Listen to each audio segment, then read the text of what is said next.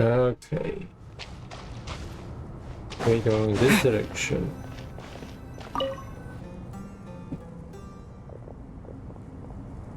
Oh boy. You must be the ones tasked by the Academia with renovating Aru? That's right. Good afternoon. I'm Kaveh, and these two are Termezi and Naisaburi. Hey, I'll hate them. Come and introduce yourself. We've met before. This is Thoth, the Ibis King, and everyone knows these two. Afternoon, gentlemen. I've only ever seen these two in murals. Ah, the paintings in the temple. They show us chatting, playing cards, playing chess. Precisely the activities we most enjoy, funnily enough. No, only you enjoy playing chess. We were just humoring you. I wouldn't go that far. Back to the matter at hand. A preliminary assessment by the Academia indicates that this project requires expertise in various disciplines, including the deciphering of ancient texts, mechanical engineering, the restoration of ancient ruins, and elemental theory. Yep.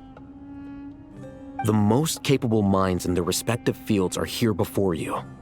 If there are no objections, we'd like to begin our work.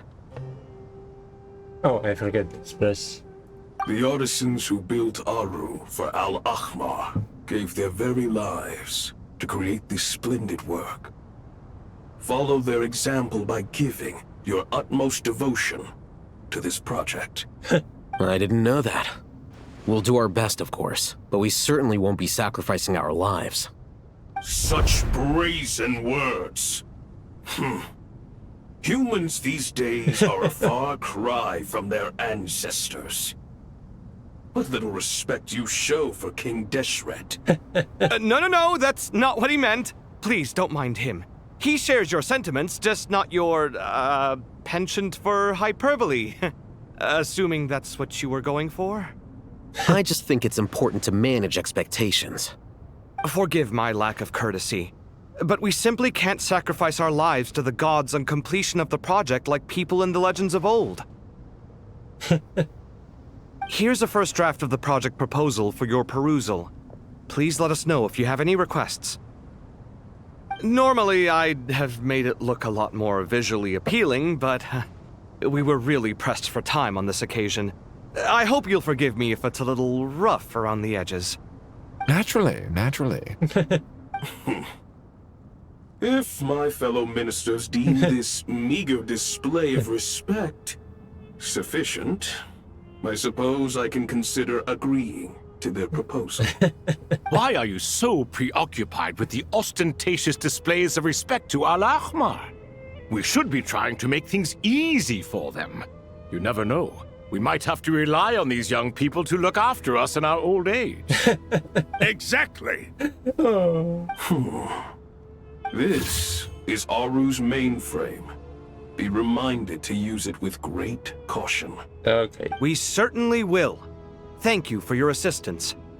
You may attempt to lay out punishments should you so desire, though I'm afraid it would be futile. You and I both know that certain components of Aru can only be operated by humans. King Deshret always believed in humanity. Still, the reason that Aru's modules are designed that way is not so much because he trusted them, but more because he was wary of you. Is that true? No wonder human artisans helped to build Aru then. He actually required human assistance to create his greatest work. Naturally. Have you noticed that the Goat King keeps giving superficial responses? It's like he's just going through the motions and leaving the real debate to his colleagues. He understands the art of perfunctory speech. That's what earned him his position as the Minister of Ministers. It seems the rumors about King Deshret being a poor judge of character are baseless after all. Excuse me for being blunt, but it sounds suspiciously like you're putting yourself on a pedestal and mocking me. You're mistaken. And while there's nothing strictly wrong with making every conversation about yourself, it's not exactly a positive tendency either. You? Whatever. I knew it'd be like this working with you. All right, let me past. I need to look at this console. It's your job to activate it after all. Let's begin. Everyone, please proceed with the external checks and preparations as per the procedures outlined in the engineering plan.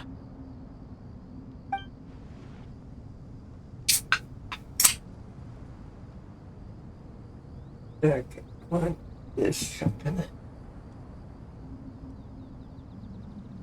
Hello there, youngsters. Oh, don't scare Whoa, it. the Ibis King came to life.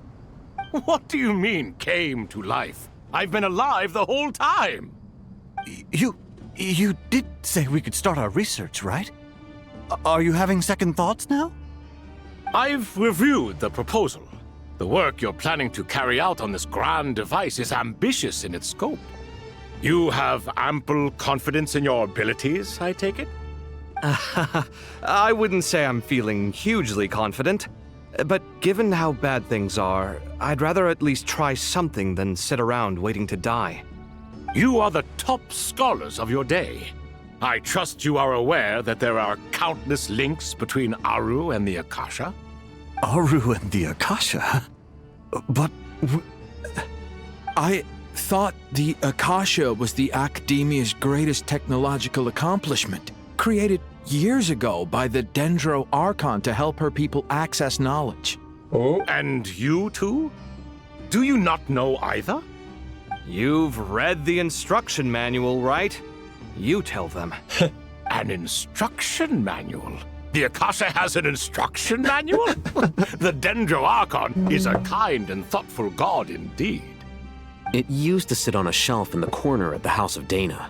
Not the most popular read. If the manual is to be believed, Aru was in fact the original inspiration for the Akasha system. what? But there are so few records about Aru anywhere. And practically none of the scientific expeditions into the desert had anything to do with it. Ah, but this is something you could not possibly have known. You may have heard many stories about the desert, but what is the most important aspect of history? Consider this a quiz. Anyone from Vahumana present? I'm from Vahumana. It's, well, veracity. Precisely. And a large part of veracity is the chronological order in which events occur. I may as well tell you. In the beginning, Nabu Malikata, the goddess of flowers, descended upon Sumeru. The glory of the heaven was within her. She brought life, oases, and knowledge to this land. Then she created the Jinn, enlightened them, and ordered them to serve her. Two other gods also walked upon this land where wisdom flowed in abundance, and the three met beneath the great green trees. It was the first and greatest alliance. We should speak with reverence of this covenant between the three, which transcended both time and life. For they promised that in Sumeru, wisdom would be shared with all. All the great changes in Sumeru's history began with the goddess of flowers. For King Deshret's sake, she pried into the secrets of Celestia, and for this was burned to ashes by the flames of wrath. So grieved was King Deshret by her passing that he lost all interest in state affairs and devoted himself instead to the knowledge that she had brought back. It was after learning of the technology from that floating island in the sky that he first conceived of Aru. And so, the Akasha was inspired by Aru, while the basis for Aru itself came from Celestia's technology. Well, if the two share a common technological origin, then connecting one system to the other is an entirely feasible idea. Unbelievable. Have you no reverence at all for celestial technology? No, I do, but there's no time for that. The schedule is too tight. Blame it on the deadline. Perhaps you could try coming up with our cutoff dates. You know what it's like having to turn around 5 different drafts in one day? I wouldn't wish it on my worst enemy. Yeah, also, Sir Ibis King, you don't plan on getting directly involved at all, do you? Yes, well, You strike us more as having come to give a popular science lecture. Or, wait, does this count as more of a first-hand witness statement? Neither. Anyway, this sounds like far too much work for me. Okay, he have interesting Still, personality. if Aru is so powerful, why didn't King Deshret use it for more ambitious ends? Because it was never fully completed. King Deshret had grand plans, but he perished before they could come to fruition. In the beginning, his wish was to create something that could rival the very world itself. The Lord of Flowers sacrificed everything for that ambition. What he desired, she bestowed, and thus was knowledge brought into the world. Her courage and sacrifice had to be honored with the most splendid of monuments, or King Deshret would surely have deemed it a grave injustice. And that monument, built from knowledge and technology, etched with a sacrificial and courageous love, even in its unfinished form, it deserves to be treasured. At that time, King Deshret said the following to the Lord of Dendro. Since we share an eternal covenant, I shall never be your enemy. Hence, the fruit of wisdom from the heavens is not to be devoured. Remember, it is not that I lack the power to become the enemy of wisdom. Yet you and she have taught me much and shown me kindness. For this, I cherish you both. That's cool. In the end, Aru was only used to store a portion of the souls. It was but a primitive form of the masterwork the king had envisaged. His final hope for Aru was to return to the past, when she yet lived. Oh. So the point you're making is, King Deshret was both powerful and ambitious, and he only ceased his imperious ways out of affection for the goddess of flowers and the Dendro Archon. You could see this as an act of mercy, but you could also see it as the sentiments that lay between these three gods placing constraints on him. This was, after all, the foundation of the alliance between them. This explains why Aru was both a prison and a monument, and why the answer to the three questions was time. You have to be careful who you get involved with, or you invite all manner of misfortune. This is as true for gods as it is for humans.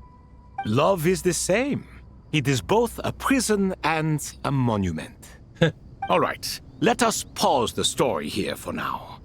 Seeing as you've been so diligent, I'll offer a little help. Oh, what did Who's in charge again? Is it you two? Ah, yes, me and him. Now then, close your eyes. And? Wisdom hides in the space between the tangible and the intangible. It is to convey the incommunicable through the simplest of mediums. By the power of King Deshret, I shall grant you a glimpse into the unseen secrets that lie at the threshold of existence. Oh boy. It's just... Where did this come from? Is it a new mechanism? It looks more like some form of externalized information. You've rendered it visible? Just as the Akasha allows you to access a greater range of knowledge, the power of our king permits one to perceive ingenuities that do not belong to this world. This is no ordinary mechanism. It reflects the internal structure of Aru. Whether you choose to increase or decrease, keep or discard. Come, use these to achieve the outcome you desire. Looks mechanical to me. Better let me handle it, just in case. But wait, how do I get up there? Turn around. So that's where the elevator is. Why the sun? That sounds so weird. Okay, we are covered. Okay. Okay.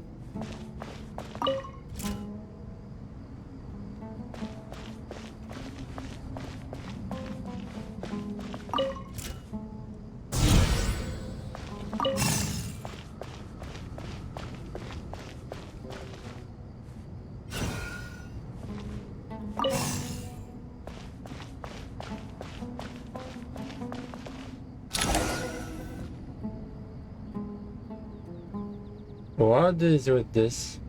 Obelisks were used to record important information in the ancient desert civilization. Hey, Alhaitham, there's some writing here I'll need you to decipher. I've sent it to your screen. Do you see it? Got it. It's a little blurry, but I should manage. Take a look and tell me what it says. Oh, and I'll send any other similar text directly to you from now on. Let's start with this one. It's a variant of an older script. Herein lie verses written for the Yellow Sands. Looks like cultural information from the age of King Deshret. If so, I suggest you delete it. Words thrown together merely for fun. I had no idea Aru kept a record of this. Well, as long as you're certain that this is strictly private information, that's fine. It is unimportant. All right, well, I guess I'll start now.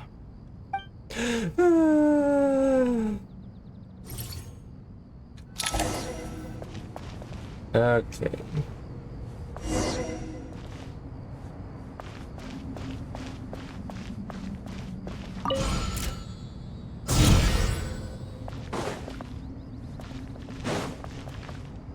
I think I have to maybe first this.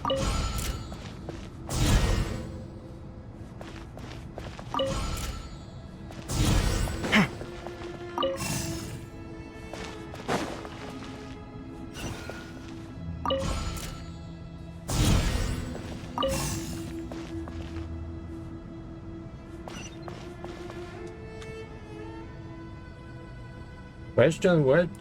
You're going in this direction when I think so, or no? Yes.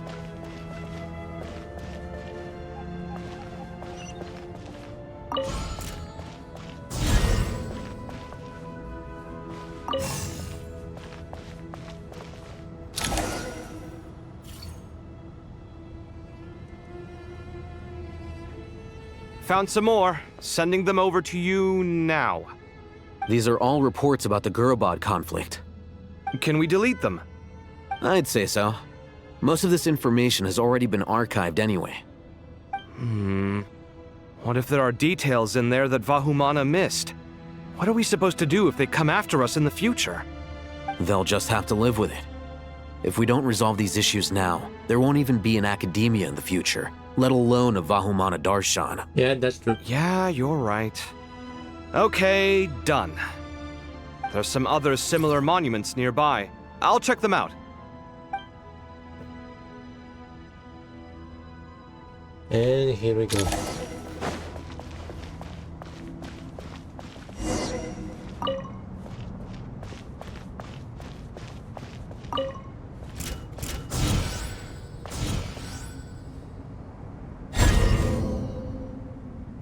Okay.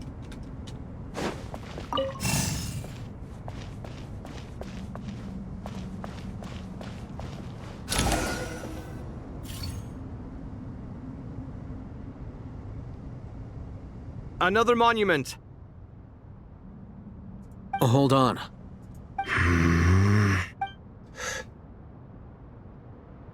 You're still reading it? How long is it? It records the development and governance of the Oasis civilization. Most of it concerns the Jinn, but it also contains records left by the artisans who built Aru. Is it important? Some of it. There was no way for me to read the whole thing in its entirety, so I had to rely on my intuition to pick the parts worth keeping. What about the artisans' records? What do they mention? They're speculations, mostly. For instance, they were wondering how to protect themselves if King Deshret decided to silence them after the construction of Aru was complete. Sounds like pure mythology to me. Surely that kind of thing didn't really happen. The records do emphasize that this was merely their conjecture based on various myths. Still, the artisans did leave details of their plans to survive, including blueprints for their escape route. Even that got recorded? Okay, well, I'll make a copy of this first before I delete it. Is that truly necessary? You won't be needing those. No, the blueprints are important. I want to keep them as a memento.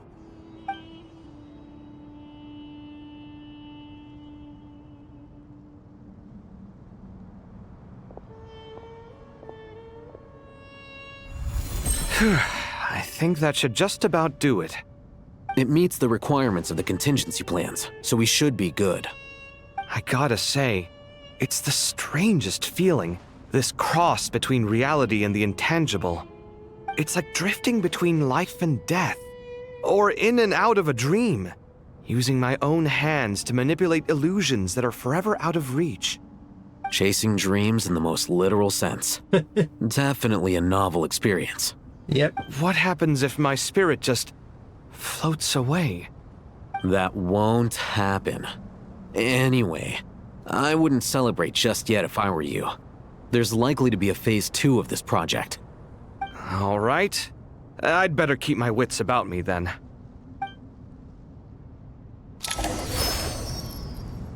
Okay, what now?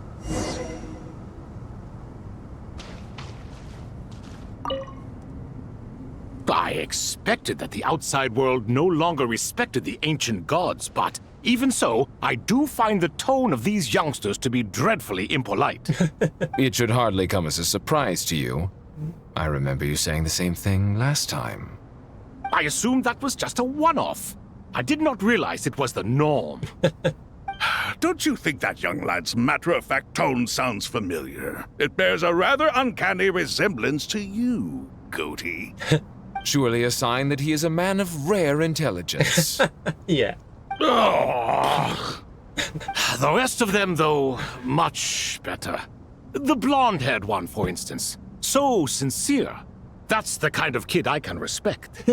Oh, really? Well, what about your disciple, Nefer? She's about the furthest from sincerity that a person can get. And now you hit the crux of the issue. Thoth is spouting lies again. He cares nothing for sincerity. He likes Nefer simply because her personality is just like his. Thus, in giving his approval to Nefer, Thoth is simply validating himself. The rest is but smoke and mirrors. You have some nerve saying that. There really is no helping you two. Shut up, chess rookie. What nonsense is this? How dare you tell me to shut up? How can you engage in such banal chitter-chatter at a time like this? Aru has been opened. The glory and splendor of a bygone age is about to sweep over the earth like a flood. And you're here squabbling like petulant children. All three of you are insufferable. King Deshret was merciful, indeed, giving you a chance to be released from prison. I say, you should have been locked up for good. But Bennu, look on the bright side. Had they not been released, we would not have been awoken. Oh. You've been here this whole time. You should be scolding them along with me. I miss Hermanubis. It's not a real reunion without him here. And now you're avoiding the topic and talking to yourself. Why King Deshret designed your personality like this, I will never understand. Isn't this simply proof that our king supports my free will? Oh, look at those two rust buckets. Suddenly, you two do not seem so bad after all. Here, here. If being stuck together for thousands of years fosters no friendship, I cannot say what would. Naturally. This tree is something else, definitely. Oh, Tainari, we're going to Tainari? Yeah. There's someone else, I'll hide them. Tainari, somebody else here? I can talk? No? Yes. How's it going? Are things progressing smoothly? Well enough, I suppose. You know how it is. The work itself is only half the problem. The other half is having to work with Al-Haytham. I'm sure the feeling is mutual. Honestly, though, I thought you two had already worked things out. As if. Turns out working closely together is the best way to expose any tensions lurking beneath the surface. Besides, I just think that some people never change. Agreed. Case in point, You didn't make sure I was out of earshot before you started complaining about me. Old habits die hard. Actually, this is for your own good. Maybe if you spend a little more time listening to what other people have to say, you might actually realize that you're the problem. Naivete is another old habit of yours. I had assumed that you both volunteered for this project like us forest rangers. But now I'm getting the sense that wasn't the case. Definitely not. We were assigned to it by Lesser Lord Kusanali and Nephis. As much as I'd love to be doing normal work for normal clients, these Titan projects are all that's on offer right now. Though I'm sure they wouldn't be roping us in if they had any better options. Just goes to show how short-staffed the academia really is. I'm sure you've prepared yourself mentally, but I still feel the need to advise you to lower your expectations. It might make the process of working together a little less intolerable. I know! Same to you! But if you already understood that, you should also know not to say the quiet part out loud. Why don't you come help me with my forest patrols? Might help you avoid any further disagreements. Good suggestion, but unfortunately, differences of opinion will always exist. Changing the nature of the work won't get rid of them. For once, I actually agree. There is zero chance of us ever resolving our differences. Zero! Oh boy. But even so, the work must be done. Care for some coffee? I'm And glad to see you making progress. Don't act so smug! It'd be nice if you made some too! I feel like even I've made some progress today. In the past, I never would have dared to try and mediate a conflict between you two while you're both right there in front of me. Apologizing probably makes it sound like I'm in the wrong, but I'm sorry. I was just kidding. Truth be told, I don't have any work to do at the moment, so I'm just here to kill some time. How's Kale? She's studying with Nicole. I'm not sure how she's getting along, but she seems to be in good spirits at least. I wouldn't worry. Angelic affairs are probably above your pay grade anyway. I know what you mean, but Sino and I are still a little concerned for her. He said he'd go keep Kale company after he's finished training the mercenaries. I'm planning to join them myself shortly. Kale will be okay. Have faith in her. Even we can see how much more confident and outgoing she's become in these past few years. Thanks to you and Sino being there for her and providing guidance every step of the way, she can finally stand on her own 2 feet. On her own 2 feet. Does it feel bittersweet? Watching the younger generation grow up and move on. No, not yet, at least. I was just thinking, I wish there was more I could do for everyone. She'll be fine.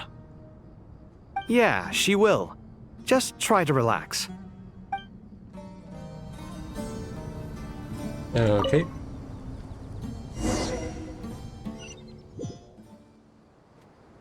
Okay, and now we're going head trend.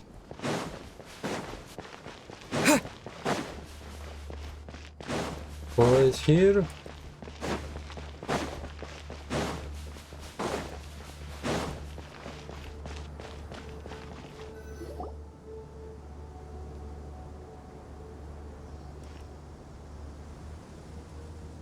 Traveler from afar, Oh. do you worry for the fate of Sumeru as well?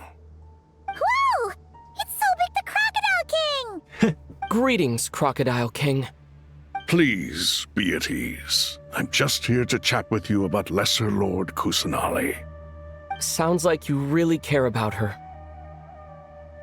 Yes, although to be exact, it is a mixture of both concern and curiosity that I feel. Oh, really? Speaking of Nihida, Paimon was wondering how she's doing.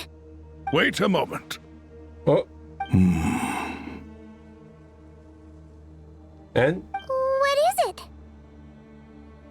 I tried calling out to a pep, but there was no response. I don't try. This can only mean that she is focusing all her energy on taking care of Lesser Lord Kusanali. Oh, just ignorant. All the gods who served King Deshret seemed super surprised to hear that a pep agreed to help Nihida. Guessing she made a bad impression on you or something. Are you aware of the history between her and our king? Yeah, she eats him. Then you are learned indeed. I'm glad to know that Sumeru has the support of someone like you. At the end of his life, King Deshret tricked the Dendro Dragon into swallowing him whole, leaving her to bear the torment of his sins. The Dendro Dragon despised King Deshret, yet he outwitted her. Rather than bringing disaster to the land, he chose to deceive her and thereby ensure his annihilation. An act that surely displays his love for humanity. The Dendro Dragon stands for the glory of a bygone era. She hated Al-Ahmar and what he represented. All the gods, all the power they wielded. And so, her willingness to help the Dendro Archon through this crisis comes as a great surprise indeed. It makes one wonder whether, perhaps, the Dendro Archon assisted her in the past. Yes. Yep, Nahida did her a huge favor. You tell Sober King how Nahida helped her free Applet from her suffering. So Lesser Lord Kusanali put an end to the Dendro Dragon's many long years of torment. As much as she loathes the Seven, a pet knows kindness when she sees it. No wonder she was willing to make an exception. Yeah, that's the sense we got from dealing with her, too. She is not incapable of coexisting with other living things. Rather, she actively chooses to avoid coexistence. And this despite the fact that she symbolizes life itself. How ironic. All of this being said, I wouldn't expect too much from her if I were you. Nothing will change her hatred towards humanity and gods. We'll keep that in mind.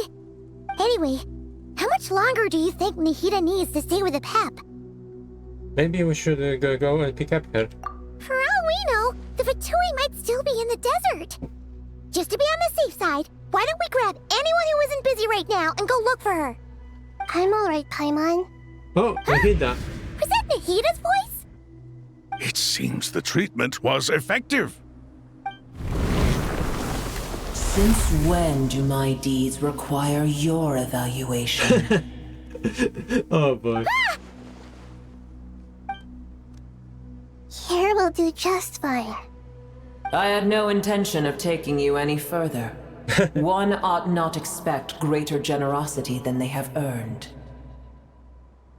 You always hide your kindness away like an oasis within a sandstorm. Only those who make it through the swirling winds can know just how beautiful that oasis is. And how much hope it brings. You dare appraise my being? No, I'm expressing my gratitude. I want to thank you for sharing your precious life force with me.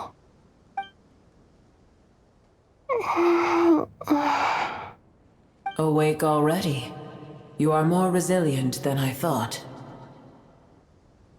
Pep. I feel much better. Thank you. Gods and their gratitude mean little to me. I would rather you give me your assurance that the situation with Irminsul and Sumeru's ley lines will be competently managed. If I suffer any ill effects from the ley lines, you, as the god of this land, will be held responsible. And you would not enjoy being held to account by me.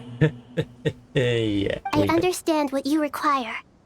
But I would assume this task even if you did not demand it. Sumeru is my responsibility. I must resume my duties as soon as possible. Yeah. A farcical notion. God of Sumeru, I hope you realize how unextraordinary your strength is. And yet, maybe it is precisely what defines me. A god of wisdom is not meant to rule by force. That's true. Then hold steady. We go forth. Well, I'll be. Is that a pet? Oh boy, that'd be interesting. Do my eyes deceive me? Of all places, the Dendro Dragon has decided to visit the mausoleum of King Deshret? Oh. I see that after all this time, El Ahmar's menagerie of ministers remain as vile as ever. Oh boy, roasting each other. It's a pleasure, Dendro Dragon. Had you arrived but a little sooner, you might have attended a meeting of the Seven Pillars. What a nauseating thought. You are not the first insects I have had the displeasure of dealing with today. A swarm of them tugged on my tail on my way over. Goodness knows what hovels they crawled from. Why do all the creatures of this world remain so lowly after all this time? What did you do with them? I cast them away. What would you have me do? Keep them as trinkets? Boer, this is where we shall part ways. To be clear, I do not wish to see you or anyone else here ever again, unless absolutely necessary. Then I wish you peace as you return to your dwelling place. Thank you for helping Nahida. It matters not to me. Yeah, sure. Simply refrain from bothering me again. Ah, boy. A force to be reckoned with. At times like this, I feel glad that she has no interest in any of this. Hold on, just hold on, okay? We're almost there. Oh, you. Okay, what happened? We made it. Huh? Wait, that voice. It's Sorus and Aranara? I'm gonna fall.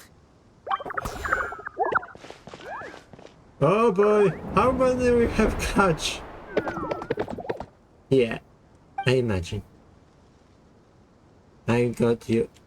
Well, that's a relief. A pair of safe hands indeed. The Dendro Archon's familiars. They are the last thing I expected to see here. Huh? Wait, what are the Aranara doing here? Don't you guys hate the desert? Obviously I was worried about the Dendro Archon. I've been supporting them with my Pari powers the whole way here. Oh, you seem pretty nervous. Is it because there are too many people around? Not just people. It's all these non-human beings, too. It's hard on them. I can't believe you made such a long and dangerous journey just for my sake. I appreciate your support so much. Thank you all. I'll have to ask everyone to wait while I help our new arrival settle in. Once I'm done, I'll gather everyone to discuss our next steps. Traveler, Paimon, shall we find a place for our friends to stay? Sure. Awesome! Let's go! Well, first I have some questions. You answer Nahida question, bringing her to the speed of everything has happened. Okay, I think that covers everything. Thank you. We can get going now.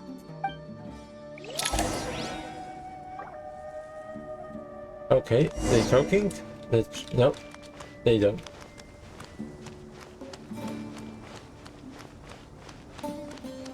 It's funny, I immediately return Nahida. Wait, I don't can run?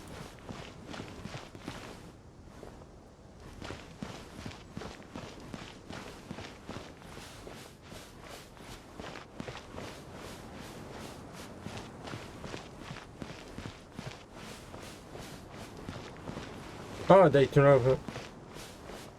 Ability? Just walking?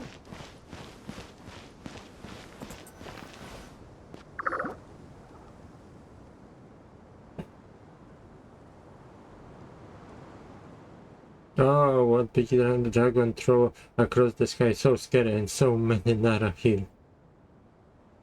Okay. Cheer up, Arapas. They looking for us. Wait. They all looking at us. Surely this Nara can see us. Nara can already so busy walking here and then. Hide. Don't tell Nara to catch up. They have the pot and but wait, no. Nara can take the pot. My sister say I have to look after.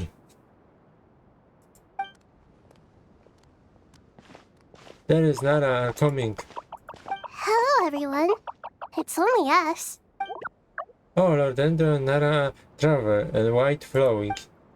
Lordendro, Nara, okay, Paimon. Be a long time. It must be very tough for you coming all the way out here. Especially since you don't like the Veluca. Is everyone back in Vanarana doing well?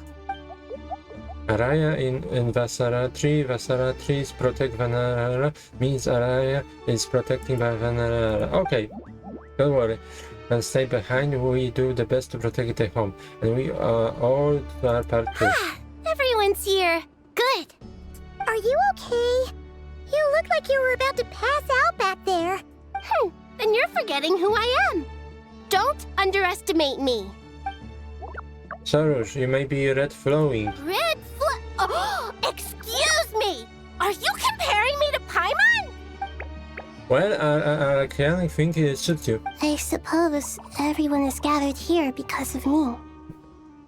As we can see, the situation is critical, and everyone is very busy with their various tasks, so...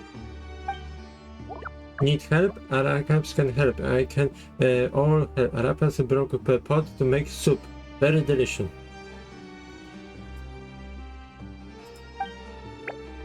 All us here to help. Arabica, Ararican, Arapas, Aradashan, Arayutan, Arasatan, Arashasha will be all to help. I can't thank you enough. Right now, we're focused on restructuring Aru, processing excess information, and helping restore everyone's confidence. I'm sure you'll find it all very straightforward. I can help too! Just let me know where I'm needed. Together.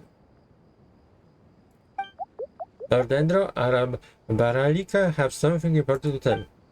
On our way to Vanarana, we saw Nanara talking in secret. Mele, Nara, Up to no good? Yes, two Nara sneak around and Caravan Ribat. That definitely sounds suspicious. Traveler, Paimon, I have other work to attend to here that needs to take priority. Could I trouble you to investigate the situation Arabalika spoke of? No problem. Leave it to us. Thank you. I'm counting on you. There's one other thing. If you are to work alongside the people of Sumeru, you will need to make yourselves visible to them. Is that acceptable to everyone? Oh boy. Well, if we really have to, I guess we have no choice. Don't be afraid, Arapas. You make the most delicious soup. Everyone will like you. There's nothing to fear. No one here will hurt you. But if you do feel afraid, don't worry. Just call my name and I'll be there. Okay. Very well. Now, I shall bestow a small blessing upon you all. Whenever people see you and interact with you, from the moment their gaze meets yours, they will experience the most beautiful of dreams. Okay. And okay.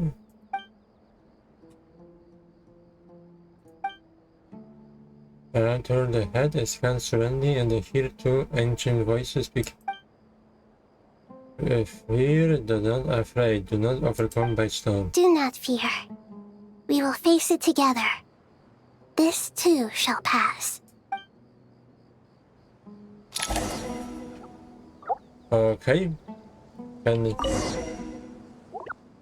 Nara looking on this way. Oh, it's okay, it's okay. Arabika will protect you. Okay. Oh. How going?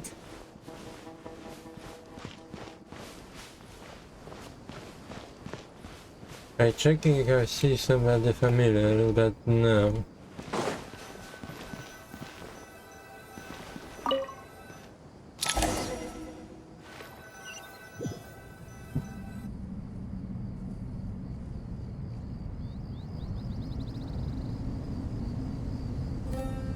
Ah, everyone's here. Wonderful. Dendro Archon, you're back. Yes, she's back. Are you recovering all right? You mustn't push yourself too hard. I'm doing very well. Thank you for your concern. Update hinted at the progress of Aru renovation. Okay. I see. Using the power of Aru to reboot the Akasha and gain access to Irminsul. It's a sound plan, although... I regret to be the bearer of bad news, but with the state that Irminsul is currently in, it's impossible to access via traditional means. Even the Akasha won't change that. Alas, we had feared this may be the case. What about non-traditional means? Oh. Non-traditional means? Are you saying... Desperate times call for new measures. What do you mean? Where are we going now? Oh, that is interesting team. Very interesting team, I can say the least.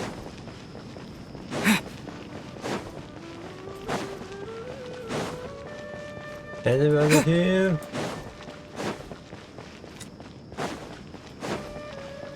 China. Okay. Hey, we're here! Ah, it's you. Is there a situation?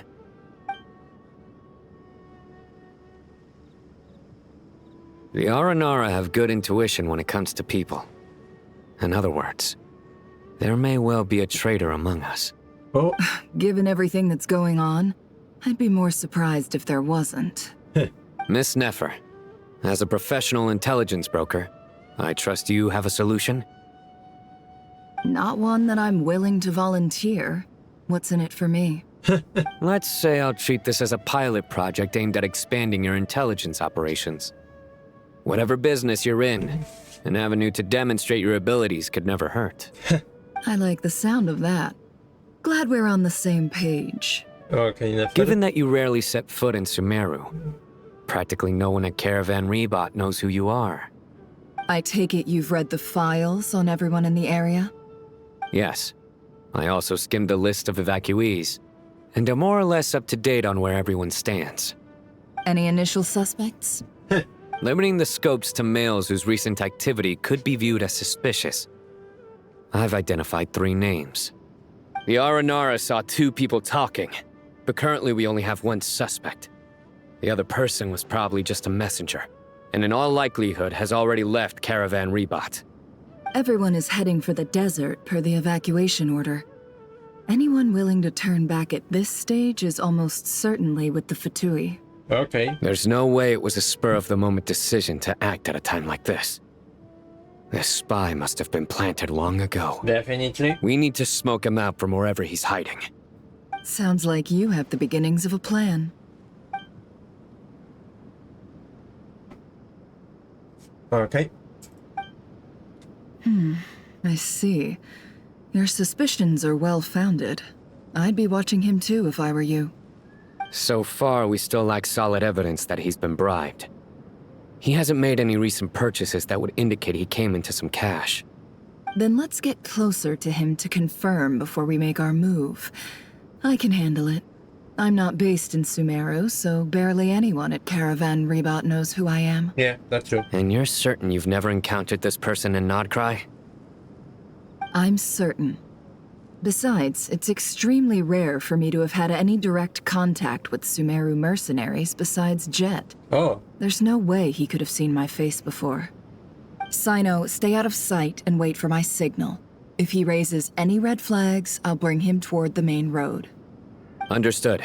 I'll take it from there. Excellent. Well, it's a pleasure working with you.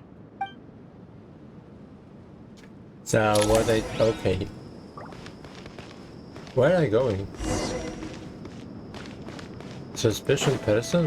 Where is this suspicion person we were talking? Okay.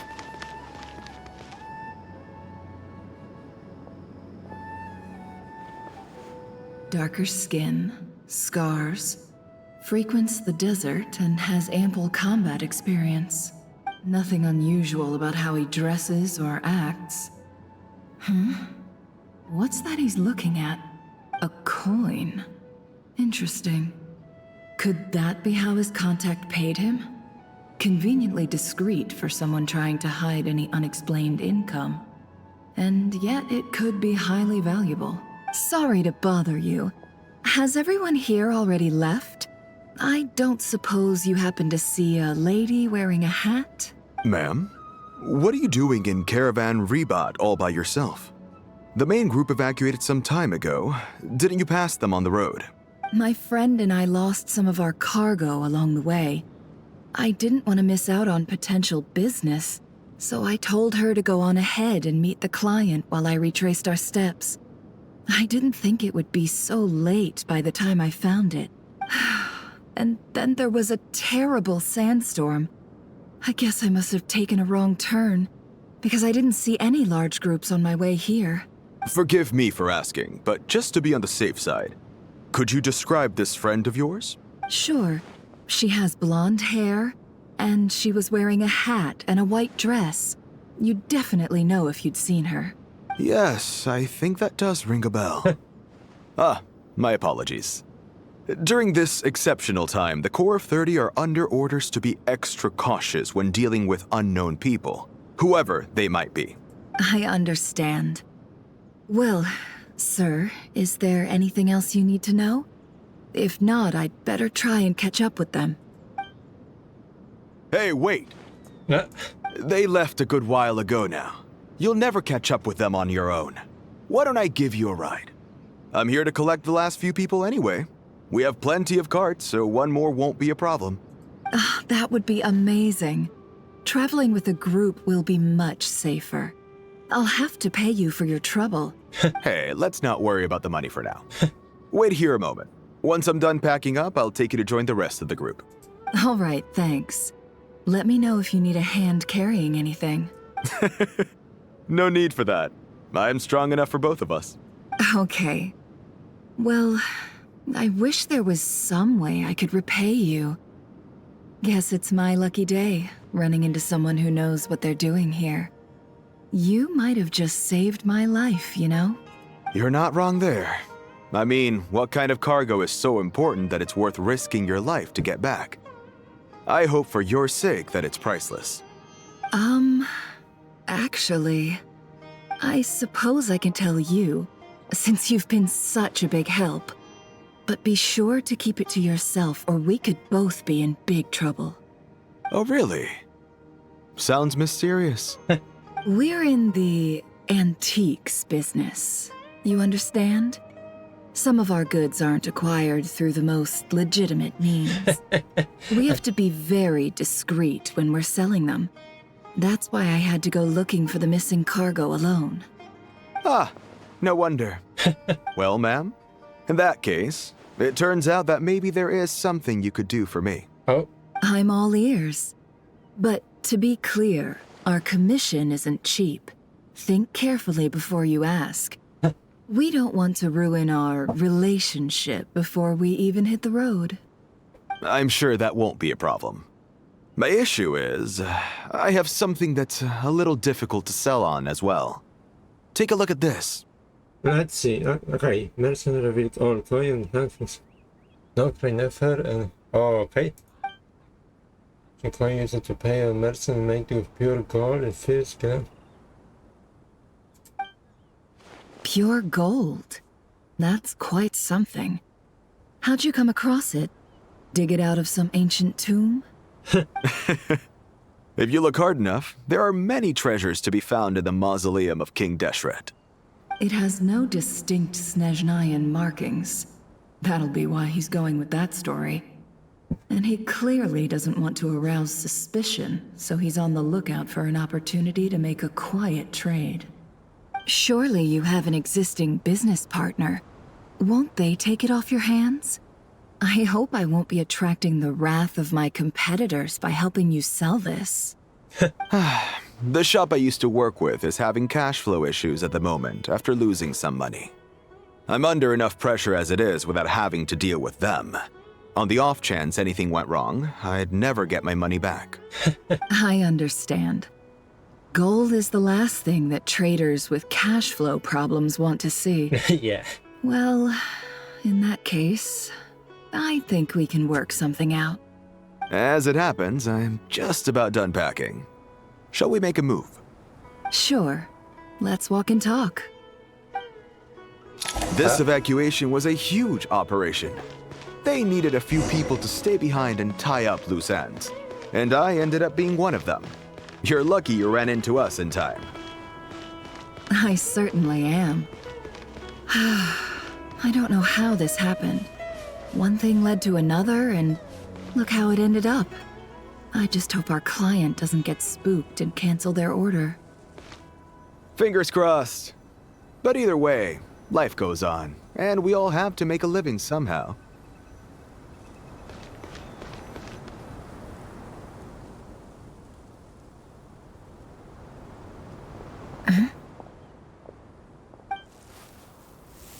Sign up. Hands where I can see them. General Mahamatra! No, wait! What are you doing? This is the coin? Sadly, you won't have the chance to spend it. Nicely done. Looks like Sumeru's Matra are a well-oiled machine nowadays. Unmarked gold coins are quite difficult to trace. Thanks to you, we have secured the evidence. Here's what's gonna happen. Say no to the group and turn around and leave without suspect. Before long, he returned with intel and got a suspect.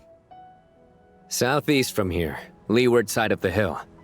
That's where he's meeting his contact. Great work. Candace tells me your interrogation skills are highly effective. Okay, because she teaches her. Hers are quickly catching up. She's improved a lot in recent years. Yeah, we know. Looks like it's over to you for the next step. Yeah. Because I'm quickest on my feet? Oh, because you know how to trail a target. Plus, it'll be easier to monitor their activity from the air. Fine. I'll be quick. Shadow. One more thing. The Traveler just brought a message from the Dendro Archon. Once you're done with this, we're to meet up at the mausoleum of King Deshret. Got it. Will do. Are you sure you'll be okay on your own? Gee, I don't know. Maybe you should come with me. Okay. Then Paimon's coming with you. Really? You do know this is a stealth operation, right? Meaning, you have to be quiet? Paimon, are you sure about this? Well, Paimon at least wants to give it a shot. Like everyone says, if you never try, you'll never know. Okay, that's it. Besides, being the best guide in Teyvat has to count for something. This should be a piece of cake. Okay, I see how he... Fine. Join me if you want. But be warned. If anything goes wrong, I'll have to gag you and shove you into a bush. No need! Paimon will be super careful. Promise! Good. Then what are we waiting for? Let's go. Where are we going? Okay, wonder now. Head to design location. Too slow. Or is it? The wind rises. Again.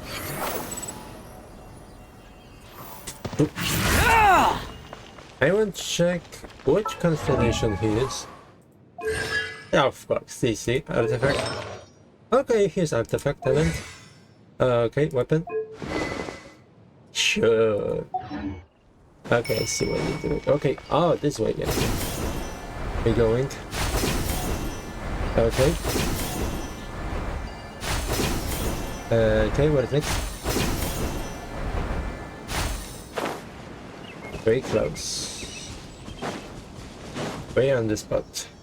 Hey, wait up! Hey, slow down, will ya? Oh, is. We're here. Now we wait. Okay, yeah, cool. What's on your mind, Paimon? Huh? Oh, nothing? I thought all you cared about besides being a guide was food and sleep. Why the sudden urge to go on a dangerous mission? What's that supposed to mean? Paimon's been on plenty of dangerous missions before. Yeah, but not But alone. never on your own. Yeah. You hardly ever leave the Traveler's side. Just saying. I'm kind of at loose ends right now. So if you did want to share, I suppose I'd have to listen. If not, suit yourself. Makes no difference to me. I love you. Hat guy?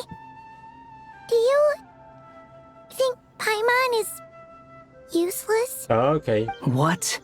Where's that coming from? When we were in Notcry, Paimon suddenly realized something. Even though Paimon's with a traveler every single day, whenever we face real danger, she can't do anything to help. That's true. Paimon doesn't get like this very often. She just got really scared when the traveler got kidnapped that time. What if he never came back? What would Paimon do then? And the more Paimon thought about it, the more useless she felt. But Paimon doesn't want to be a burden. Paimon wants to be a friend who's actually useful. Does that make any sense? You know, that feeling of just being completely useless and... Oh. Paimon probably sounds so ridiculous right now. Oh, such a progress with Paimon. You asked the right person. Oh. Boy, do I know that feeling. Oh, hat guy. I'm not gonna try and encourage you. What I will say is this. When you start doubting yourself, you have two choices. Give up or change. You have to make the decision to move forward. Otherwise, no amount of consultation from other people is gonna help you. Yeah. So ask yourself, what do you want? To get stronger? To learn more? Whatever it is, go do it. You won't have any regrets if you can at least say that you tried. Oh. All right. He grew up as well. Something's not right. Shouldn't they be here by now? Paimon, is it just me? Or is it a little too quiet around here? Should Paimon take a look? We'll give it another hour. If nothing happens, we head back. Okay. I'm thinking, but nothing happened. How strange. We've been here for ages. Where the heck are they? Have we been stood up? What is it? Did you think of something? Something feels off about this whole situation. But I can't quite explain why. We know for sure that the guy Sino caught had something set up. Yet somehow his contact is a no-show. So, either the handler got caught, or, more likely, they decided to cut our guy loose. But how would they know to do that? Wouldn't they at least send someone here to check things out? That's the problem. They couldn't possibly know what's happening here. Unless? What? This feels all too familiar. Come on, let's head back.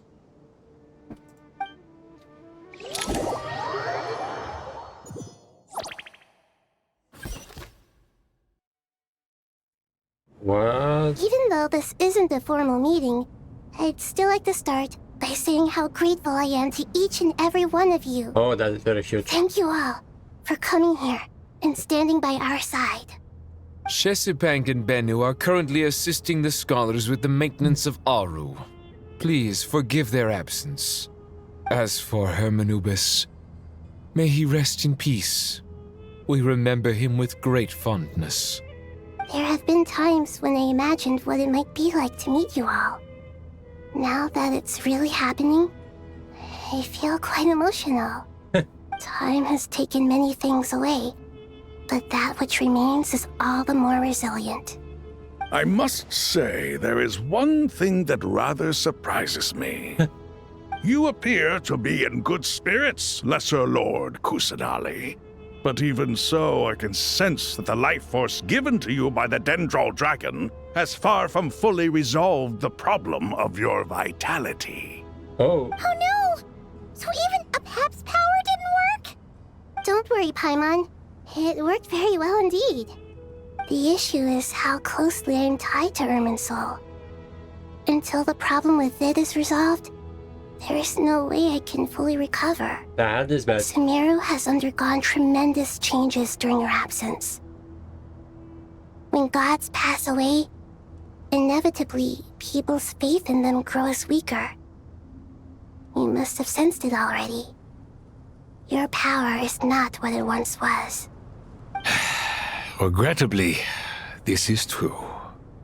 I too have grown weaker due to the effects of Irminsul. Right now, we're all in quite a sorry state. Then what do you suggest? We take all the help we can get. Sumeru is our shared home. You and I, gods and humans alike. We must unite all our strength in this moment. Though Al-Ahmar is no longer with us, the alliance between the three gods remains in force.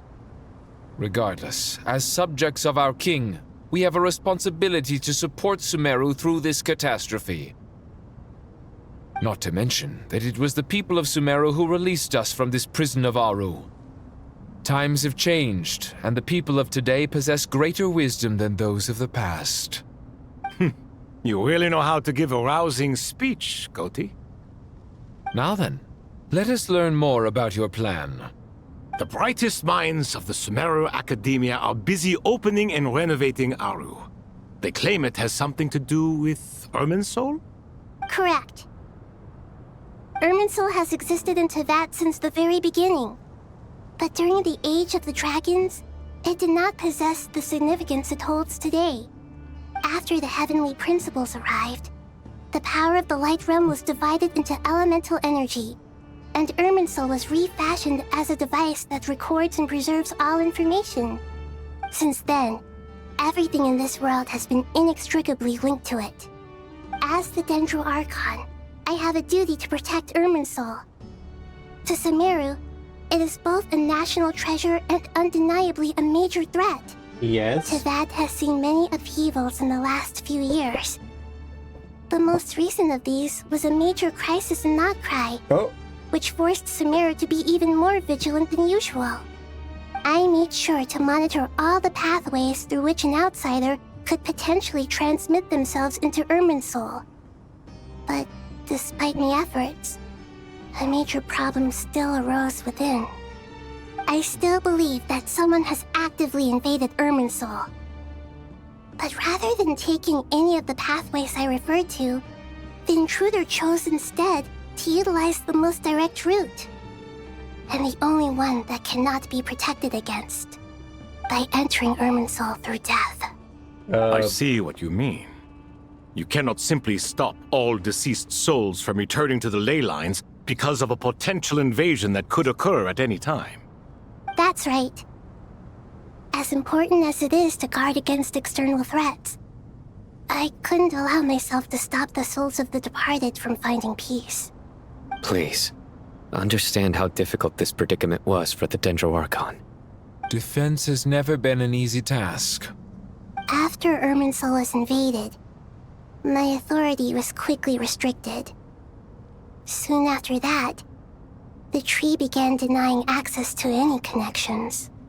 I'm sure you feel responsible, but you are not to blame. No one can predict every possible disaster. There will always be trials and tribulations for the world to endure. But the people of Sumeru should not have to endure this. We must find a way to break through the lockdown and connect to Irminsul. And this is why you need Aru. Yes. The only thing in Sumeru capable of rivaling Irminsul in terms of overall function and performance is Al-Ahmar's legacy, Aru. All I managed to do before falling into a coma was make some minor adjustments to Irminsul. Using Aru is a last resort, and a move that comes with enormous risks. The Scholar's initial plan was to borrow Aru's power to reboot the Akasha, then use the Akasha to connect to Irminsul and investigate. Unfortunately, Irminsul has suffered far greater damage than they first thought, rendering that plan futile. To rise to the challenge, we had to resort to more extreme and far costlier means. This has led to a number of new contingency plans. To reclaim Irminsul, our brightest scholars have made further modifications to Aru with multiple goals in mind. I thank you all for giving them your blessing in this endeavor. Human wisdom has clearly improved over the millennia. You have not only our support, but that of the Jinn, the Aranara, and the Pari. Together, we will do everything in our power to save Irminsul. By the way, when you spoke earlier of an intruder, it almost sounded as if you knew who you were dealing with and what they were capable of. Well, since you ask. Bye-bye.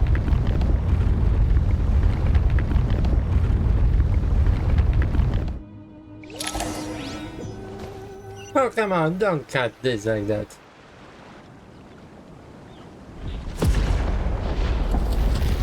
What is this? New tree?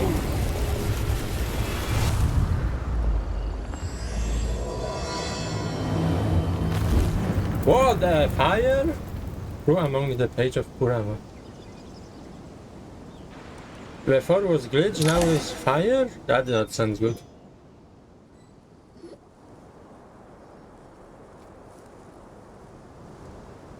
Master Tainari! What is that? Is this Irminsul? How did this happen? What's going on inside?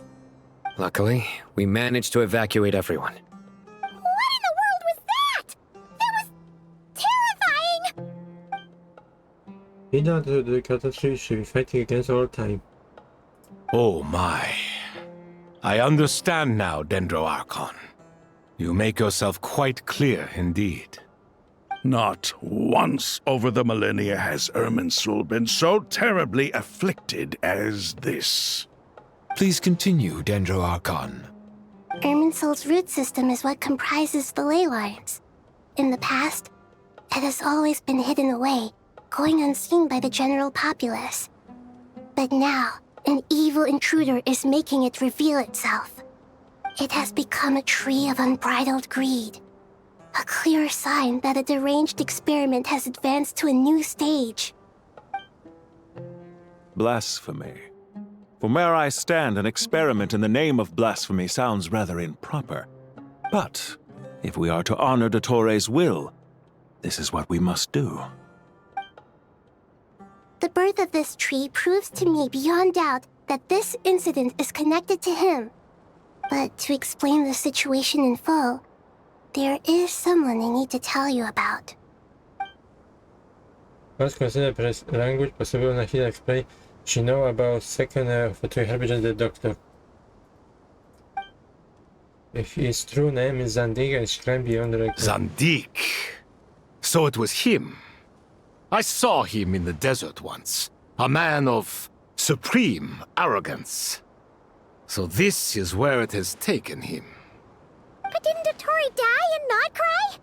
How is he still able to do all this? He must still have loyal followers amongst the Fatui. Even so, I'm still unclear as to how he has been able to wield such a profound influence over Irminsul. I can confirm that Fatui forces have arrived in Sumeru City. Furthermore, Irminsul seems to be undergoing some kind of mutation. Evil branches are beginning to grow. Things that do not belong to this world are slowly but surely materializing. Sorry, I couldn't think of any other word to describe it. They don't seem to be fully formed physical entities yet, after all, but they are gradually becoming real. A baleful tree climbing up into the heavens. Speaking of Dottore, I have some information on that front as well. Oh. Wonder recall how he and Penguin in the meat spot and only find one waiting for. I didn't think it was wise to state this out in the open. But my theory is, the mole wasn't cut off after he was caught. They wrote him off from the beginning. You mean, the Fatui never intended to follow through with him? Then why plant a mole at all? It's hardly a conventional strategy, and the rationale behind it is pretty twisted. But as it happens, I know someone who works exactly this way. And when it comes down to it, his goals are very simple. He just wants to confuse people, so they can't figure out what he's up to. He's been a collaborator of Dottore's from the outset. That fact alone confirms that Dottore is involved with this somehow. Some people have guessed, okay. He does some other the party direct the deep meeting, the Hida giving detailed explanation, enemy potential crisis.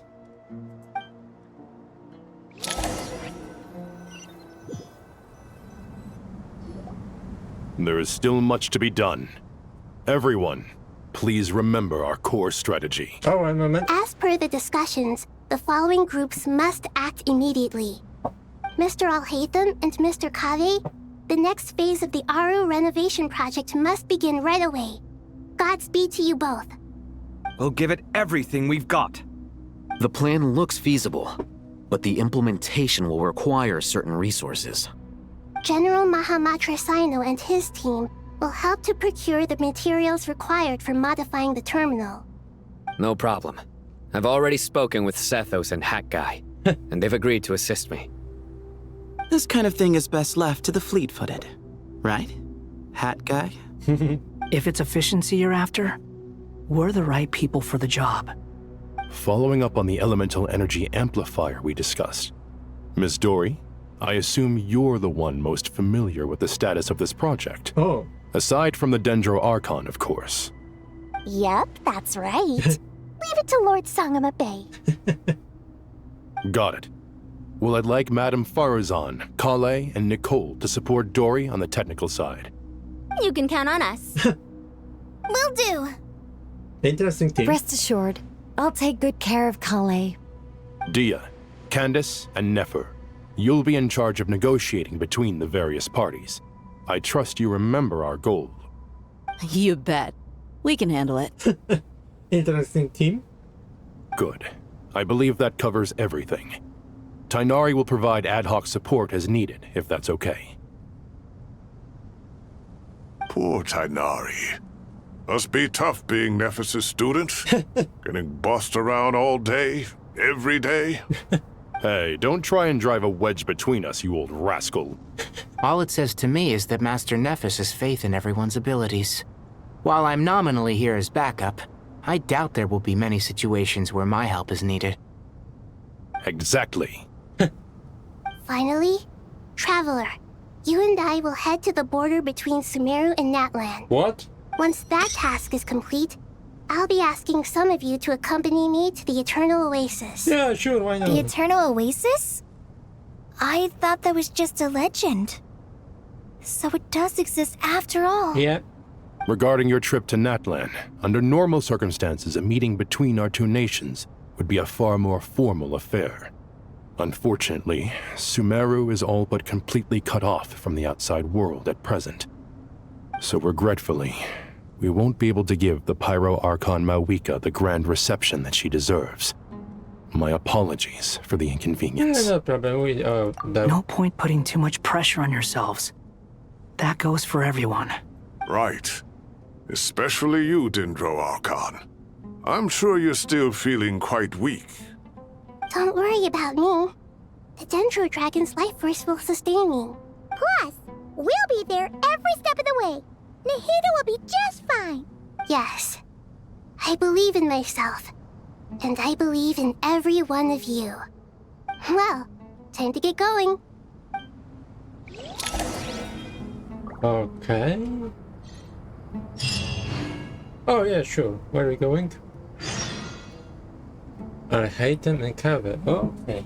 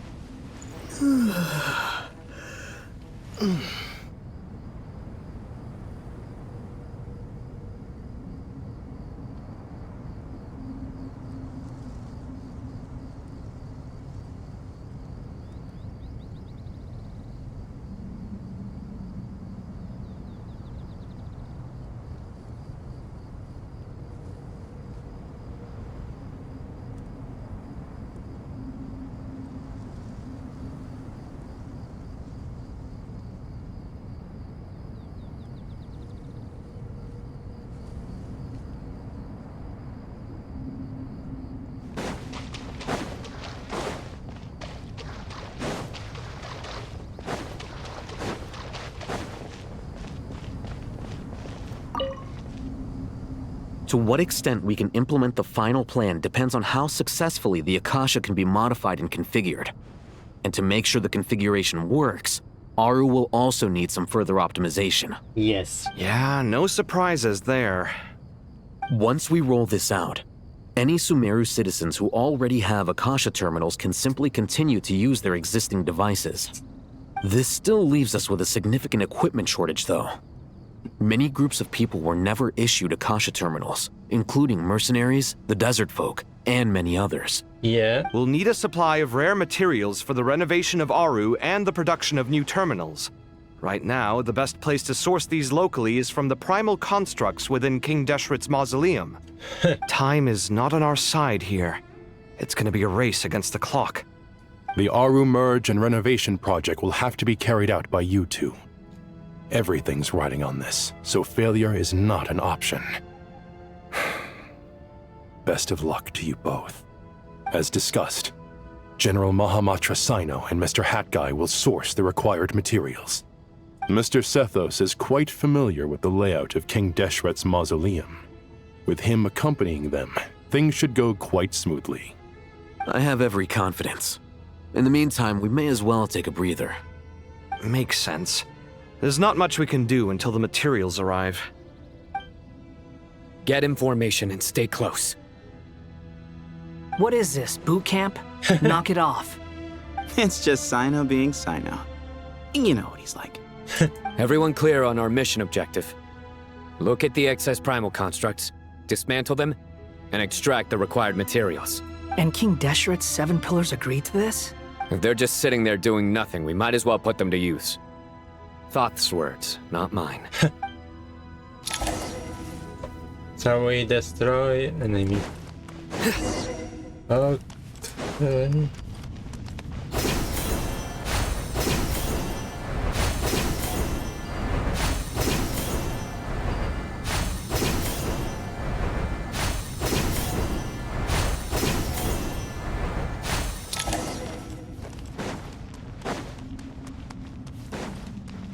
Yeah. Wakey. Nowhere to run! Your sins weigh upon your soul! Guilty! Your penance is due! You stay condemned! Come on, you got Guilty!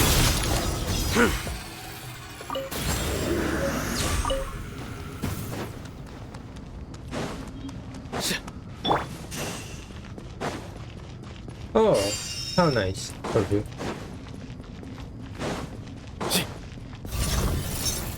Excuse me? Behind you! Behold!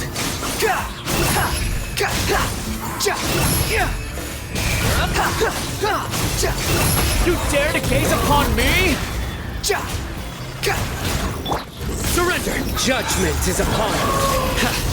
Come on, I need this faster. Now! Your penance is due! Guilty! You stand condemned! Give some space.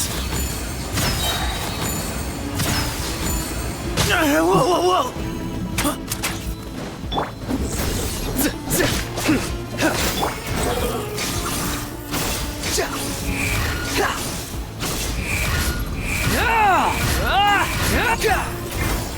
These devices should still be usable even though they're broken down. Let's take them back for the others to review.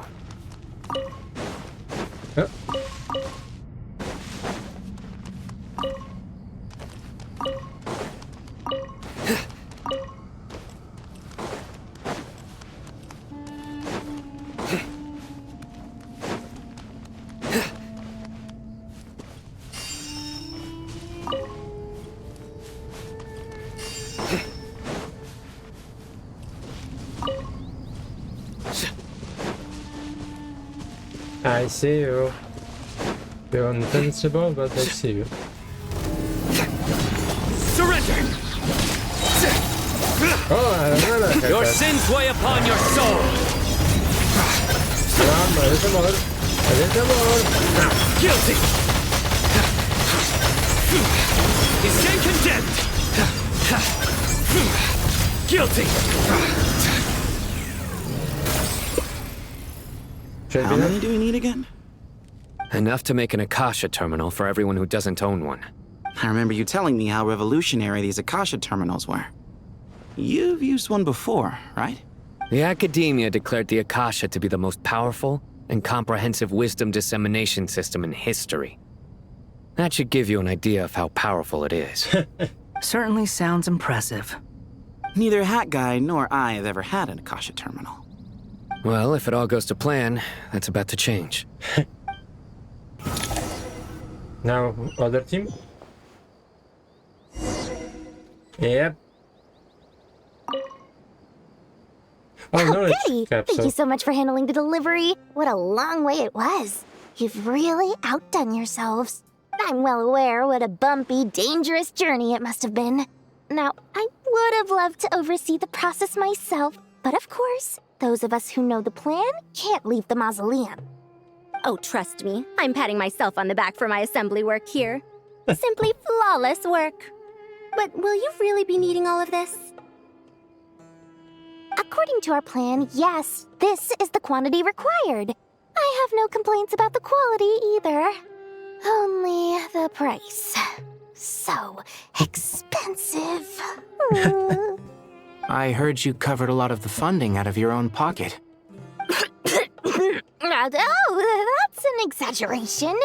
The Academia provided most of the funds. I just offered a small token of my goodwill.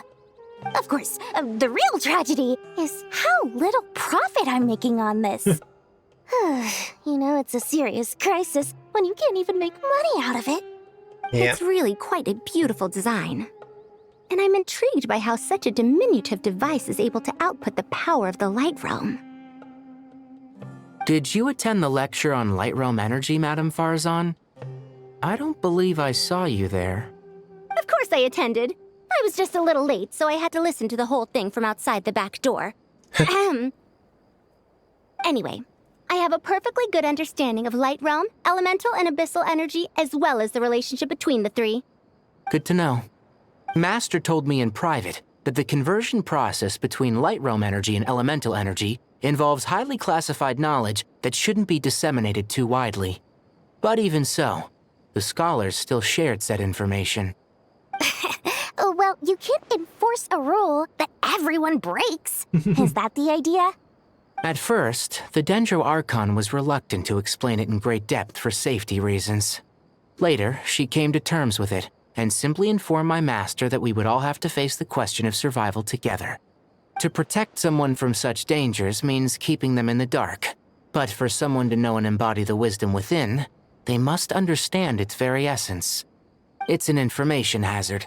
We're exposed to danger just by knowing the facts, and just like bait, it lures us in by offering us the solution to our problems. But if you're not careful, you'll end up pursuing it down a dark path. A tricky problem. But today, this big problem has been broken down into many smaller, more trivial ones. What do you mean? I get it. For instance, you and I share secret knowledge, while she and I take on the risks of life, death, and fate. Something like that? Hey, what? That is not what I call a trivial problem. Well, as they often say in Vahumana, an event that is monumental to the individual is negligible in the grand scheme of history. Generally, the fate of the individual is an insignificant affair. Being from Amorta, where the subject of our research tends to be a lot more personal, I have to disagree. It's hard to dismiss the individual as insignificant. In other words, the big problem of survival has been broken down into many small, interconnected factors, and each one of us represents one of those factors? Correct. When the same secret is shared with a group of people, the same fate binds them together. Most people would find this unimaginable, but to us scholars, this is the path that has always beckoned to us. Sharing knowledge is a good way to fight against fate. I will always believe in that. All right, I think that's everything. Thanks a lot. But don't go anywhere just yet. I'll still be needing you to calibrate the equipment.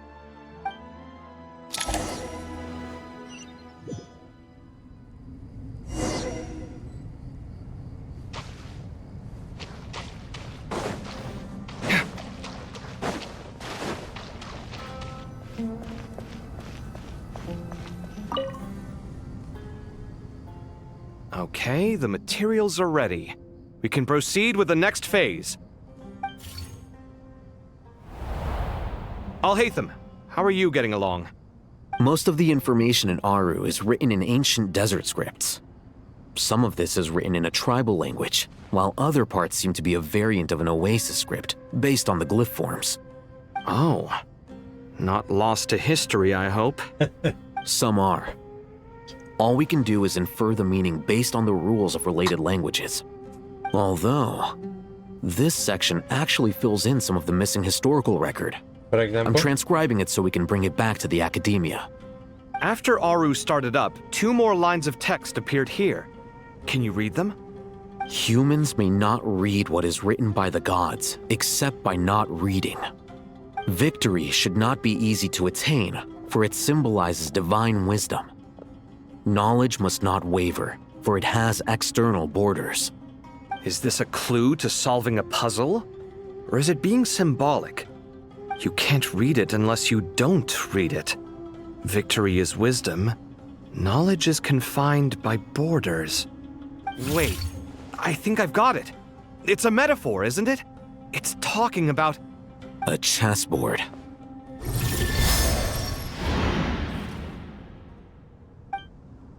You were right. The youth of today are skilled at solving riddles. Have the secrets buried in the desert not been unearthed over the years all the same? Since Aru is a place reachable through wisdom, this day was bound to come sooner or later. Oh, I've always been against overly cryptic sentences. Don't you get tired of reading and writing all that? Ah, it's you 3. Just in time. We've been delving deep into Aru, and now this board has appeared. I've heard this was how you'd while away your free hours. You must be quite the experts by now in that case. It is true. King Deshret's chess games are some of the most well-loved of all his wonderful creations. If you have ever been to Safhe Shatranj, you may well be familiar with the chess pieces you see here. Is this chessboard supposed to be another visualization of the interior of Aru, then? Naturally. Visitors, everything is ready. Only by completing the challenge on the board in accordance with the rules will you be permitted to overwrite Aru. 1 second. It's not dangerous, is it? It is. Dangerous? Why, yes, of course. I should be the one to go, then. Wait for me here. Sounds like the self-confidence of our present company has rubbed off on you. Don't be ridiculous. I'm your upperclassman, and that means I have to look out for you. I appreciate the sentiment, but a game of chess typically requires 2 players. Besides, I'm sure they won't let things get out of hand. Keeping things relatively safe is in your best interest too, isn't it? Fair enough. I mean, you guys are controlling the difficulty, so please don't go too hard on us, all right? Ah, but Bennu said he wanted to put some respect into these whippersnappers. All right, all right. Thank you. Obviously, we'll still try to be careful. This doesn't seem like ordinary chess. Is the goal to defeat the opponent? No, you must enter the board and pass the trials we have placed there. Ready? Let's do it.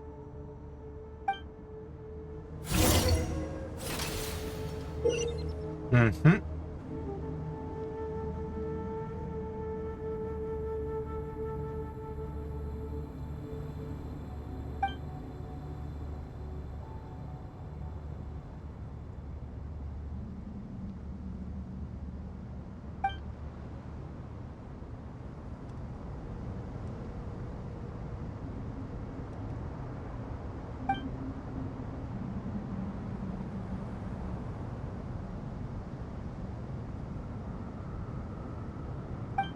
Okay, let's... The first trial is posed by me.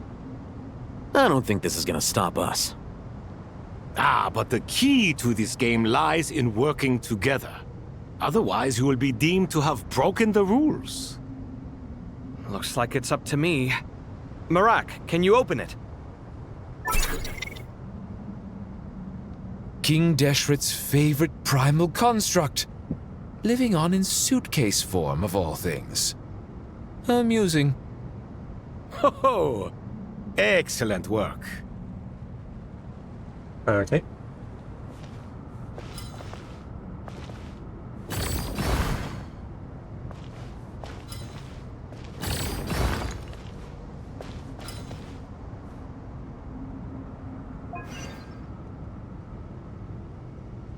Okay, that'd be tricky.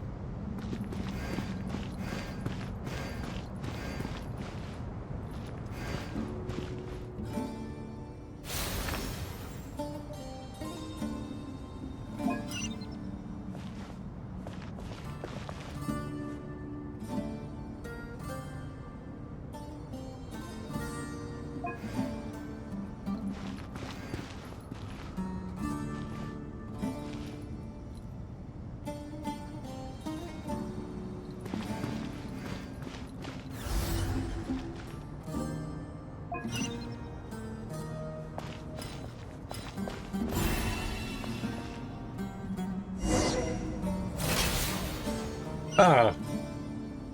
Now is the time for my trial. Now, don't be nervous. I'll make it nice and easy for you. Really? Thanks in advance. We appreciate it.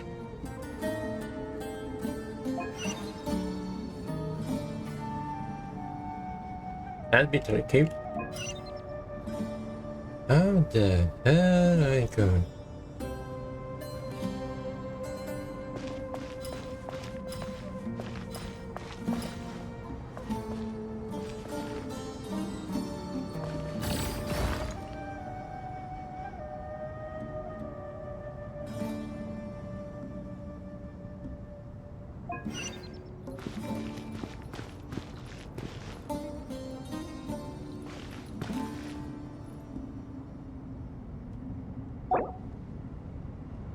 Alright.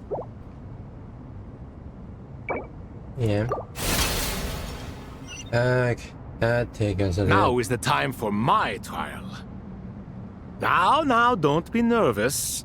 I'll make it nice and easy for you. Really? Thanks in advance. We appreciate it. How the hell am I moving that?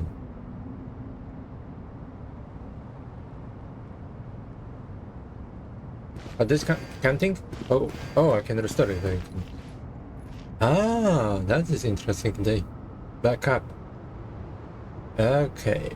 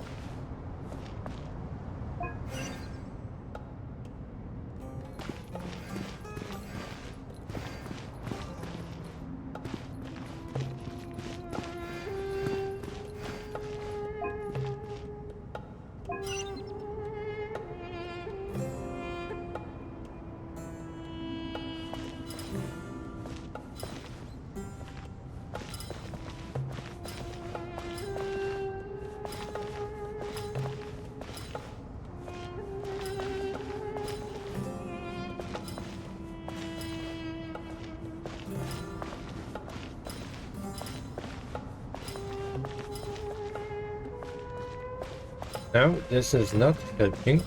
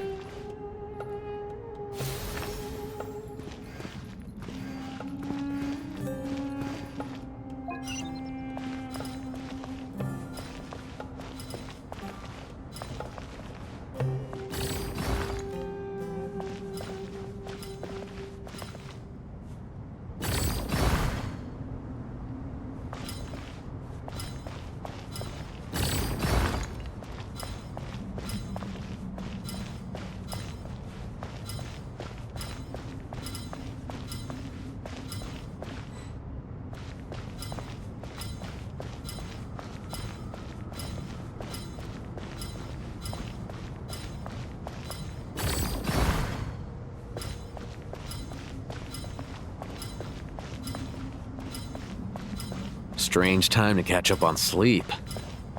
I'm not sleeping, I'm thinking! It's not that simple, you know.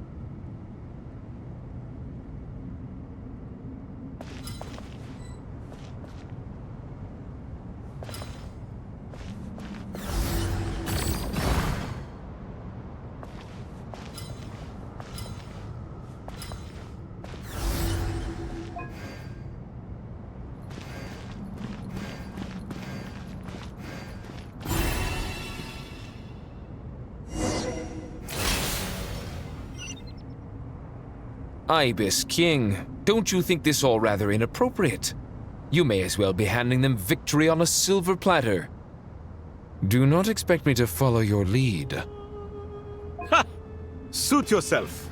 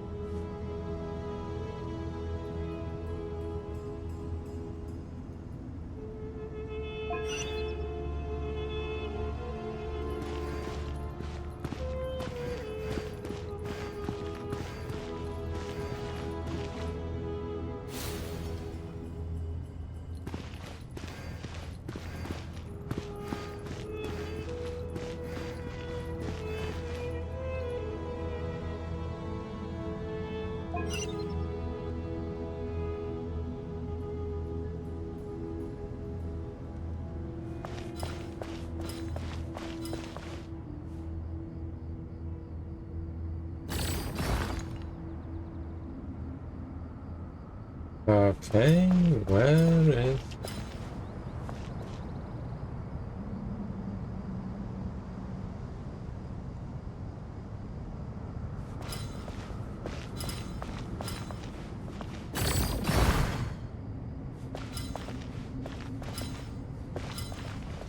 Strange time to catch up on sleep. I'm not sleeping, I'm thinking! It's not that simple, you know. Okay, other book is there.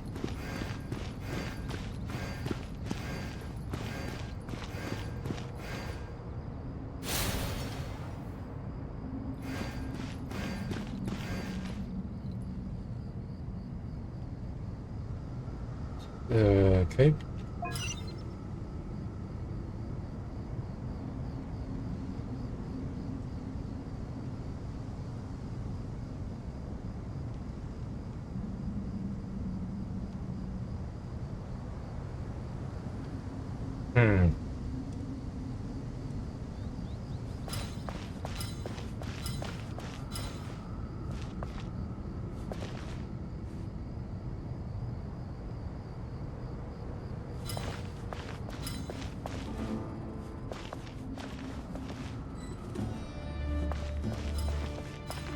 Strange time to catch up on sleep. I'm not sleeping, I'm thinking! It's not that simple, you know.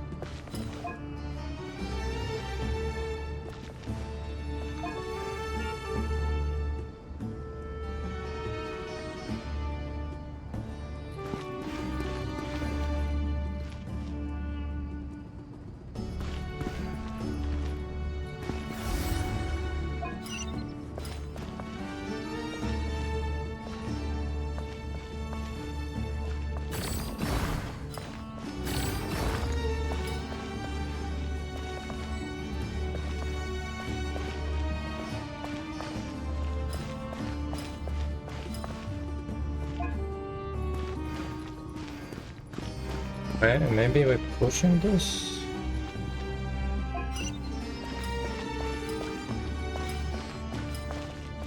No.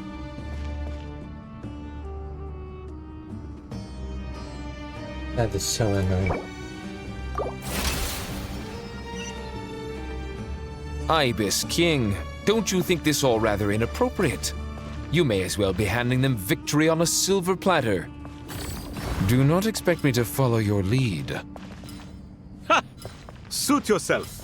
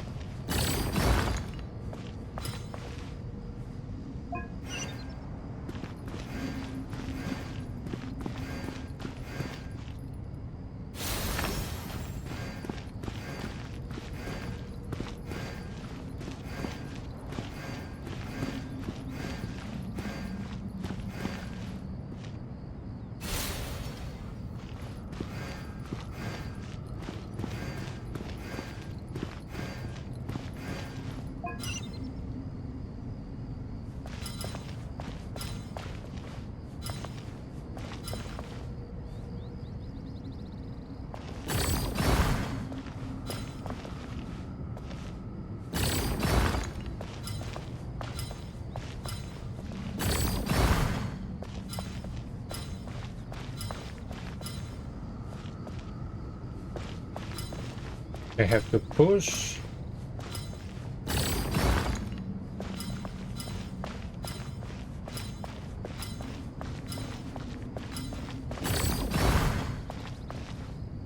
Strange time to catch up on sleep.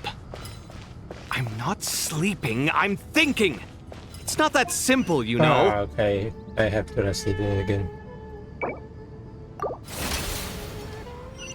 Okay. Ibis King, don't you think this all rather inappropriate? You may as well be handing them victory on a silver platter. Do not expect me to follow your lead. Ha! Suit yourself.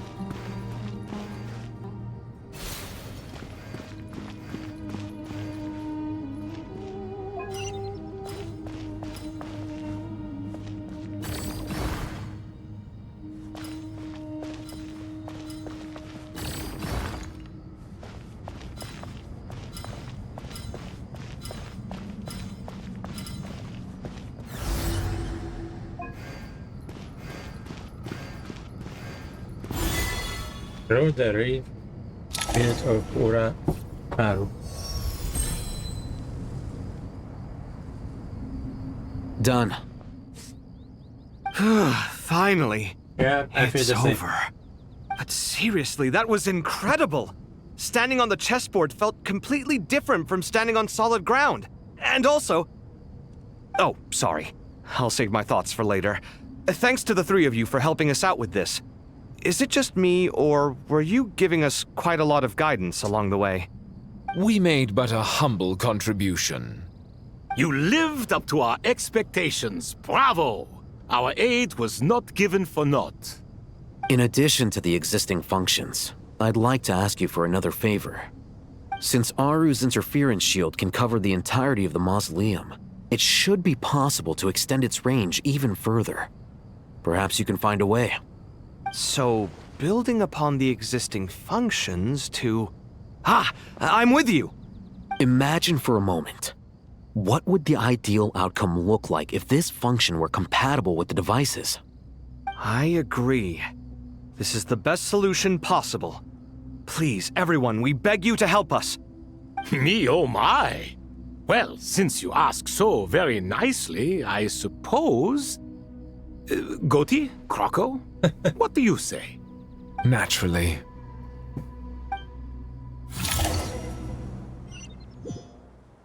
Time to go! Let's go find Nahida! Let's see.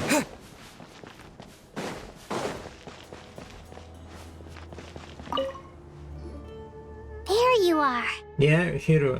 Miss Nicole truly is an angel. She shows great wisdom in guiding others, and she has already sent word to Natlan on our behalf. Oh, really? She said that while the other members of the Hexen Circle are busy with important work, she is quite free, and she's more than willing to accompany the people of Sumeru for the entire journey. Oh, there's Nicole, all right. Always super patient and loves to help everyone out. She's the best. She is. So kind and enthusiastic. Well, time for us to get going. Let's head out.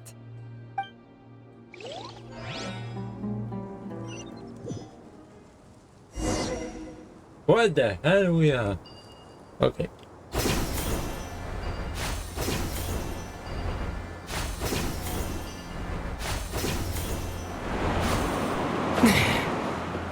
Come on! Fly! Fly! Fly! Fly! Almost there. Oh, come on! Oh, that's easy.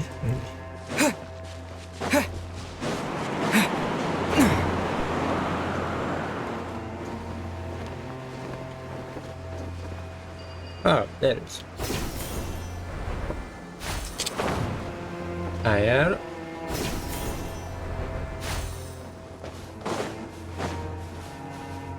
Stay close to the target.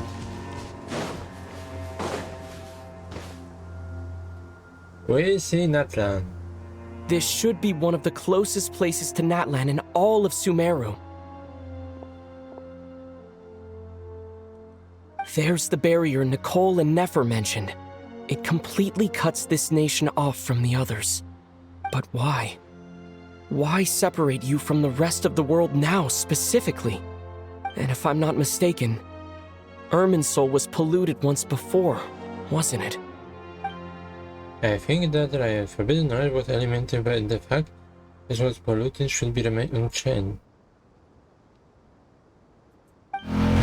Oh, Marika! She can drop in this? Good question. I'm wondering the same thing myself. That voice. Mawika! You got here pretty quickly. Hello, traveler. It's been a while. Hello there. Hello, Dendro Archon. Marika, I apologize for asking you to meet at the border on such short notice. I also apologize for not being able to greet you in person. The form in which you see me now is one carried by the Traveler. The real me is inside the mausoleum of King Deshret, and I am reaching out to you with my mind from here. Irminsul has been infiltrated by the Doctor. We must be on our guard, as he can spy on information in the world from within the tree. Fortunately, there is no record of the Traveler in Irminsul, and you are still within Natlan's borders. My records will be preserved in the Night Kingdom, rather than the ley lines. As long as the Night Kingdom remains disconnected from the ley line cycle, the Doctor has no way of knowing my movements. Exactly. So by meeting each other in this way, the meeting essentially never happened. No wonder Paimon didn't come. You were concerned that her activity would be recorded by Irminsul. The Natlanese have heard about the situation in Sumeru. With the borders sealed off, merchants have been forced to stop their shipments. It's pretty serious, and you're the ones bearing the brunt of it. I'd like to address the question you raised at the beginning. I can offer a brief explanation, although it will sound rather cruel. Okay. I don't reach this conclusion gladly, but Irminsul predates the Heavenly Principles. It existed long ago, when the dragons of Natlan were at the height of their power. So even when the people of Sumeru became ill because of pollution, it was not a critical issue from the perspective of Irminsul itself. As long as it continues to function normally, the barrier will not be activated. But this time, the Doctor's invasion has directly affected the tree. That is what caused the barrier to deploy. The Heavenly Principles established a rule that when Irminsul is plunged into grave danger, a portion of power will be reserved to isolate Sumeru, That way, even if Sumeru is destroyed, the outside world at least has some time to catch its breath. We'd certainly need it. The heavenly principles created almost everything that exists in Teyvat today. To them, preserving the existence of the world and its inhabitants takes priority over protecting Sumeru. Meaning, protecting Sumeru now falls to you. Yes. My own power may be limited, especially compared to yours. But that doesn't mean that we're just gonna sit around and wait for the end. If necessary, I will utilize any and every means at my disposal. Nicole of the Hexen Circle didn't say exactly what this meeting was about. But after hearing everything you've said so far, I think I can guess where this is going. That's right. Nahida and I discussed it at length. We both know how presumptuous this is, but... You need the Pyronosis, don't you? Oh. Yes, you guessed correctly. Originally, I only intended to borrow it, but the situation is far graver than I foresaw. So instead, what I ask of you is to please give the Pyronosis to Sumeru. Why do you sound so nervous? There's no need to be shy. Surely a gnosis is pretty important to a god. I guess, but it's not as if losing it would suddenly render us powerless. But I'm sure you don't need me to tell you that. With all the nations you've traveled to, and all the gods you've met, you must have realized that by now. Yes. As far as I'm concerned, a gnosis is basically an elemental energy enhancer. But I don't usually use it. You know me. I like to think I'm pretty strong without it. Yeah, not about to dispute that. So you see, you don't need to sweat it. Here, take the Pyronosis. You can? I want to buy it. Just like that? Uh-huh, just like that. To tell the truth, I've always toyed with the idea of giving it to someone who needs it more than I do. I know you accompanied Nahida here to try and increase the chance of success. It's a good thing you did, because your involvement is one of the main reasons you've managed to persuade me. Are you sure about this? Handing over your gnosis just because of me? I won't try to quantify it, but trust me. Handing over the gnosis to Tumaini is far from the craziest idea I could think of. Besides, even if you hadn't come here personally, I think I still would have agreed to Nahida's request. Irminsul doesn't just affect Sumeru. It impacts all of Teyvat. Yeah, that's huge. I know all too well how difficult it can be to protect the things you care about. So logically, morally, or however you want to cut it, helping you is the right thing to do. You don't need to tell me the specifics of your plan. Where the gnosis is involved, the tighter the secrecy, the higher your chances of success. Malika, my heartfelt thanks go to you and the people of Natlan. Don't mention it. But now for the hard part. How do I actually give it to you? The Irminsul barrier is right in the way. I have an idea. What? Passing by you?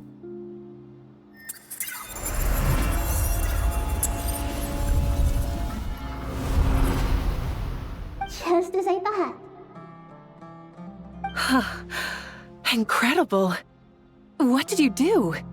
Just made a lucky guess. This seems to happen quite a lot.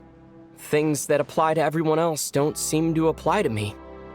I figured the same might be true here. Irminsul usually produces effects based on the records it holds. Since the Traveler is a Descender, Irminsul contains no records of him, and thus has no way to impede him. Is that right? You really are full of surprises. Exactly. Catch. Oh! Whoa! Not true, I just... Thank you, Mawika. Thank you for trusting us with something so important. All right. No need to get so formal. It's not like we're strangers. Yes. Besides, there's still one problem. You might be able to pass through the barrier, but I don't know about the Gnosis. Any other surprises for us, Traveler? Let me try something. What? I have the Pyronosis in my hand. It feels strangely ordinary. Not particularly heavy, and yet this tiny thing symbolizes the mighty authority of a god.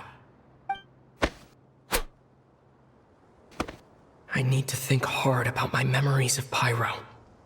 My memories of journeying through that's so Natlan. cool. All those important experiences I've had. The Gnosis disappeared. Traveler, are you alright? I'm fine. The Pyronosis disappeared into my body. Just like phlogiston. Maybe it resonates with you because you've mastered the power of phlogiston. You might not be recorded in the ley lines, but you're still our Tumaini. Here we go. Can you bring back Gnosis now? Okay, now is big question if working or not. Please allow me to express my gratitude once again, Malika. Pleasure. Well, I've given you all the help I can. The rest is up to you. Good luck. We won't let you down. Yeah, we aren't about to lose.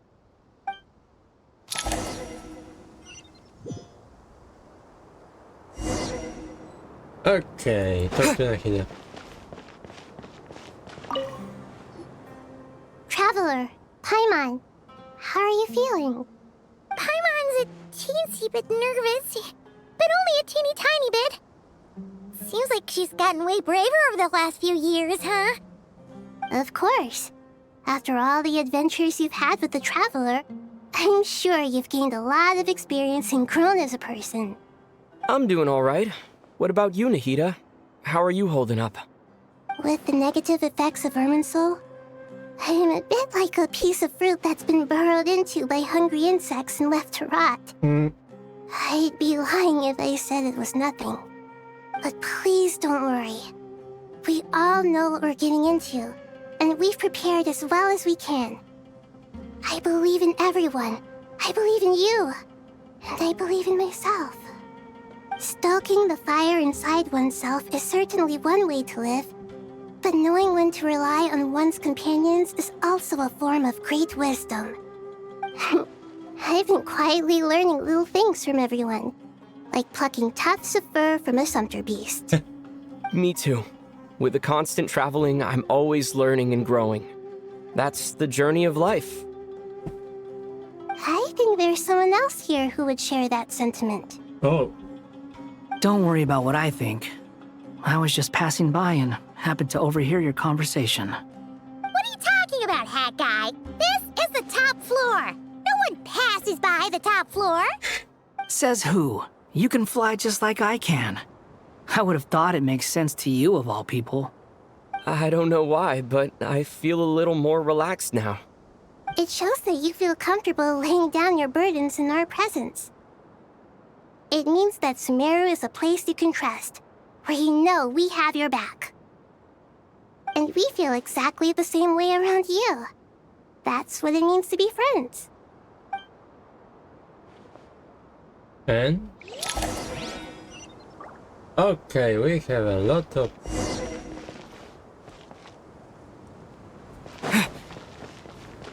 What is that?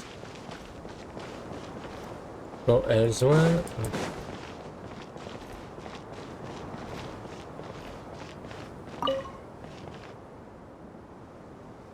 Ah, it's finally done.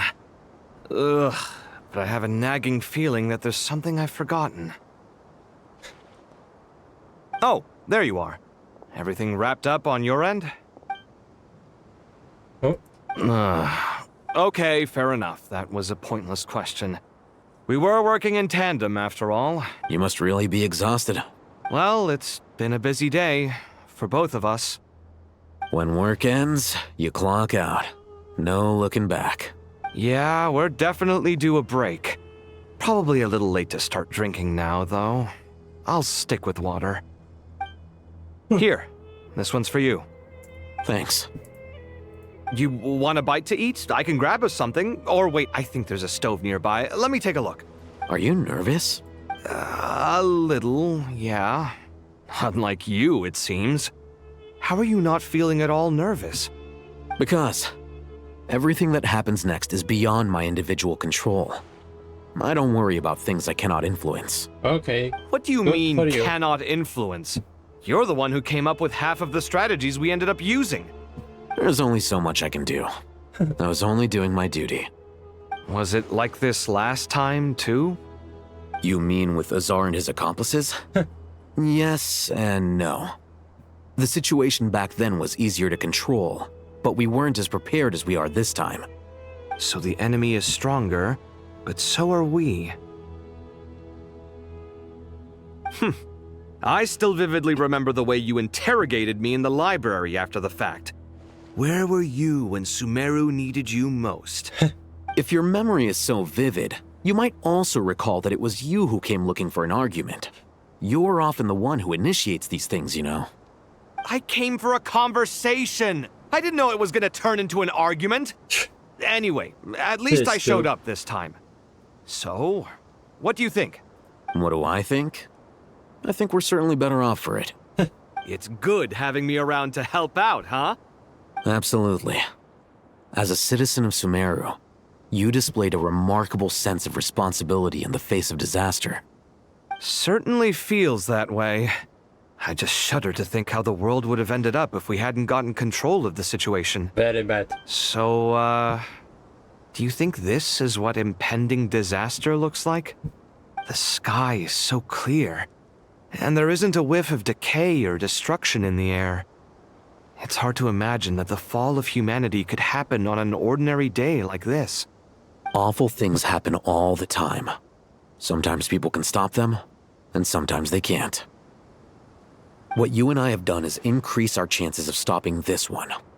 Lofty ideals may provide no defense at all against nihilism, but perhaps little decisions can. Oh, nothing. It's nothing. I hope everything works out tomorrow. It will. As long as we stick to the plan, our chances of success are good. It's really strange. You're my junior, yet you always seem to act more like an upperclassman than I do. I think it's mostly a matter of temperament. Walked right into that one, didn't I? Okay, now this. Oh, it's something else.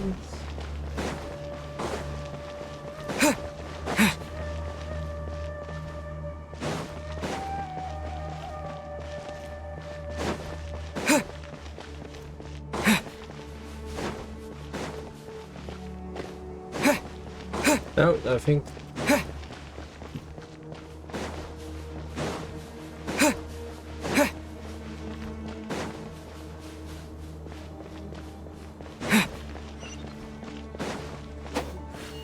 Yeah, it's my turn, bro. Okay. Okay, that was pointless.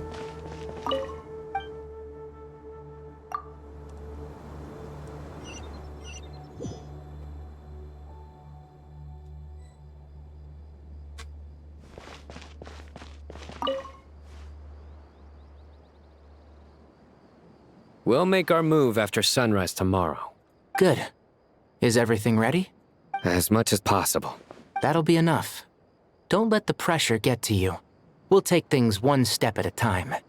That's how we've always done it. Master Tainari! Mr. Sino! So this is where you were. I brought some juice and some water. Would you like some? I know how easily you get dehydrated in the desert, so you should definitely have some water. In which case, I'll have the juice. I gotta ask, though. Who's on juice-making duty at a time like this? Madame Farazan said she was feeling a little nervous, so I told her about the automatic juicer my friend invented. Oh! She took it right off me and started making carton after carton of juice. A juicer? Did Sucrose send that to you? Yeah. I hadn't had the chance to try it out before this incident occurred. Oh, that's so cool. But I couldn't bear to leave it behind in Gandharvaville. The juice is very sweet. I think so too. Oh, yeah, Kale, Sucrose loves sweet. how are you feeling? Physically, I'm okay. But Emotional? it just still feels strange to me. Why would a great power like this come to someone like me? I know the feeling well. That same question ran through my mind every day as a kid. At least now, you have someone who can relate to you. All the more reason that you should apply for Spontamod. Tighnari fiercely opposes the idea, though. Those two things are completely unrelated. What are we all chatting about, Would anyone like any juice? Oh, you have some already. I had some earlier, ma'am. Maybe give the extra to someone else? Very well, very well. I shall be off then. There's this enormous power, and then there's little old you. You feel like there's no connection between the two. And that sense of dissonance is difficult to get used to. Yeah. But after all this time, I can't believe this stuff still gets to me sometimes. Makes me feel a little childish. Kale, just because we normally keep the conversation light doesn't mean we can't discuss deeper issues. I don't think it's childish at all. Oh, you were the victim of how a terrible crime. Yes. It's normal to struggle with the fallout from it. Definitely. You have absolutely nothing to be ashamed of. My professor once told me that no incident can be considered truly resolved until the victim says it's over. Your rage and your pain are completely justified. Thanks. Miss Nicole said that the same god remains which were once used to inflict so much pain upon me have now become a weapon with which I can protect everyone. It's like my own personal kind of evolution. Every innocent person who's been hurt needs time to realize that it wasn't their fault. Oh, so deep I here we was the going? same. But it's all about to be over. Tomorrow, it ends for good. I don't know if you've noticed, but you rarely stumble over your words anymore, and your outlook has become much more positive. It's a big change from how you used to be. And since this isn't over, you can settle the matter on your own terms. It's time you seized back control. I believe in you. Yeah. Sumeru is my home. And it's so important to me. I have to protect it. No. I will protect it. And once you're done, how about you come back and apply for Spontamod? Stop it with the sales pitch, would you? Hey, excuse me. There are still 3 unclaimed cups of juice here. Why don't you take one each? Ugh, my arms are getting sore from carrying them around everywhere. Madame Farazan, why are you... Here, let me take them off your hands. Thank you, Madame Farazan. Drink up and enjoy my handiwork.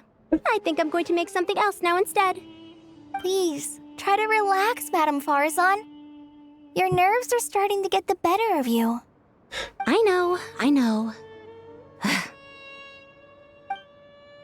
That was so adorable and wholesome. Okay, another... Okay. The middle we have... Okay, lower. Where is now?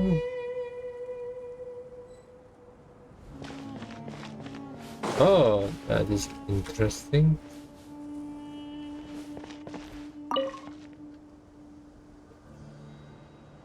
They talking about payment? Something on your mind, Miss Nefer? Nothing in particular. It's just...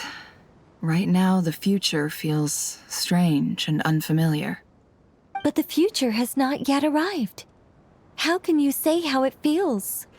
Some people know that there's an impending disaster. Others remain blissfully unaware. Each group is imagining an entirely different future while walking towards the same one. But when they get there, they'll still find they feel differently about it.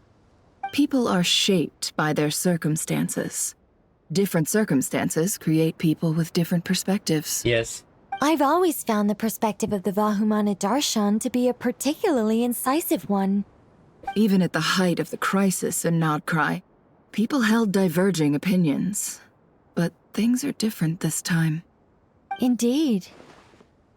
Regardless of faith, gender, wealth, skin color, or eye color, everyone in Sumeru knows what will happen tomorrow. Yeah, unite. The world has never been an especially fair place.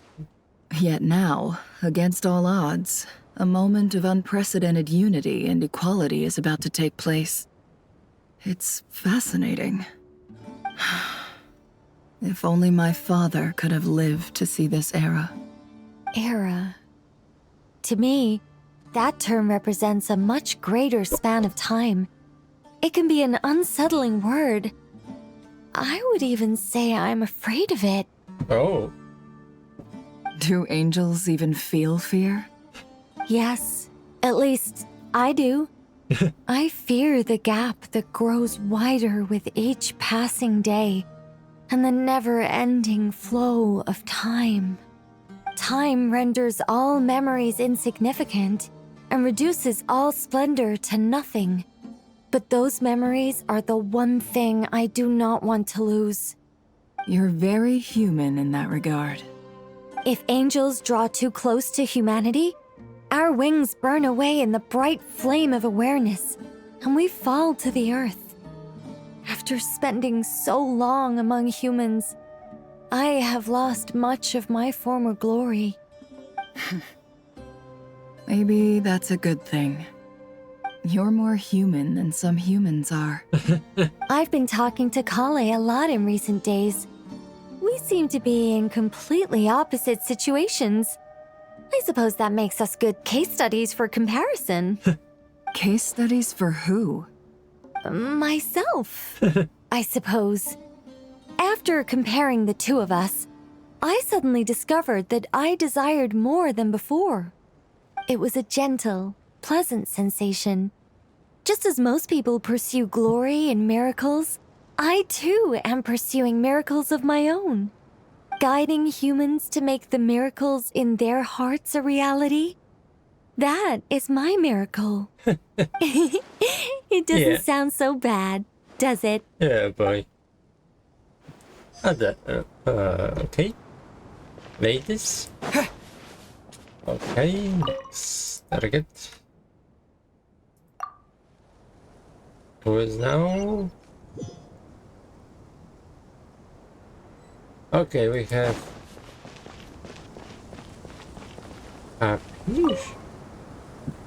You back to normal?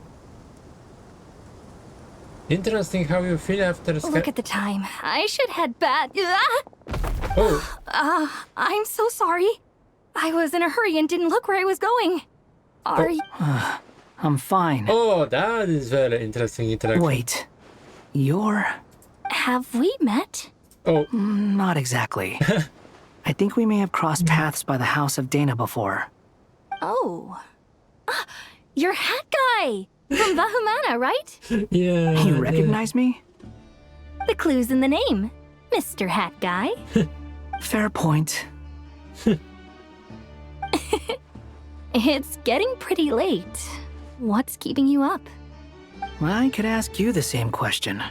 If I'm not mistaken, all the workload for the Ratawa Darshan wrapped up a good while ago.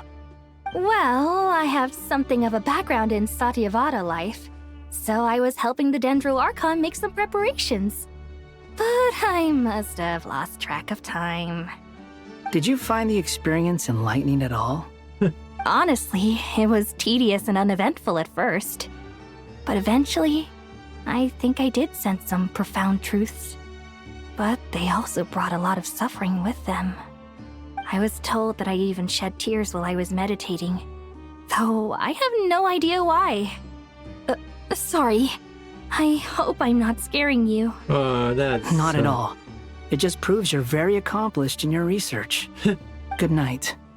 I wish you all the best for tomorrow. Yeah, that's very interesting interaction. Thank you, sir. History You with too. these two. She was fierce, follow him as the fake god. That was very good. Okay, we have... Who we have?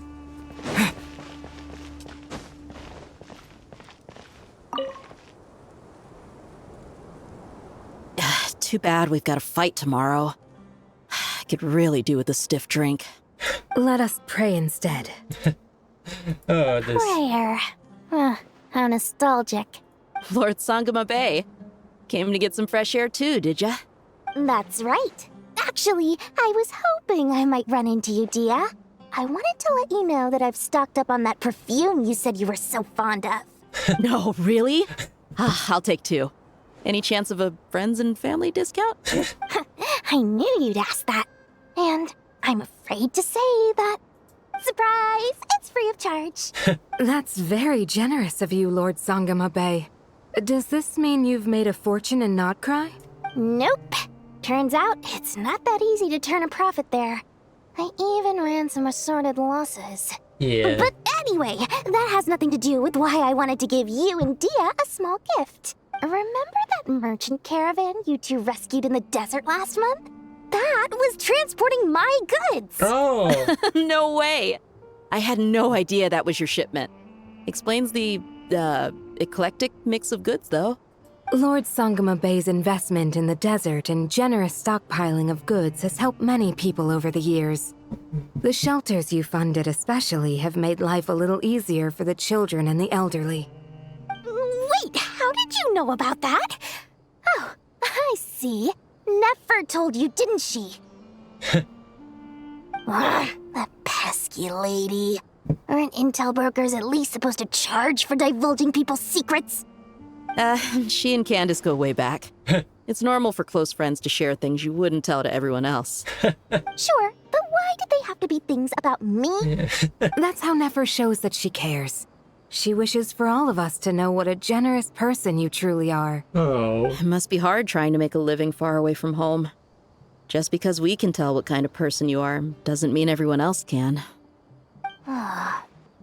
Well, maybe her intentions were partly good, but I don't think that's the full story.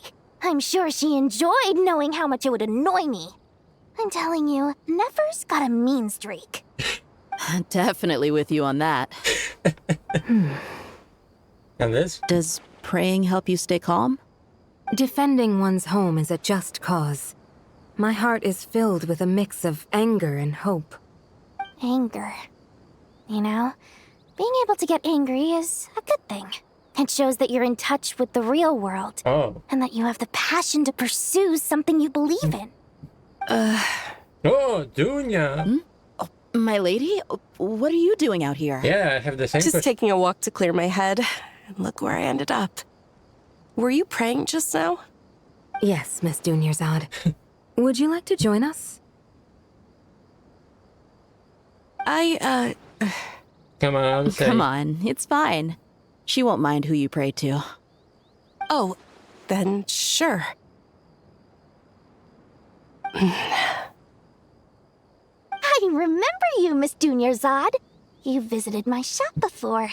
If I recall correctly, the god you worship is the Dendro Archon, correct? That's right. She is such a gentle and kind god. But to me, she's more than just a god I worship. I see her more as a friend.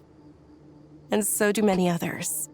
She's not some almighty god who reigns on high, but a genuine friend. Agreed. She's a wise teacher and a good friend. I spoke with several people during the evacuation. Everyone's aware that tomorrow's battle is one that ordinary people can join too. A battle to fight for our friends and our homeland. Oh, it makes me glad. I can finally do something for those who protected me. You've grown so much since we first met. Oh, a compliment? Ooh, more please. Thank you. My lady, you've always been a remarkably strong and ambitious person. It's indisputable. And that's not just a compliment. It's a statement of fact. What are you praying for? Our beliefs may not be entirely the same, but we both wish for the same thing. I pray that everyone will rise to the challenges ahead and return safe and sound. I pray for the safe return of all my companions. Okay. Still there's one on the top? Ready to next. Who is? Oh no, wait.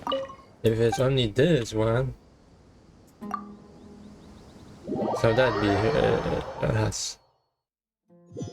Yeah, because yeah. I'm very scared about this. Time to go! Let's meet the others at the mausoleum of King Deshret. Oh, Nakida, okay, I see Nakida.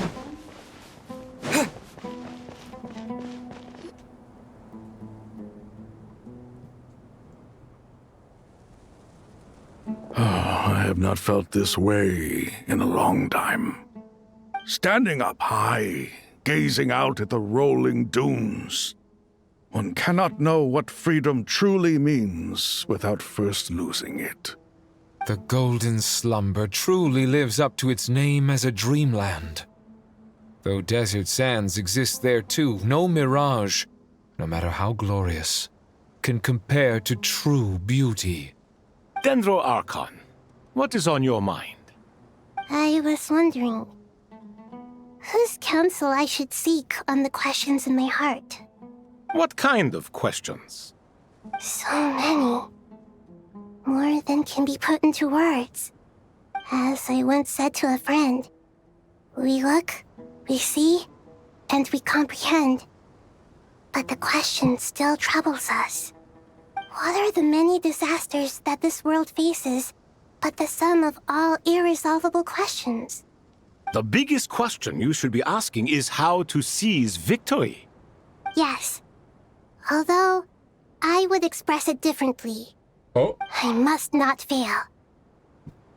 And so the question I am most curious about now is whether the path to victory will be an arduous one.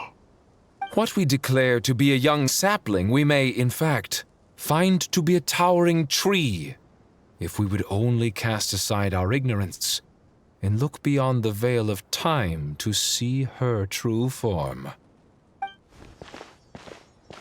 Nahida! We're here! Yep. Just in time. My preparations are almost complete. Ready when you are. We're here too. Oh, you called? Miss Nicole! Miss Nicole! You run so fast! I thought I'd get a lot of exercise as a forest ranger, but I can barely keep up with you. Sorry, I got a little carried away. Lesser Lord Kusanali, the equipment is ready, and the modifications to Aru are all complete. As discussed during our meeting, Accessing Irminsul via the Akasha is no longer feasible at this stage. There are other options, it's just they're a little more extreme and more technologically demanding to implement. Yes, and? Maybe you should take it from here. The architecture and functionality of the Akasha terminals overlap considerably with Aru. There is reasonable evidence to suggest that one was developed based on the other, or that they both utilize technology of the same origin. Celestia? As long as the transplant and merge operation succeeds, Aru should theoretically work on a scale greater than the Akasha and approximately equal to Irminsul. It will become the largest active computing device in all of Teyvat. A system this powerful is capable of a lot of different things. In the past, the Akasha was primarily used for one-way information transmission, but I suspect it could also serve as a central bridging hub. In the pursuit of greater knowledge, some scholars have attempted to connect their consciousness to Irminsul through the use of terminals, incense, and meditation. Correct. In academic language, scholars who reach that stage are said to have entered Satyavada life. Hypatia has performed this practice many times in the past, and she was once under my care for a period of time. Right. And this at least proves that there is a zone within Irminsul that can be connected to. And? That's right. Providing wisdom to the people is one of the very reasons for Irminsul's existence. I think I understand where you're going. Please, continue. In that case, I'll skip to the conclusion then. We need to further modify Aru, merge it with the Akasha, manufacture terminals, and distribute them to every single person we can reach. Every person? Even the desert folk? That'd be interesting. Yes, everyone. I've already calculated the amount of raw materials we need. So you mean we're going to get new Akasha terminals?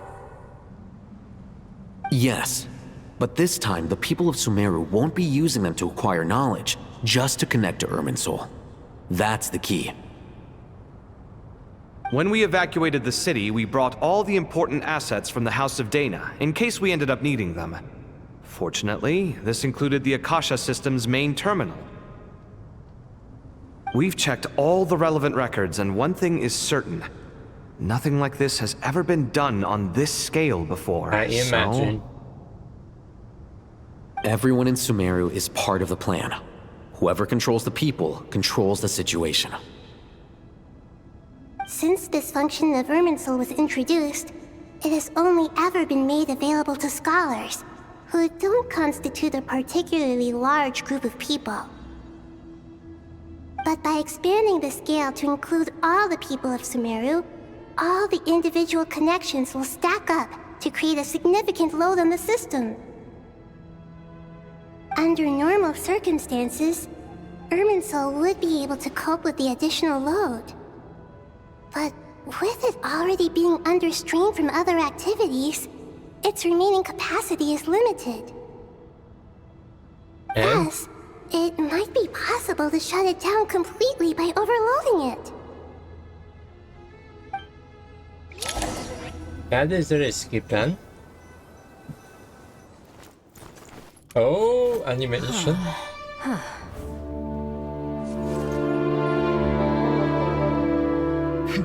Counting down. 3, 2, 1. Are you ready? Ready!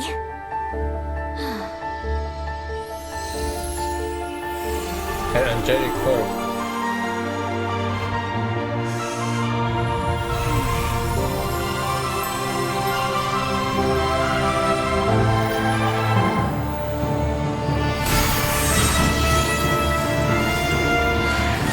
Okay, we're doing something.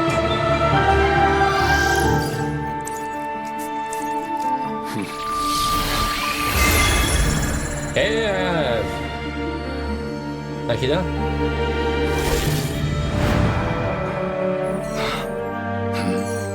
Connecting. In the past, when people sought knowledge, they turned to the Tree of Wisdom. Oh, Nero is here. Right now. Today, we use it to save Sumeru and the whole world. These boughs that nurtured learning must not become tools for destroying the world.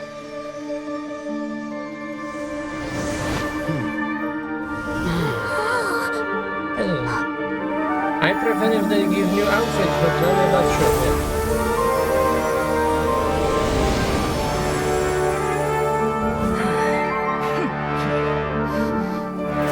Stop. Please stop. End this transformation.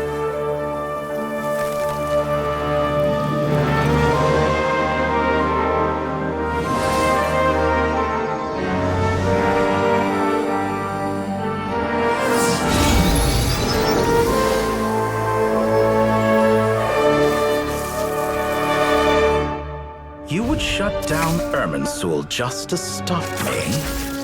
You fools. I have all the time in the world. Yeah, back, bastard. I hate you. Success! The evil Irminsul tree has stopped growing! Great!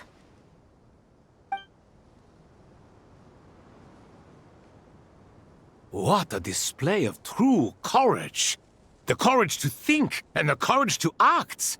I never thought I would witness the shutdown of Irminsul with my own eyes. Perhaps this is human wisdom in action? Indeed, only humans could do such a thing. Gods are few and far between. What was once created for spreading knowledge is now used for another purpose. A rather ingenious plan. I am grateful to you three for your help. Only thanks to you were we able to extend Aru's interference capabilities to cover all terminals. Now, nobody who wears a terminal will have their activity accurately tracked by Irminsul. No matter how many eyes Dottore possesses, he will not be able to see us clearly. Now for the next step. I will need the help of your supreme powers once again. How might we be of service, Lord of Dendro? I need to reach the Eternal Oasis immediately. Right now? In that case, Ibis King, would you agree that this is a fine opportunity to dust off our old tricks? Never. I assume you have that chess set with you? You mean the one you gave to me as a gift? Asking for it back, are you? How could I? You misjudge me. I just wanted to show you another way you can use it. Connect to Safhe Shatranj. What? Safhe Shatranj? You mean that place in the desert? Thoth's chess set gains its power from the chessboard laid out in the desert by King Deshret and ourselves. All ceremonies conducted using the chess set must be activated via Safhe Shatranj. In other words, the chess set is an extension of the chessboard. In the past, moving a chess piece was a sacred and momentous act. Transfer initiated. Entering live combat mode. What? What? Oh boy. Maybe warned before the combat. That'd be nice. Oh.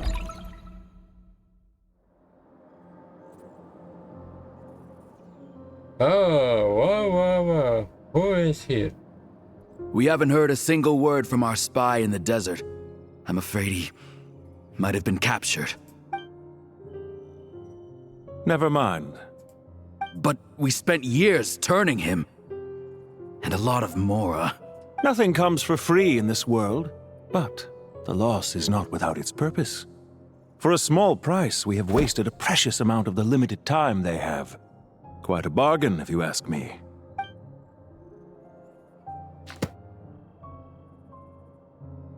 Understood. Weighing profit against loss is a necessary part of life. But to tell the truth, I have been operating at a loss since this all began. Since many centuries ago, in fact. Oh. For instance, why would a banker act as the executor of a will? If you hadn't deposited your personal belongings at Northland Bank, I would have no reason to be here right now. Regulator 11 of Fatu Helbijay. Dottore, I've placed your final data backup into the ley lines as per our contract. I trust we are now square for the safe deposit fees you paid. Is it not a little petty to split hairs like this, given our amicable relationship? I consider sound bookkeeping a matter of principle. Do not forget that you only live to see this day thanks to me. In fact, every day of your life since you met me, you've been living on borrowed time. Oh. Why, that's hardly a fair assessment. I will concede that my survival was perhaps at your whim, but I became a harbinger on my own merits. Managing money is not like other professions. Mine is not a role I could have acquired based on your recommendation alone, and certainly not one I could have lasted so long in without genuine ability. The information stored in the ley lines is quite comprehensive. Rest assured, I have not forgotten how strong your pride is. Well, I presume you have no sense of fragmentation while talking with me. How could anything possibly go wrong with such strict measures in place? The remainder of your soul was split in two, with one half sent to Nodcry and the other stored in the most secure vault of the Northland Bank. What? Though I must say, your disdain for the other segments is quite amusing. Zandik is you, and you are Zandik. Zandik created the segments, yet you, a segment yourself, reject him.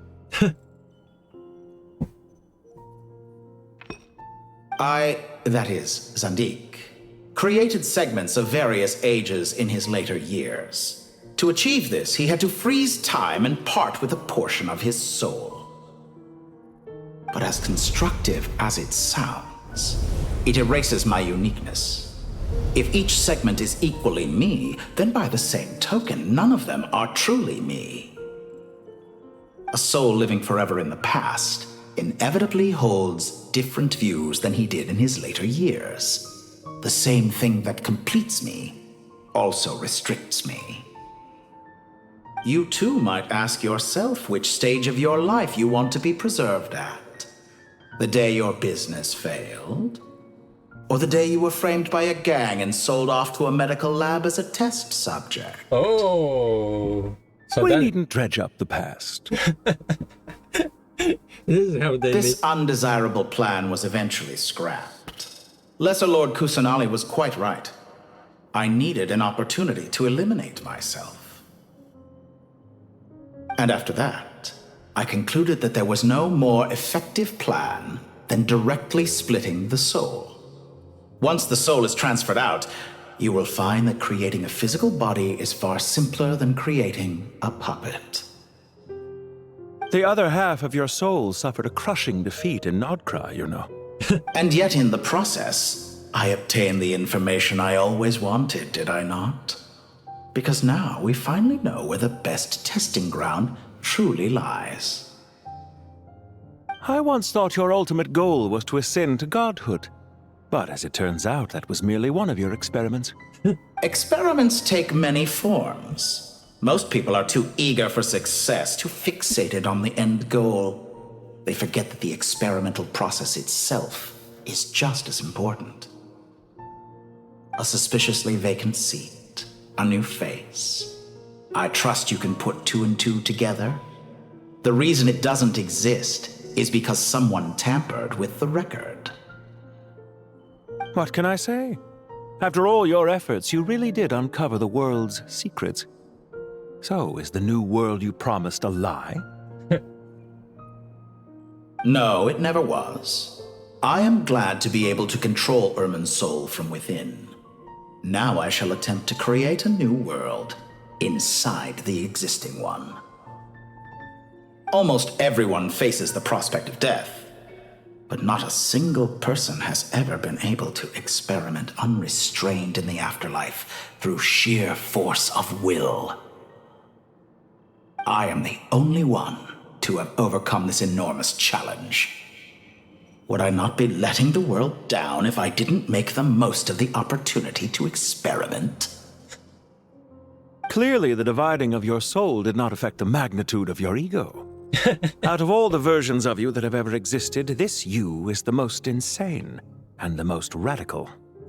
Is that why you chose to work with me? Which was it then? My insanity?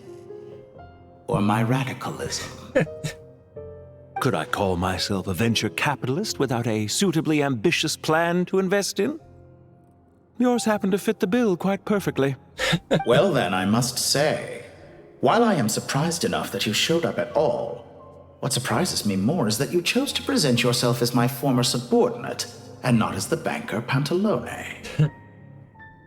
Why make things harder than they need to be? Exposing my true identity in a situation like this would only serve to destroy diplomatic relations between Snezhnaya and Sumeru. I daren't imagine the consequences. Showing up in the name of the original antagonist gives you the recognition you rightly deserve, while also being sensitive to Snezhnaya's predicament. It was an easy win. Okay. As for why I'm here, if you're suggesting that your credit is in the negative, I won't argue with that. Many people say that about you. I'd argue that a significant factor in your willingness to cooperate is the fact that you have but a few years of life left after my death. Living and dying together has a way of binding two parties together rather closely.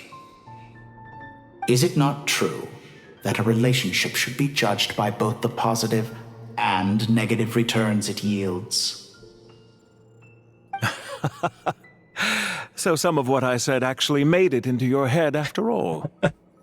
It's true that I hope you don't die too soon, but don't you find that a strange thing for me to say? After all, you've already had quite a long life, especially for a human being. Let's not pretend that you're any more innocent than I am. Are we not the same in this regard? We both despise the existing laws of this world, and neither of us enjoy being under anyone else's control. Is it really so greedy to want the world to operate by a new set of rules? Of course not, my dear friend. And as I've said before, mutual interest is the foundation for the most reliable of relationships. You can attest to that. Yeah. I just hope there never comes a day when I have to work too hard to prove that. Regreater, sir. People have been spotted approaching Sumeru City. How strange. Despite your access to Irminsol's data, it appears the soldiers noticed before you did. They must have found a workaround. Well, Dottore, I trust you know what this means. The fact is... They're coming. They'll breach the city gates any moment now. But even so, I would say Irminsol is a wonderfully convenient thing on the whole. If you do manage to create a new world, perhaps you could plant one outside my office, too. I'll consider it. What do you need me to do? Stall them? The experiment will take time. Stall them for as long as possible. Very well. But you're really asking for the moon here. Have you heard this story? There was once a guilty man, kneeling in the center of a church while an angry mob outside waited to bring him to justice. He pleaded with the gods, begging them to grant him one final request, the chance to finish confessing his sins before he was sentenced. Many suns and moons passed, seasons changed, and still his confession continued, as if he intended to speak until the end of time. Are you suggesting I worship you as a god? Or were you hoping that I might confess my sins to you? I love this duo. Certainly not the latter. That would make my life miserable indeed. Oh. For someone who despises them so, you never seem to have any objections to me creating or becoming one. At first, I thought you'd be furious. Concerned I would terminate our partnership, were you? Not at all. You had reasons why our partnership must continue. Don't you find people's attitudes toward gods amusing? A god descends from the heavens and people worship it unreservedly, blindly following whatever rules are given to them. And yet, when they see an ordinary person gain godlike levels of power by virtue of their own hard work, they treat him with nothing but suspicion, even if he is a compatriot. Is that supposed to be a compliment? No. I was just thinking.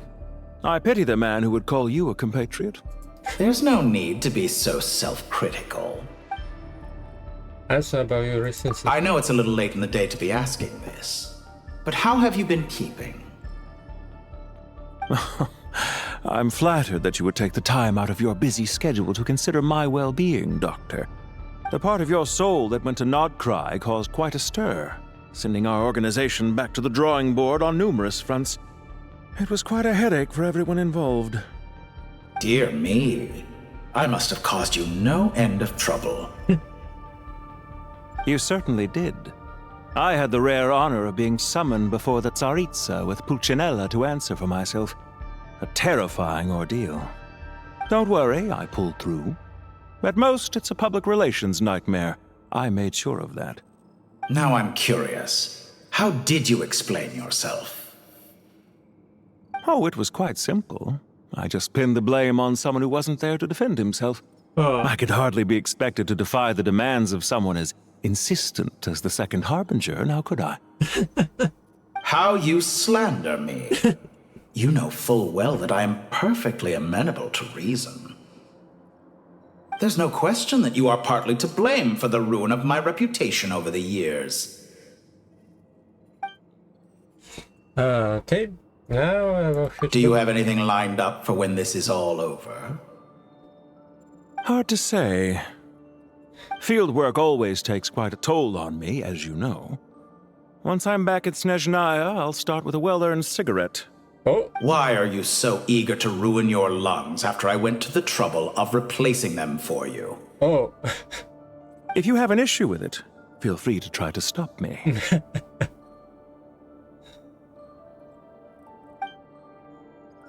Okay, now then. What's on your mind? The limits of humanity. It's a pity. Despite running countless calculations, I find there is simply no way to reduce any further the amount of one's soul required to sustain an individual. It's rare to hear you admit to being unable to achieve something. I beg to differ. For instance, as I've told you before, the original me was prone to motion sickness and couldn't make long train rides. Ah, yes, of course. One of the reasons you often sent yourself out on errands. What are you thinking about now? A new experiment. In the event that my soul was depleted, say we extracted my data from someone else's memories, yours for instance, and then combined it with your intact soul as the base material, what would we create? Such a scenario would be impossible. Oh? As long as your current soul survives, there will be no need to create a new individual. Don't forget, you were the one who approved of the present situation wherein only one Dottore remains. And if you ceased to exist, who would be capable of performing this experiment?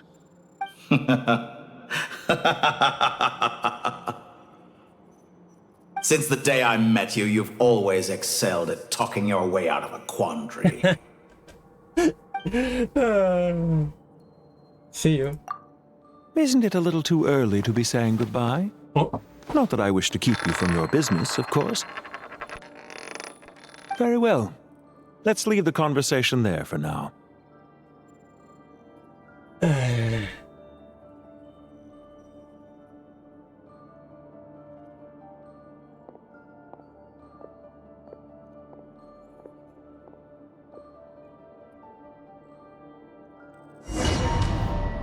Domain.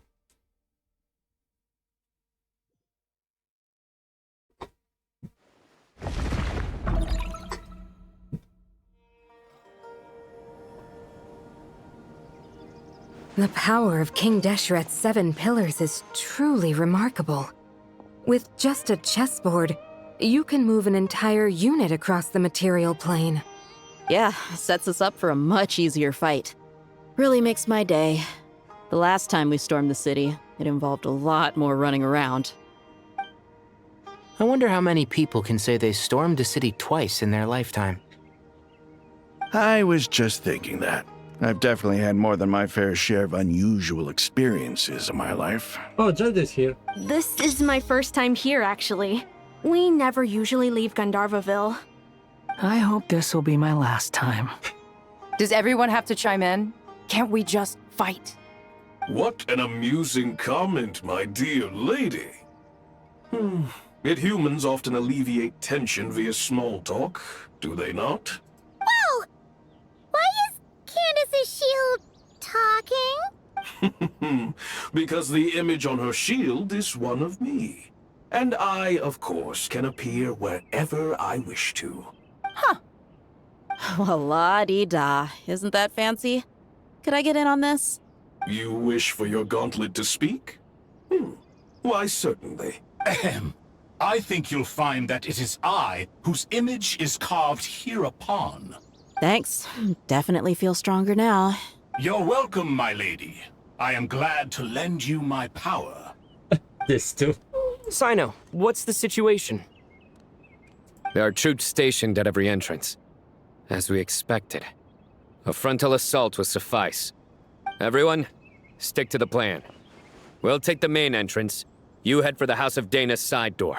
Move out. Please give me which direction to go. Okay. This team is very unique, I can say. Out of my way! Take this! Watch out! Get lost! Whew. Thank you, Jed. You gotta be more careful. If you're not ready to put your life on the line, you can't be certain of defeating your opponent. She's right. Keep your wits about you, Rana.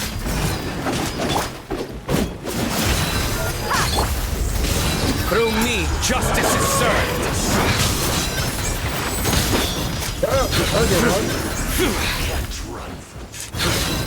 Your penance is due. Take them out and secure the harbor. Reinforcements will arrive by water. Consider it done. Show no mercy.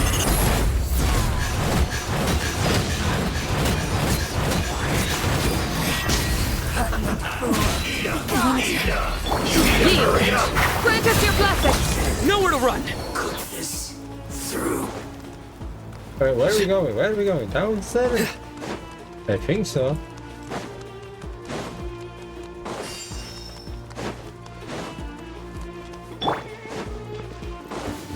Looks like we're in for a Go, guys. Hands up. Look alive! Futile! Judgment is upon you. Your penance is due! You stand condemned! Use the bullseye.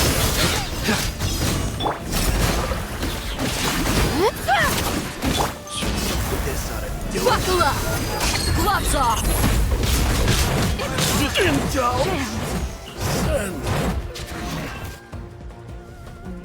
Okay. Waterway secured. Nope. Brothers! Sisters! Perfect. Just in time. Welcome. Once we've linked up, we'll continue the advance. The team has arrived at the north entrance, as planned. Good. Press on. Which team now? Oh.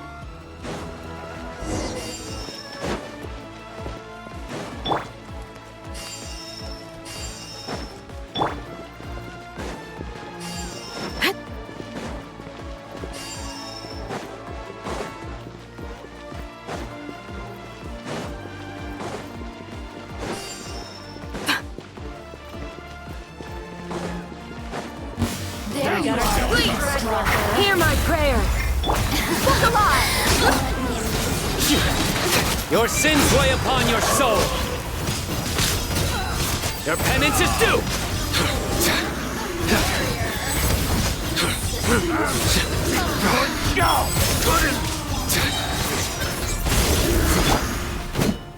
You asked for it!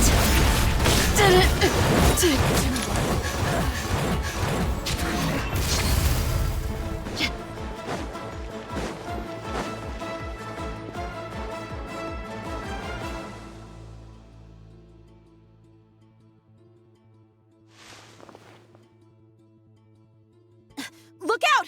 It's an ambush! Finally. We need to hurry. Take the middle road now. Mahamacha Sino, area clear. Don't relax just yet. More Fatui approaching from the right. Okay. Irminsul cannot track our movements. If necessary, we could split up. Don't worry. We'll wipe them all out. As you can see, our people came raring to go. Good, good. How are things with the Traveler? Can Tainari keep him safe? Don't underestimate Tainari just because he's a forest watcher. He can handle it. Let's see. All right. You know that's not what I meant.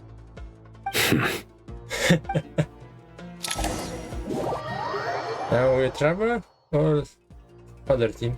Sino and the reinforcements have drawn the Fatui's fire away. It's our turn. By using a cluster leaf of cultivation, we can pass through certain terrain silently. Good luck with that. We'll just fly up there. Huh? Oh, yeah. Paimon forgot she could fly. Ready? Yeah. Ready. So it's a Tainari ability to, yeah. Yeah, I remember this. Contact with Dendro, have to.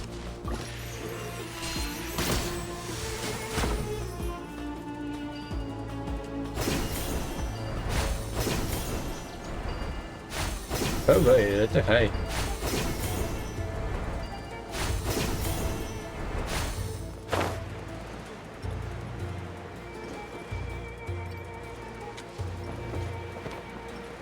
Okay, nope.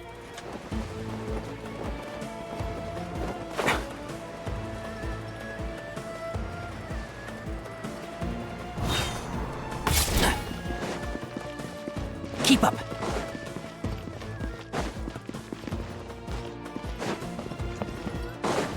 Where do you want me to go? If not here. Downstairs?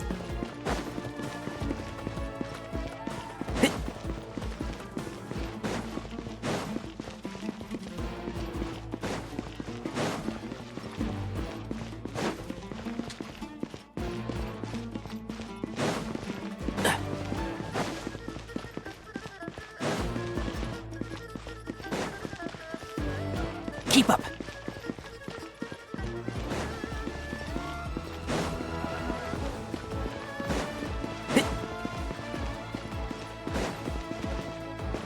Where?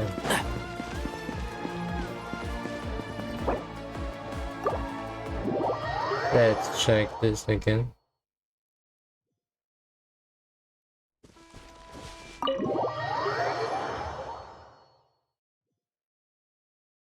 Okay.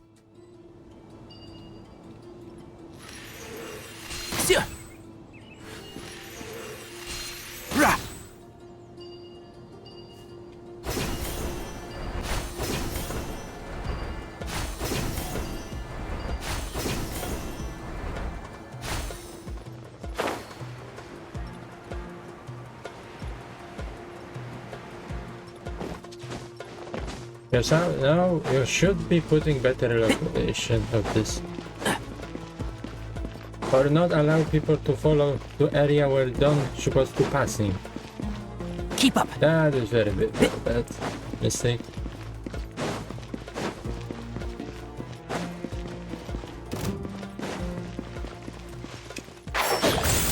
Squall and Fury.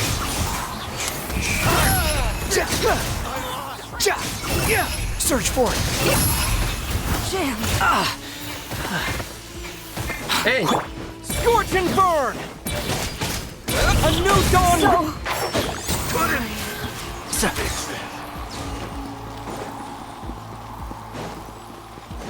Keep up.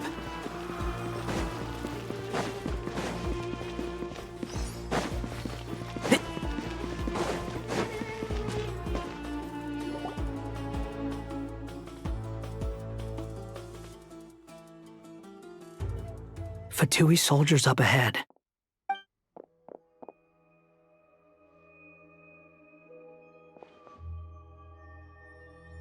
Careful. Prepare for battle. Hey! There's people over there. You have some nerve showing your faces here in the center of Sumeru City.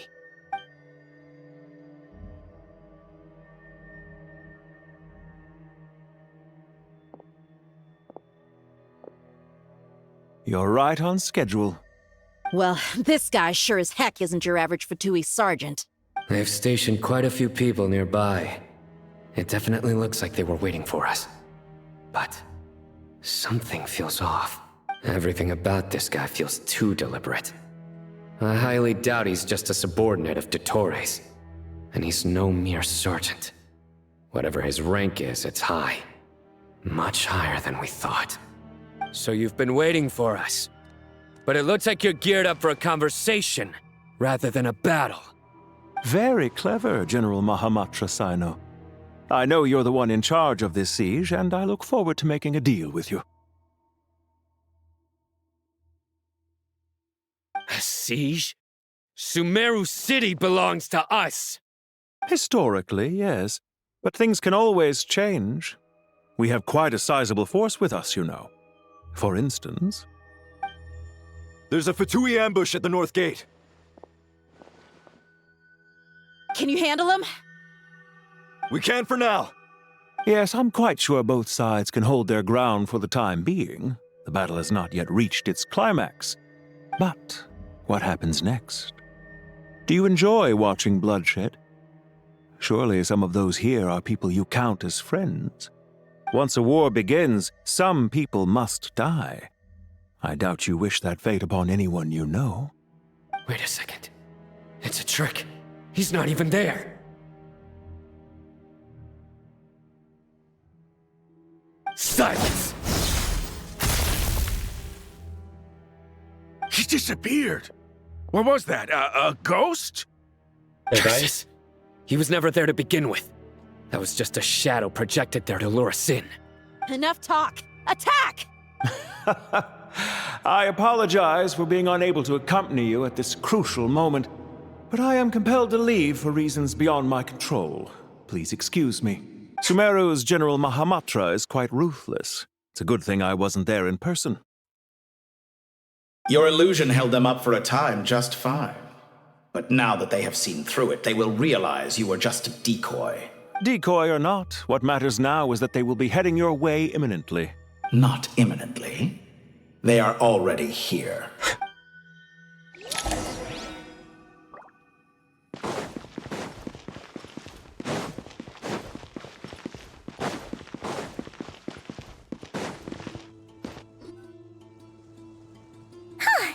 We made it!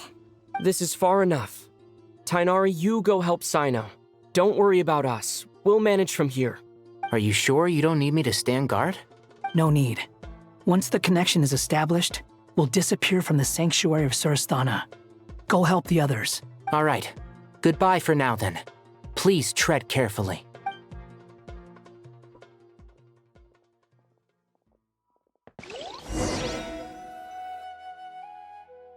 Another team?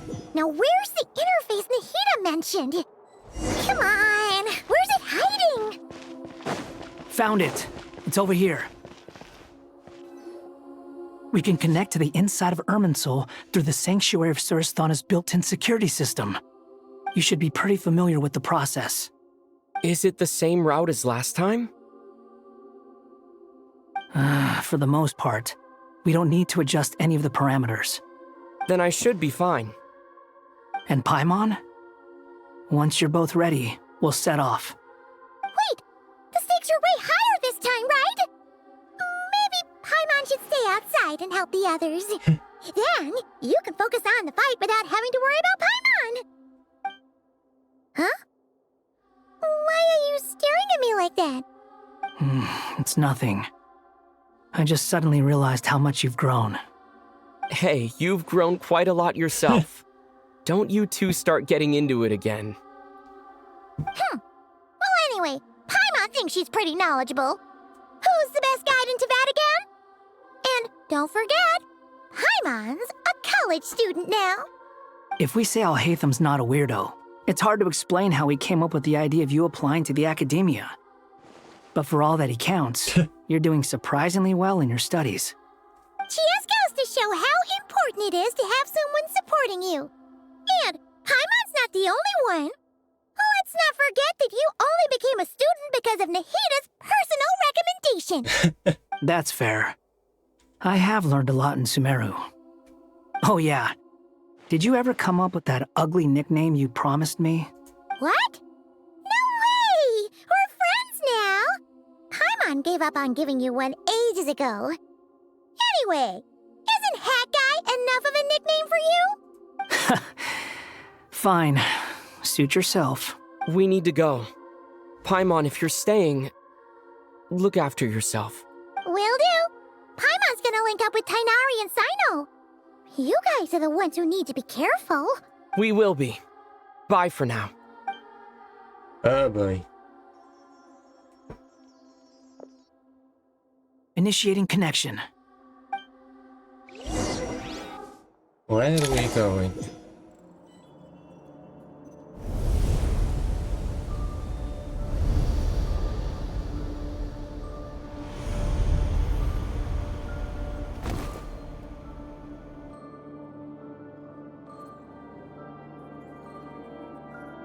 Really? I have even Well, here we are again.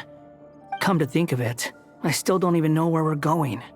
Thanks to our terminals, it should be impossible for Irminsul to read. I can... Don't tell me. Only you need to know.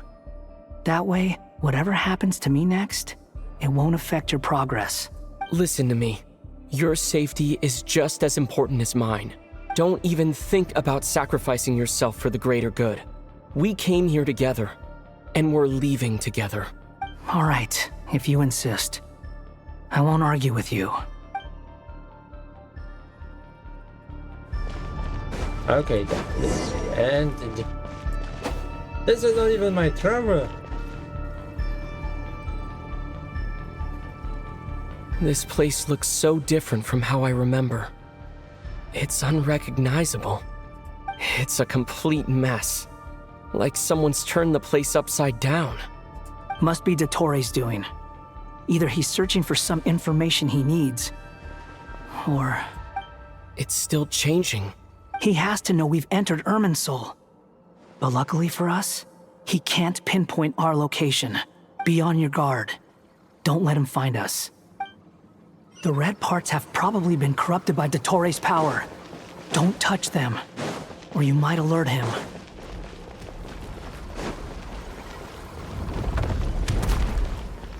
He's looking for us. Tread carefully. That wall could be a problem. Fortunately, it looks breakable. Give it a shot.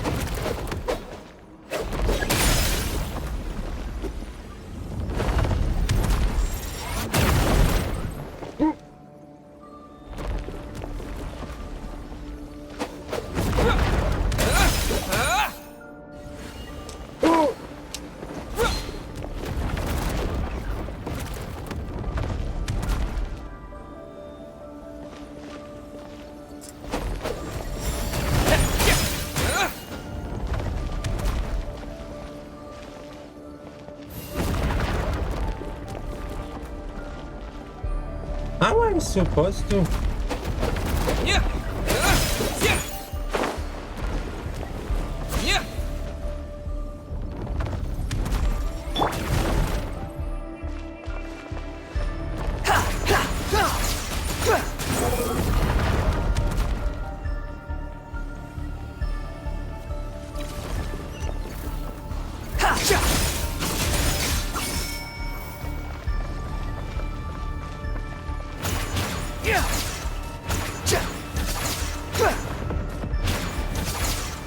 The wind rises.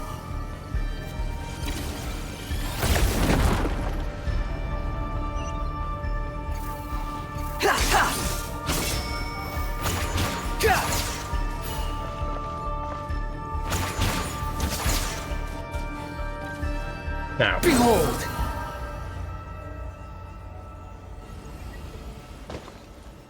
Oh, you're kidding me? The wind rises.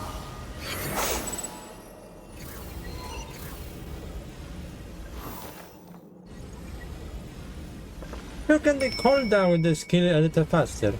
Behold!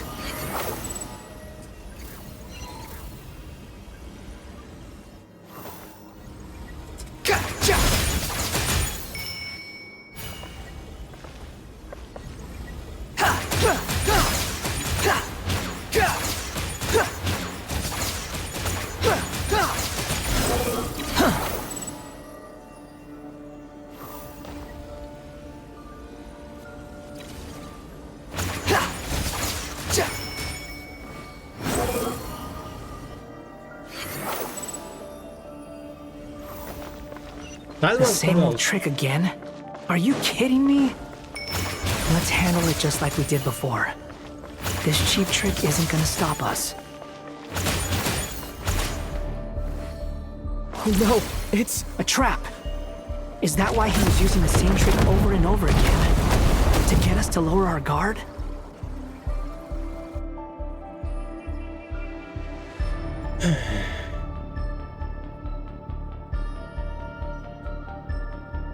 I'm trapped!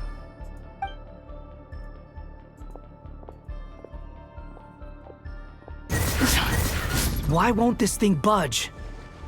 Hello? Hello? Can you hear me? Nicole. Yes, it's me. I'm monitoring your progress from inside the Eternal Oasis, and I have to say, this terminal is simply marvelous. It makes tracking you so much easier. I couldn't see anything at first, but now that you two are inside, I can use your location with support from the terminals to get a partial view of the situation inside Irminsul. It's not the clearest image, but it's better than not being able to help at all. So, here I am. I can't intervene directly, but I can help to guide you out of the jam you're currently in. So please, just follow my lead. Dottore in his current form is a blight upon both Irminsul and the ley lines. Pay attention to your surroundings. There must be sources of his contamination nearby. The corrupted information is... Is that one of them? Precisely. Good work. But we're not done yet. Stay close, and let's see if we can find any others like it nearby.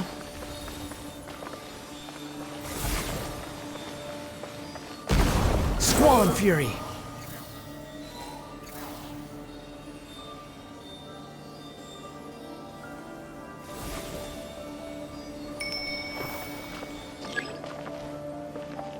Yeah, sure. The wind rises. This must be another one. Agreed. Now... Wait! Watch out! It's Dottore. The seal is broken. Quick! Get out of there!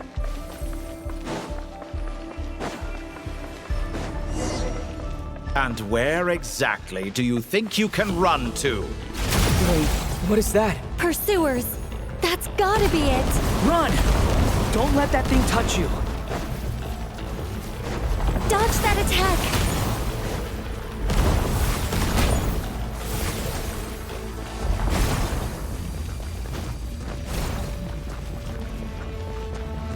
There's more than one path. Which way do we go? To the left! Trust me! Fleeing like vermin. What a pathetic sight. Hey! Watch yourselves! Stay focused! There's a cliff ahead. Jump! More of those corruption sources. Destroy them as you did before, and open the exit as quickly as possible. They're relentless. Is he trying to wear us down? You'll just have to destroy these too. I think the pursuit is over. Hard to say. Stay alert.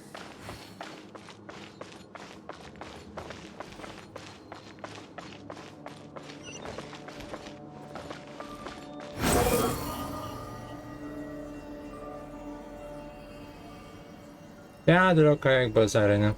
I can see. I think we've made it to relative safety. Phew, goodness. That was tough. You doing okay? I'll be fine. Don't worry. Take a short rest, and then... Nicole? Nicole! The connection's been cut. But that means... Look at you supporting one another. How very touching.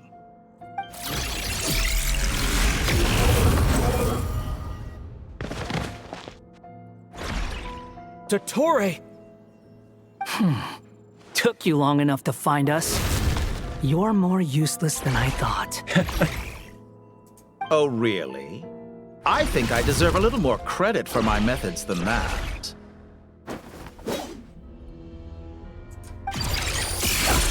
Rather than hunting you down, I chose to let you roam free.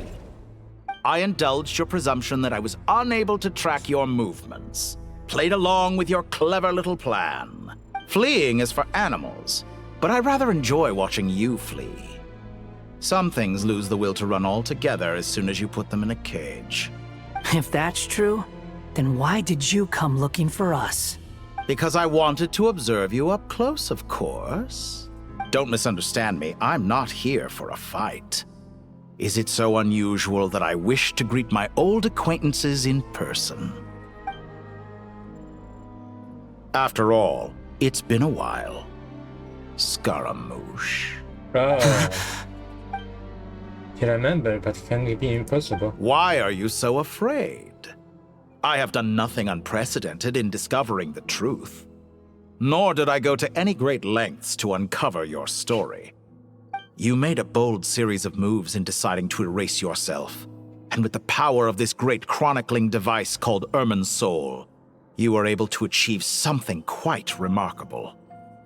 Once most people form an opinion about someone, it tends to imprison their mind. Yet you managed to erase every trace of your existence.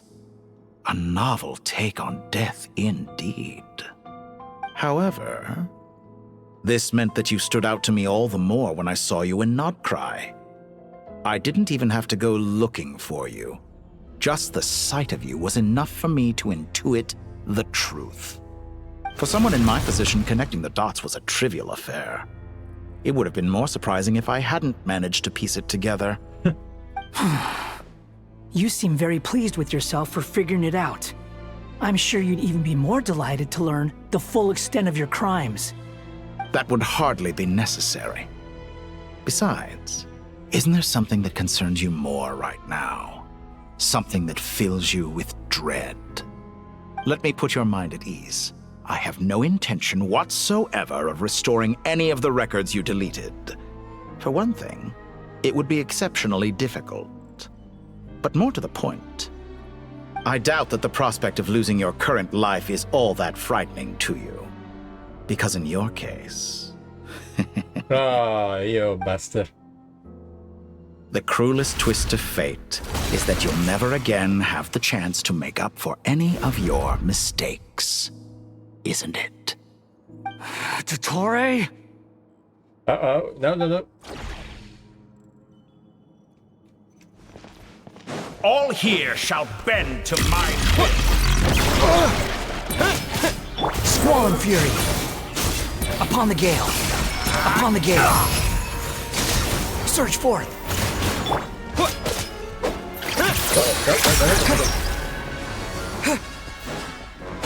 Come on, give me. Time to ignite!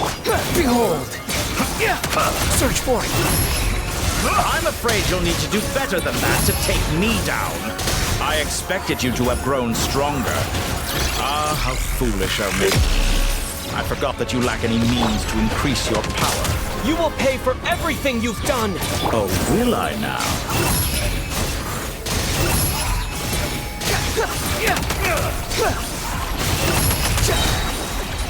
Wretched vermin!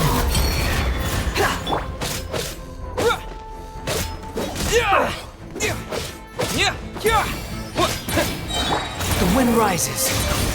That's far enough.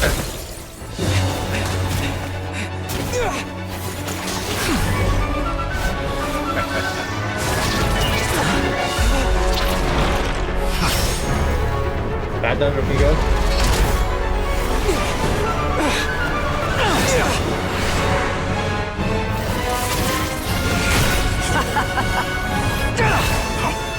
Does the prospect of death amuse you? I could ask you the same question! I'll distract Dottore. You focus on the mission. Got it!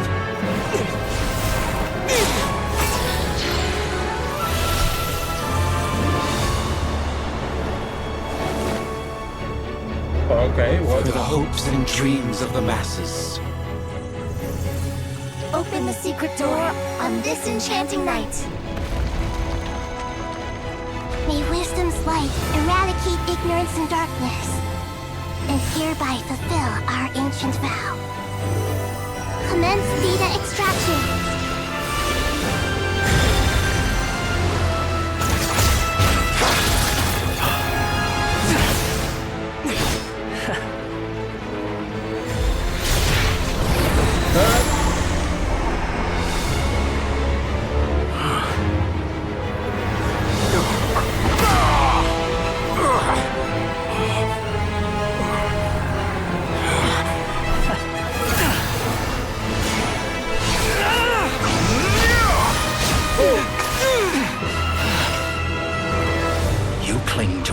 outdated ideals and stand in the way of progress. That's not looking good. You will pay for interfering with the grandest experiment of all time.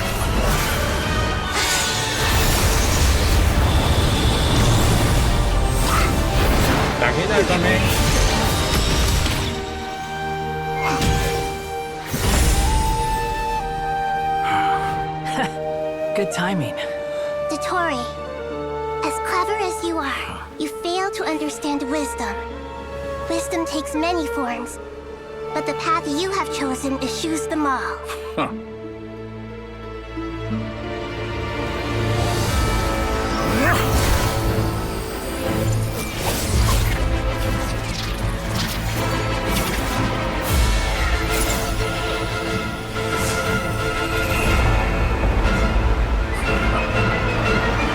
Oh boy.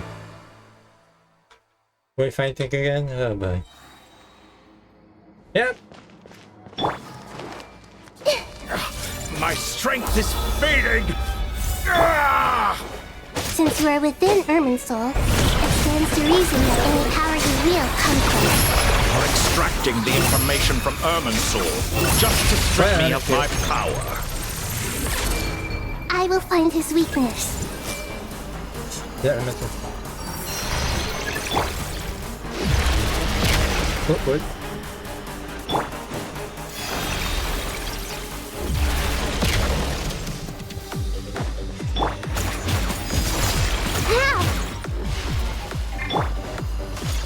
I admire your attempt to introduce a new variant, bosses? but it's nowhere near enough. Know your place. You're dead. A petty trick.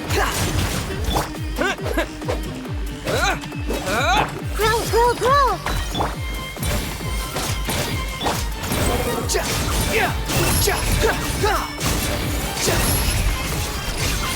Upon the gale.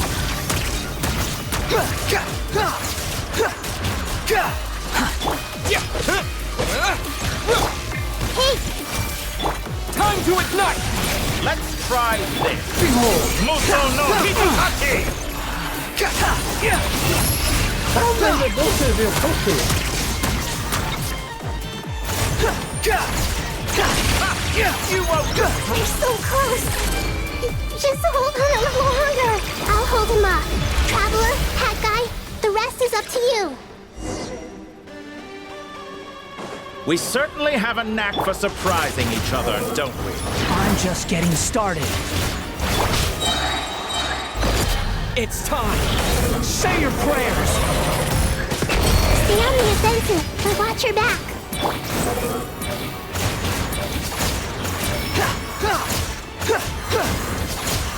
The wind rises.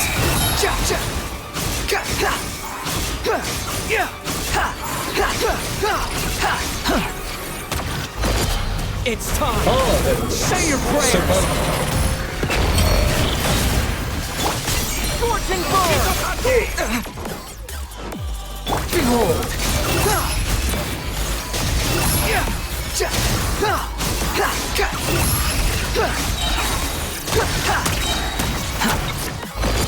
It's time. Say your prayers. Hey, you're dead.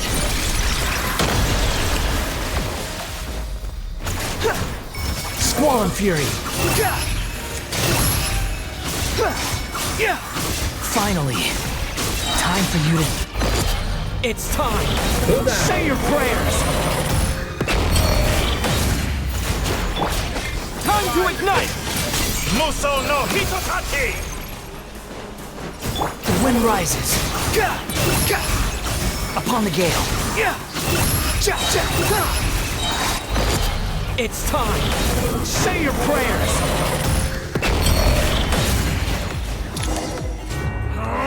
That's enough!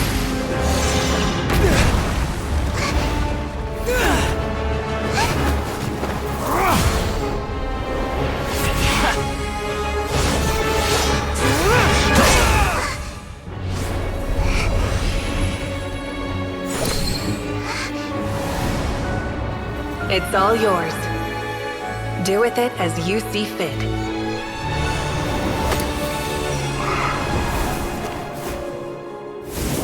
Just as you say, this world is home to some archaic things. And as you suppose, you are a formidable opponent. You have long coveted the secrets of wisdom. So now, I will demonstrate true wisdom in action. I invoke my supreme authority as the keeper of Irminsul. Commend me or condemn me. But give your verdict now!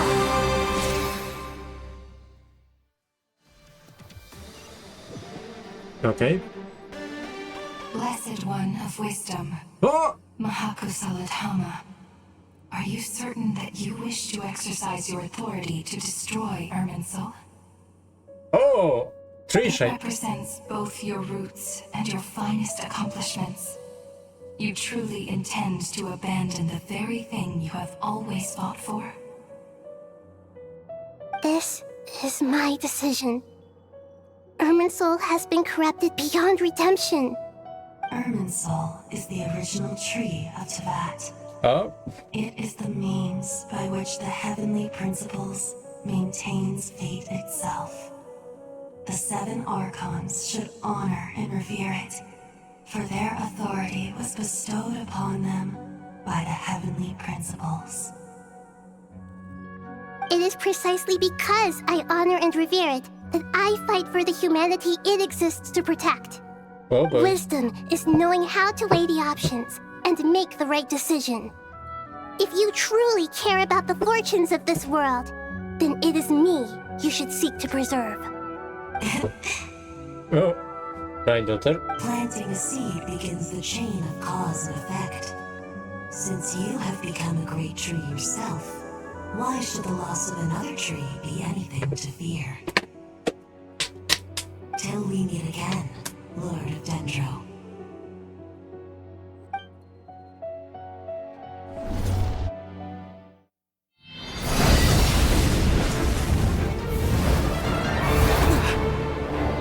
We still follow.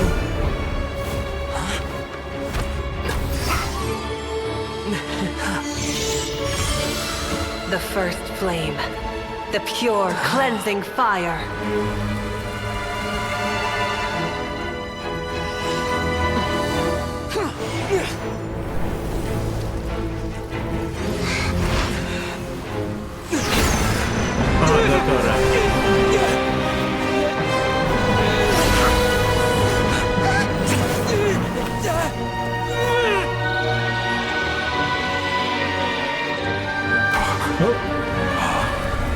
Other segment of you.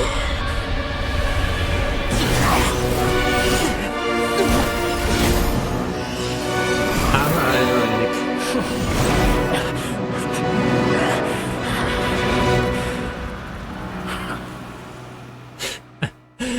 Finally, you deserve this.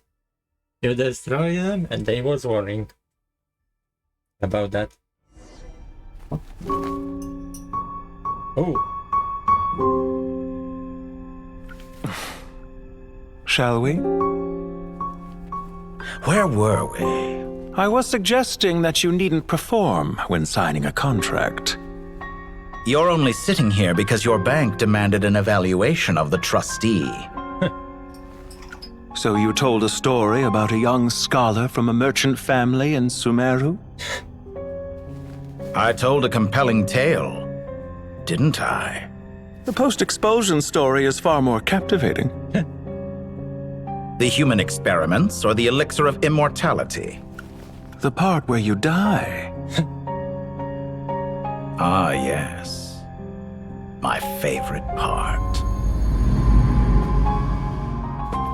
The 35-year-old Segment thought of himself as Dottore, reserving the name Zondique for the original specimen. Of all the segments, he was the most selfish. After his expulsion, Dottore searched for a new direction. He joined the Fatui, studied Elazar in great depth, secured resources. He was rather fortunate in his career. Zondik turned to Conrian technology and successfully created his segments. But this was not immortality. Even with backup segments, his body would still age. Still, thanks to Snezhnaya, Zondik found the ideal base for his experiments. Then a perfect partnership materialized at a crucial moment. The year that both parties realized they needed more time. Fortunately, Zondik succeeded. In a miraculous turn of events, he gained the extra time he needed. I seem to recall it differently. All right, it's true. No matter how much elixir he took, Zondik remained human and continued to age. Then, on the morning he turned 85... Help me up!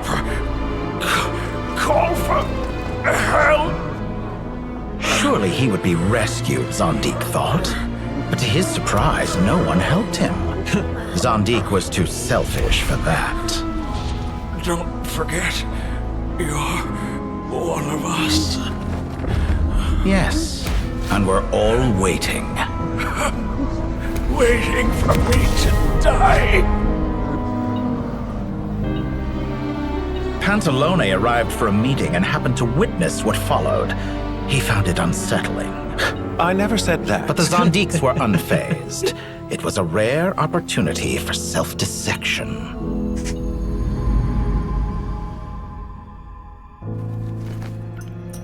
What does all that have to do with you depositing your data at Northland Bank? It has made me cherish my time in this world all the more. Fair enough. So you do have a sense of self-preservation.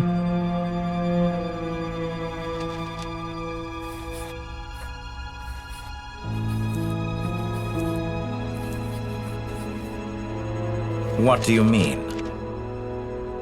You're hardly normal, and you don't cherish life. You just don't want to admit defeat in the limited time you have. Even so, don't I deserve an interesting ending? I'm counting on it.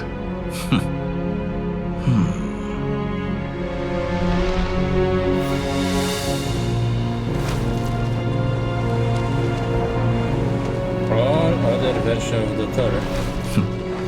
If nothing else, I expect my funeral will be a grand affair indeed.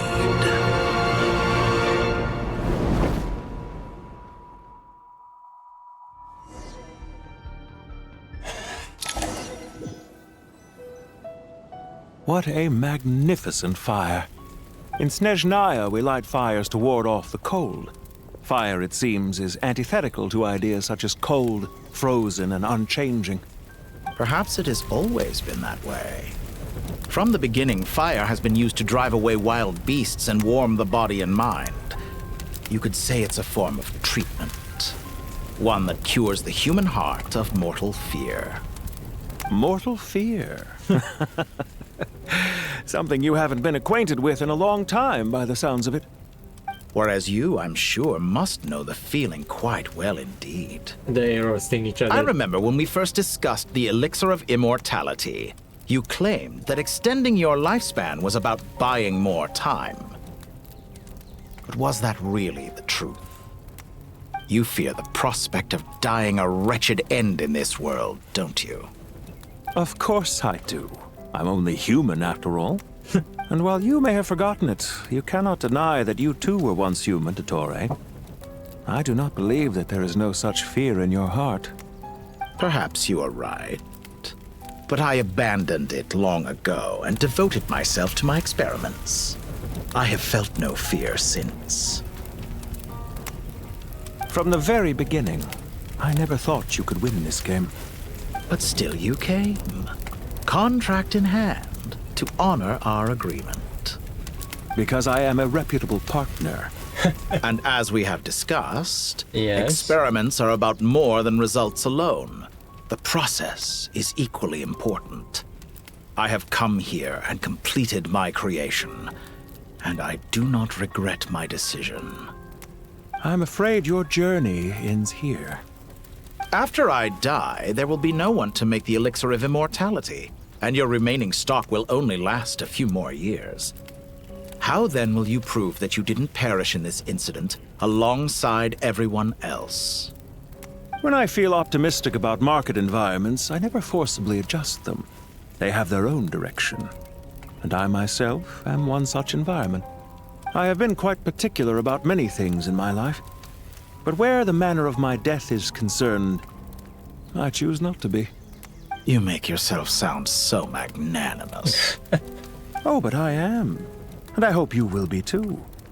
It may have been a long time since anyone told you this, Dottore, but I recognize that you are a truly rare talent. Ha! I can see it.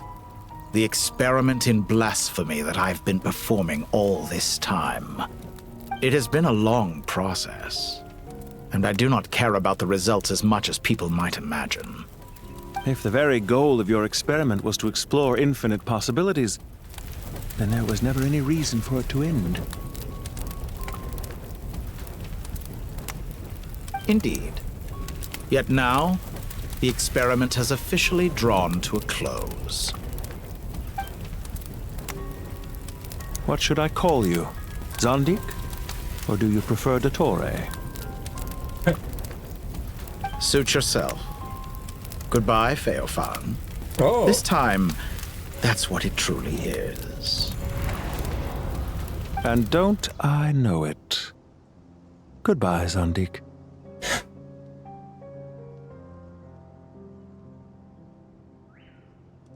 So is that definitely dead? Because I am not trusting. I could have carried out many more experiments. But to me, Lord of Dendro, this outcome is certainly not the worst. I believe you. But unfortunately, this is where it all ends for you. This experiment does not belong to you, nor do any of the results. Experiment. It sounds like you're trying to outdo me in my own field. Wisdom is conveying information in terms that people can clearly understand. You know exactly what I mean. Indeed. I can see no further outcomes. Ha. You have a formidable mind, and you are braver than I thought. Setting fire to the very thing your survival depends on. Your previous threat was empty, but this time, it is real. When necessary, wisdom can be as fierce as an inferno. Some of the flames that incinerate you come from within yourself. Perhaps you are right. You see what lies at the bottom of the human heart, and that is your wisdom. Here is where your journey comes to an end. All that is yet unknown belongs to those of us who will carry on living. It seems I have unwittingly been your arch-enemy all along. But now, it's all over. I do not deny your intelligence. But what you refer to as experiments, I would never describe in those terms. They are events that take place in the real world, and they are so much more than mere data. Goodbye. We will never meet again.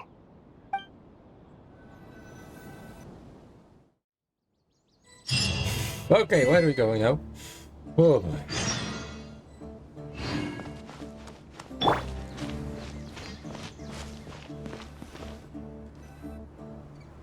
Well, that's the last of them. Everyone on the list is already back where they should be. It was a long, hard road, but we finally finished escorting everyone back. I just pray that we'll never need to leave again.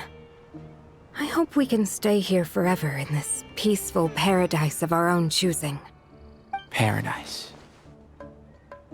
In the annals of the Temple of Silence, that word carries great significance. It represents the hopes and desires of the gods. Their longing for a place to rest. I wouldn't think gods need such a place. People always think they're the only ones who can lose their homes. They forget that gods too need a place to reside. As the Goat King once said, "A god without his people shall cease to exist." Gods need their believers every bit as much as their believers need them. Only we can truly understand how much the desert faith has faded over the centuries. But we still talk about the gods as though they're part of our lives.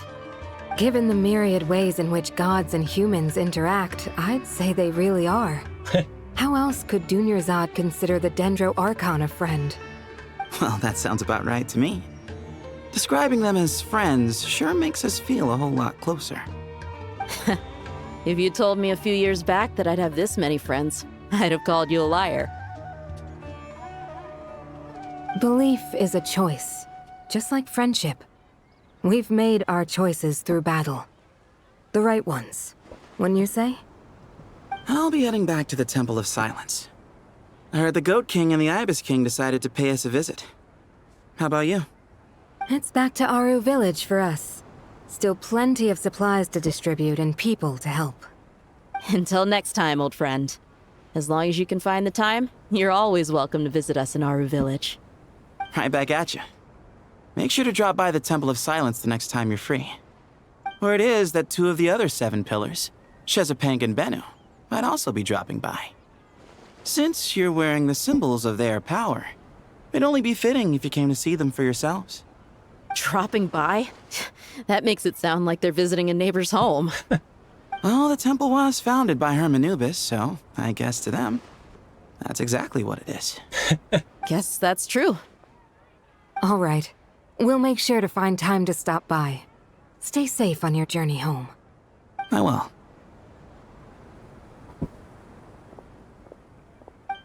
Where are we going next? Where are we jumping from place to place? Oh. You do have a point. See? Retirement has always been a problem, especially for old-timers like us who've been locked away all these years. You finally step out into the light, and bam! You're face to face with a whole different world. Naturally. What do you think, Layla? Huh? Why would you think to ask me? How could I possibly be qualified to decide where the servants of King Deshret should live? Sorry if my question was unclear. Do you think their statues will stand out too much if we place them here? Hey, I never agreed to this. How could we possibly allow our statues to be left in Hermanubis' home? That would be like breaking into someone's house, then pretending it belonged to you in the first place.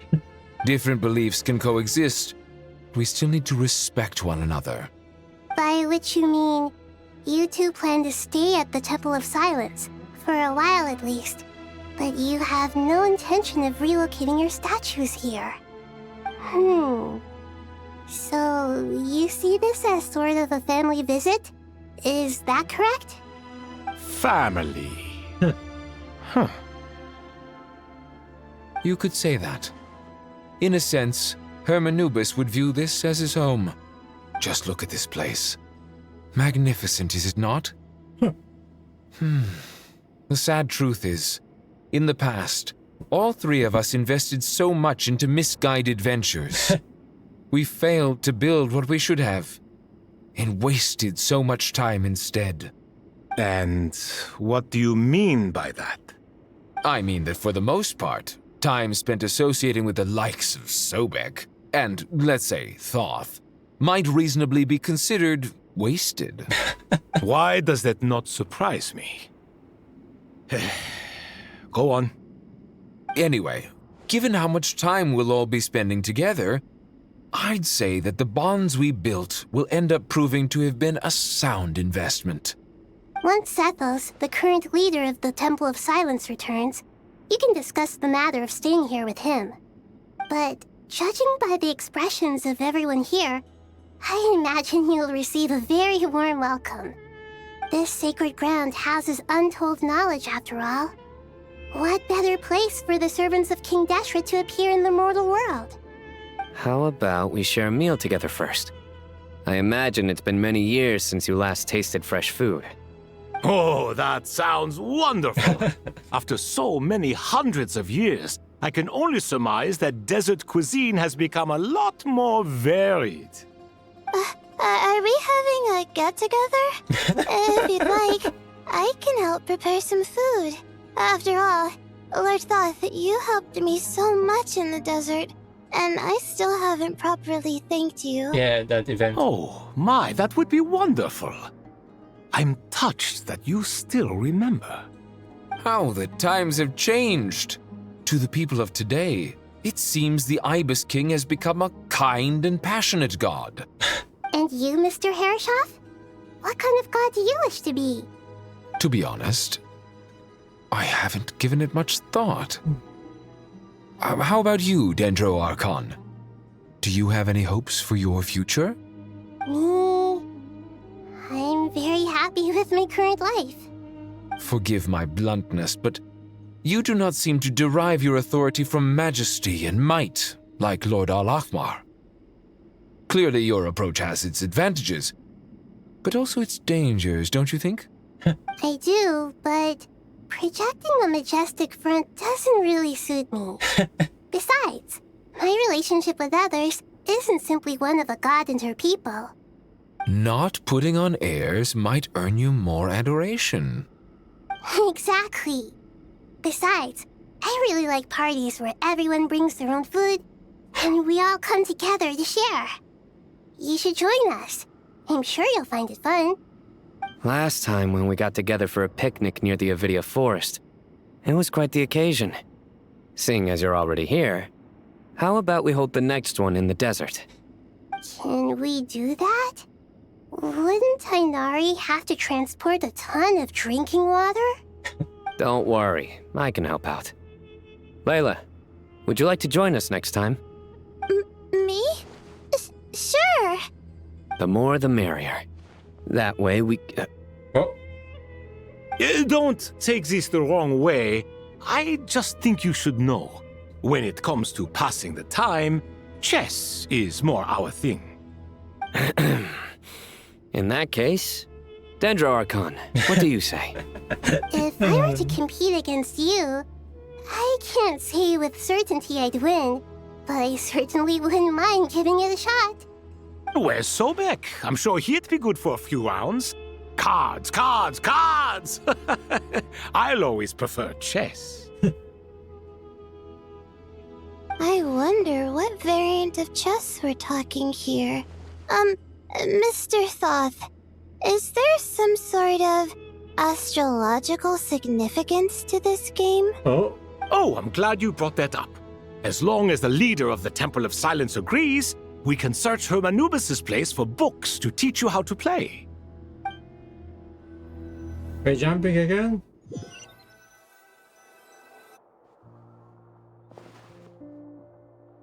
Kaveh? Such devastation visited on Sumeru City. So many houses destroyed or damaged in the fighting. Who could have foreseen this? Look at all of this. It's going to take me forever to tidy up. I suppose living below the academia doesn't always work out to your advantage. I would have thought a little appreciation of my sincerity and effort in helping to clean up this mess might be in order. Helping? Effort? This is your house! Of course you should be putting in the effort! If anything, I'm the one who's helping! So you see yourself as just a helper in this situation. I must admit, I'm rather shocked. If you're trying to say that since I live here too, I have an obligation to tidy up, fine. I suppose I do. Wait a second, stop changing the subject! Nevertheless... In the wake of a great storm, a missing roof is a predictable inconvenience. Can you stop making it seem like I care more about this house than you do? Doesn't it upset you at all to see your home in this state? I won't pretend it's ideal, but that's no reason to be upset. This is the roof over your head, your shelter from the cold. The furniture is scattered, the paintings have fallen off the walls, the windows are shattered. Don't you feel even a little disheartened? The way I see it, these problems are easily solved. Ugh, this is precisely why I hate talking to you about sentimental things. It's like banging my head against a wall. You simply don't understand just how much work goes into making a proper home. It sounds like this is causing you a lot of anguish. Yep, definitely. You mean the house or the paintings? I mean your sentimentality. Oh, well, yes. But I'd rather not dwell on such things right now. Generally speaking, when anguish becomes the norm, people usually make an attempt to improve their situation. But there are so many people and things in life that are difficult to change. It's not like you can force them. Besides, anguish can be a source of inspiration, and I'm not sure I could break my reliance on it. I'm glad you're able to make yourself think like that. What kind of a response is that? I was stating a profound truth about the very nature of art. Suffering is the cradle of all creation. Even you can't deny that. And I wasn't trying to. I'm just happy for you. Pure and simple. Can't you tell? Happy about what? Happy that you can always find an answer that backs up your views. You... Oh boy. Here we More go often again. than not, life is a process of running into problems and then searching for answers. Yours more than most. Not everyone's so good at justifying things to themselves. It's something that you've been steadily mastering. Huh. What about you, then? What skills have you been mastering lately? Pass me that box. Huh? Okay. You may consider this my progress on the path to mastery. What? Wait a second. Isn't that box mine? Hey, it is! It must have fallen off that shelf. I'll hate them. Those are my paints and inks. Would you like me to put it in your bedroom for you? Huh? I mean, sure, if you don't mind. What kind of progress is this? Does he think he can bribe me? Not that giving me back my own things is much of a bribe. These books on the floor, they're a complete mess. And this one, didn't he say it was an out-of-print collectible? It's completely covered in dust, and some of its pages have even fallen out. Ugh, guess I should help him repair it. This one too. And this one. Okay. We're jumping again, I imagine. Okay, Dory and Nefer talking.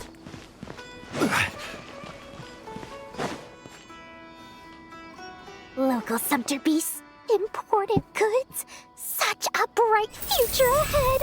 I can picture the Mora just rolling in. This spot. You do realize you sound like a choking cow? Hmm? Oh. It's called being imposing. Can't you feel it? Are you not intimidated? Oh, I'm positively shaking in my sandals. What commands do you have for me, oh mighty Lord Sangamabe? You've got a lot of nerve, Nefer. You went and told Candace and the others everything, didn't you? Seriously, do you have any idea how differently they see me now? Surely that's a good thing. I presume they're more disposed to actually like you now, maybe even view you as a friend. You traded my secret for sympathy! Thanks to you, I've lost every last shred of my mercantile majesty. How am I supposed to make anyone think I'm a big, scary investor now? The dark days of Lord Sangamabe are behind you. Why not take this chance to make a few honest friends? Speaking of friends, since when did the notorious Lady Nefer gain such an admiration for holier-than-thou types? A moon chanter here, an angel there? Who'd have thought it? A coming together of fates, nothing more. No need to throw around accusations of admiration. Forget it. You're right about one thing at least. Making friends is never a bad thing for a merchant. So,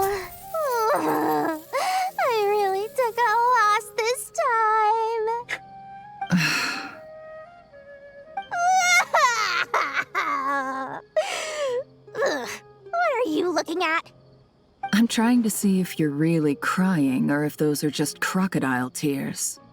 A little birdie told me that when Lord Sangamabe makes money, the tears flow from the center of her eyes. But when she loses it, they flow from the corners. Which is it this time? Ugh, you are so annoying. I'm not talking to you anymore. Nefer, thank goodness you're here. Oh. I've been looking everywhere for you. Huh?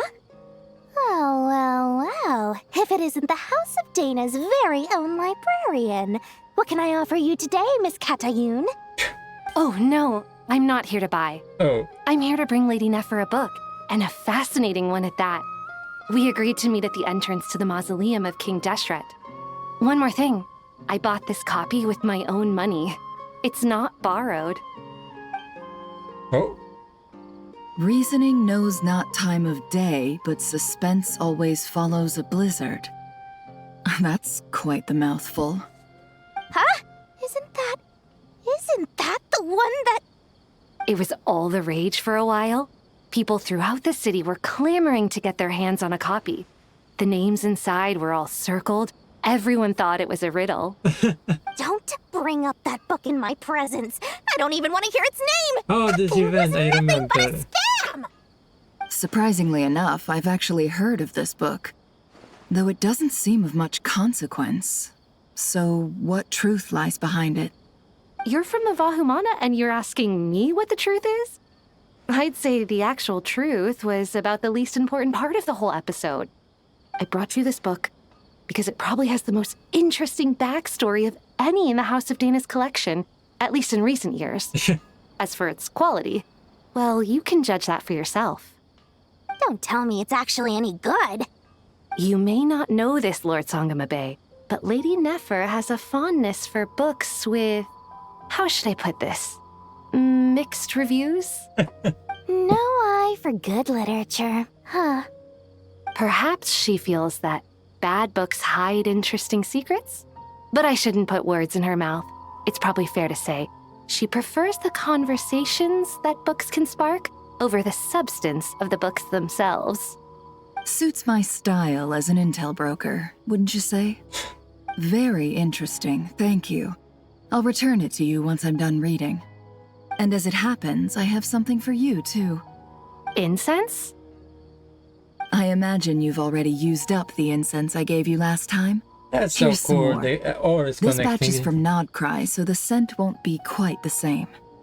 Well, actually, I've been saving the incense you gave me. I couldn't bring myself to waste it without a special occasion. But I'll gladly accept this, too. And I promise I'll use it this time. Katayun, you haven't changed a bit. That is so cool. That all is connecting, but also side story to the character. And that is so cool. Party pop? Okay. Congratulations, Kale. Well done, Kale. After studying for so long, you've finally become a full-fledged ranger. Sure hasn't been easy for you, huh? This really is fantastic news. All grown up. No longer a trainee, but an official forest ranger. Oh, the next step is to secure tenure in the academia. Thanks, everyone. It's true. I'm an official forest ranger now. Master Tainari, thank you for your guidance and support. I wish Mr. Sino were here so I could thank him too. Sino had a matter to attend to at the Temple of Silence. I don't imagine he'll be back for some time. But don't worry, we can celebrate together once he's finished. I'm afraid the party will have to wait. Kale still has some matters to attend to first. Kale? Is everything all right? No, it's not what you think. There's nothing wrong with my health. I just have a few things I need to deal with. I've made plans with the Traveler and Paimon to visit Mondstadt. Master Tainari and Mr. Sino will be accompanying us too. Oh. Well, that's a relief. Let's get together when everyone's back. I'm sure you'll be doing even better by then. Of course. I have a feeling you're right. Where are we going now? We're jumping from place to place. After few days. catching up on sleep and food, Paimon's feeling full of vim and vigor again. For someone who spends so much time resting, your recovery routine is surprisingly simple. Hey! Paimon's been working her butt off too, you know. She flew all over the city helping everyone out. Don't worry, I saw how hard you worked. Alright, we all know you're the most hardworking person in Tavad. As long as you're rested and full, that's what really matters. Paimon's been looking around the place, and it seems like the city's already on the mend. But Paimon's been wondering how Nahida's doing. We should check in on her. Okay. Tell me this is close. No, no, this is the opposite. Oh, that's the opposite. Yes.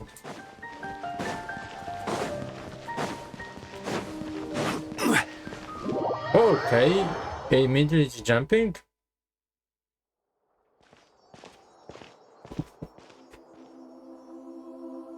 Okay. Hey, Nahida! And Hat Guy's here too! Yeah, we see. Traveler, Paimon! What's going on here? Nothing much. Nahida was just expressing concern for my physical and mental well-being. Oh, the Traveler told Paimon all about that. We've both been very worried about you. Are you feeling alright? You make it sound like I'm on the brink of some kind of breakdown.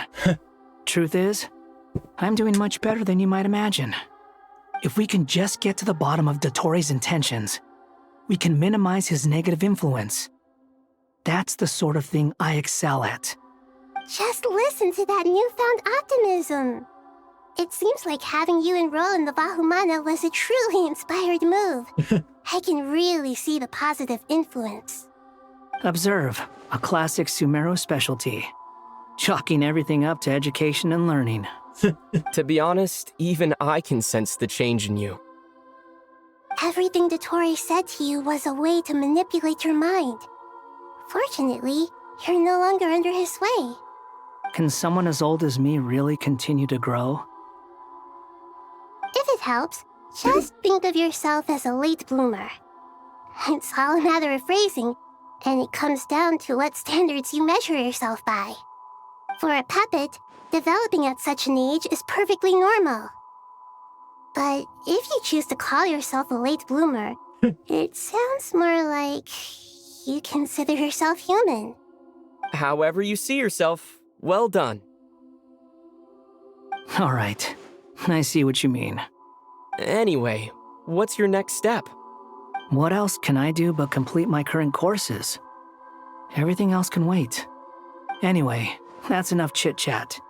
There are still things in the city I need to help out with. I'll be heading there now.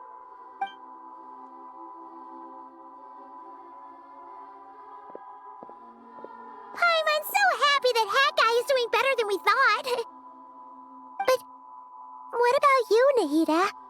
How are you holding up? The pyronosis burned down the corrupted Irminsul. The flames blazed for 7 days and 7 nights before they finally subsided. All that was left were the parts underground. Now, Aru shoulders the responsibilities that once belonged to Irminsul. The situation was contained before it got out of hand, so Tevat's most vital information has largely been preserved. Okay. Irminsul has a strong influence over you, doesn't it? How will you cope now that it's gone? There's no need to worry. Thanks to Nicole's extraordinary talents, my connection to Irminsul has been severed and transposed onto Aru. Okay. Angels can do things like that? They can. Such abilities are precisely what makes them so powerful. The goddess of flowers, Nabu Malikata, once claimed that she too could perform feats beyond the reach of mere mortals. In my eyes, much of what she went on to achieve reached such transcendent levels. Her and Nicole really are both fascinating and magnificent. So, does that mean your situation is stable now? Correct. Just imagine that Aru has become the new Irminsul, and the essence of my existence has been bound to it. The wisdom of Sumeru has ultimately converged into a single, unified entity. Should we ascribe this all to fate, or is it merely fortune? Whatever it is, the important thing is that you're okay, Nahida. Dendro Archon, Lesser Lord Kusanali. Oh, thank goodness you're here. Greetings, Traveler and Paimon. Sir Nevis, do you have something urgent to say? Yes, there's something I need to report. We've received a message from Snezhnaya. Oh. Okay, we'll wait. The Fatui Harbinger, the rooster, sends us his sympathies, along with all the usual pleasantries. His stance is that, following the unrest and Nod cry, Dottore was subjected to internal censure.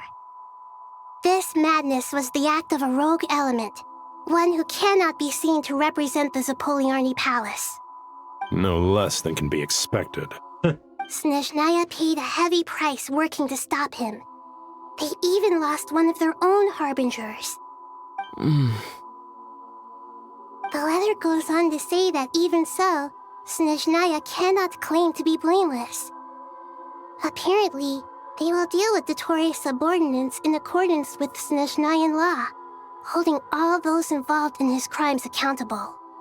Additionally, they are supplying relief funds and supplies, which are already en route.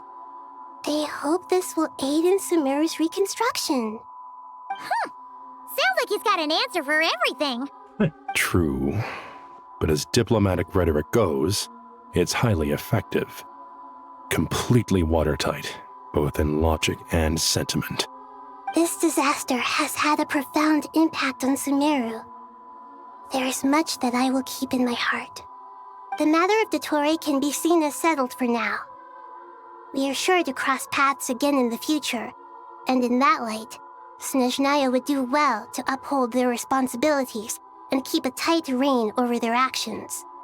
With Irminsul burned, the flow of fate now carries many more possibilities. I will be watching carefully. Perhaps we can move on to a less serious matter? Oh. Dendro Archon, will you eat with us once this matter is dealt with? Everyone wishes to celebrate together. Your presence would be most welcome. Of course! Junior Zod, Sino, and Hypatia all told me the same thing. If there isn't enough room for everyone, we can arrange back-to-back feasts. What a wonderful idea. That just leaves the question of what we should eat. Not more tomatoes, surely. More? Dendro Archon, what do you mean by more tomatoes? Those good friends of yours are always talking about tomatoes. Sometimes when I'm walking through the city, I can even hear them arguing in the fields. Since you see them so often, you must hear about tomatoes even more than I do. Tomatoes. Tomatoes. The word has a certain magic to it. Like the autumn fur of a sumpter beast swirling in the wind, sometimes flying up my nose. Tomatoes. What can we make with tomatoes? Wait, why tomatoes? Take your time, there's no need to rush. The Traveler, Paimon, and I still have somewhere we need to visit. You'll have plenty of time to think it over before I return. Does this mean you're going to Natlan? Meet them there in person. It will require a long journey. I know.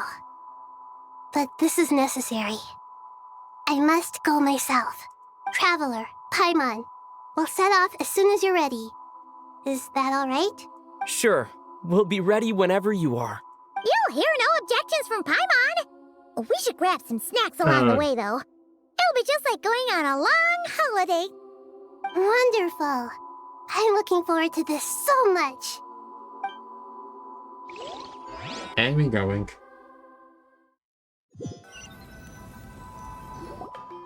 Natlan is such a lively place. Oh, she's going down to the place. Oh.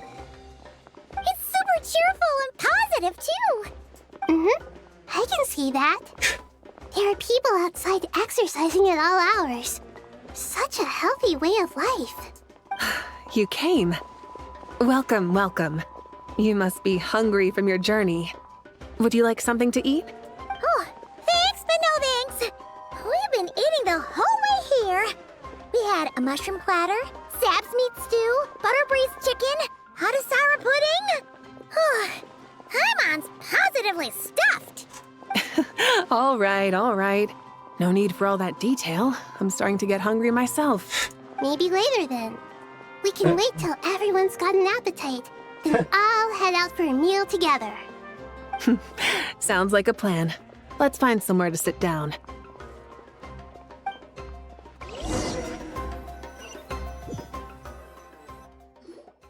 Hey. I should tell you, I already have some sense of why you've come. Why's that, Malika?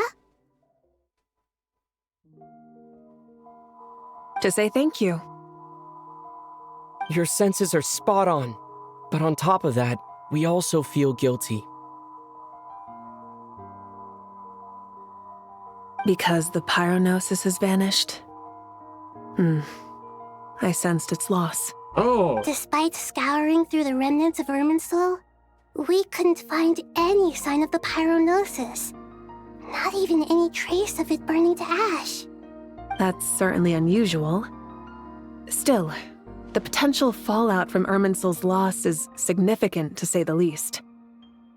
Perhaps the pyronosis's disappearance is simply a knock-on effect of the impact it's had on a certain strand of fate.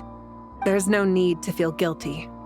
We were clear that this time, there was to be no returning, only giving. Pure and simple. Thank you really is a fascinating phrase. We use it to express gratitude for the smallest of things. Yet, when faced with a kindness too immense to describe, we use exactly the same words. It's not that we lack other means of expression. It's that when we truly need to express our feelings, the simplest and purest words are always the most powerful. You're right. In Natlan, we prefer simple expressions too. Companionship, friendship, support. They might not sound fancy, but the sentiment behind them is sincere. We're going very deep. That's wonderful to hear. Sincere feelings are often a vehicle for the deepest wisdom of all. Irminsul's destruction doesn't seem to have done you much harm. I'm glad to see you're doing well. There's still a lot of work to do, but before we begin, we felt it was important to come here and speak with you. Partly to express our gratitude, but also because we felt that seeing you, in a sense, is like basking in warm sunlight. That's a nice way of putting it. I like that. To tell you the truth, though, I'm not a fan of somber meetings. So, since there's nothing more to say, why don't we go bask in some actual sunlight? The weather's beautiful today. What a great idea! Paimon's gonna lie back and soak up some rays! It's something like that. Oh.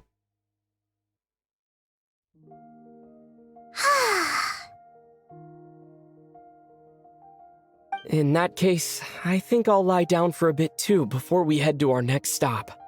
And where might that be? Mondstadt. Oh, already? Paimon and I are gonna head back there with Kale and the gang. Really? Long ago, I sensed that the god remains inside Kali had come from the goddess of flowers, but I kept it a secret. Those remains weren't hurting Kali, not as she is now. They simply exist. Besides, I could sense a deep yearning within her. A yearning for an ordinary life.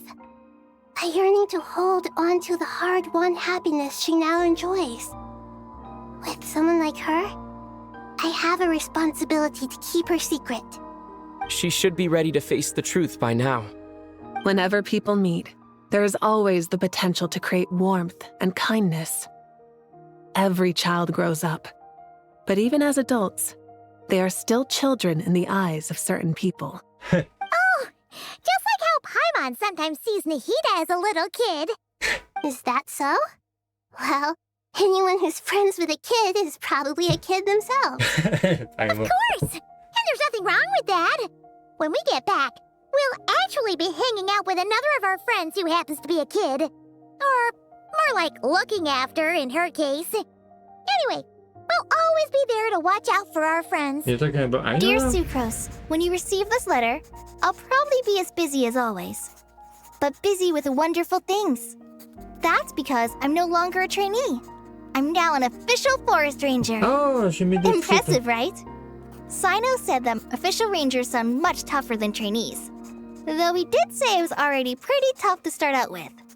You probably heard that something big happened in Sumeru recently. Don't worry, it's all been taken care of. We're heading to Mondstadt soon, so if you're free, maybe we could meet up? Plus, it's not just me. A few of us are going.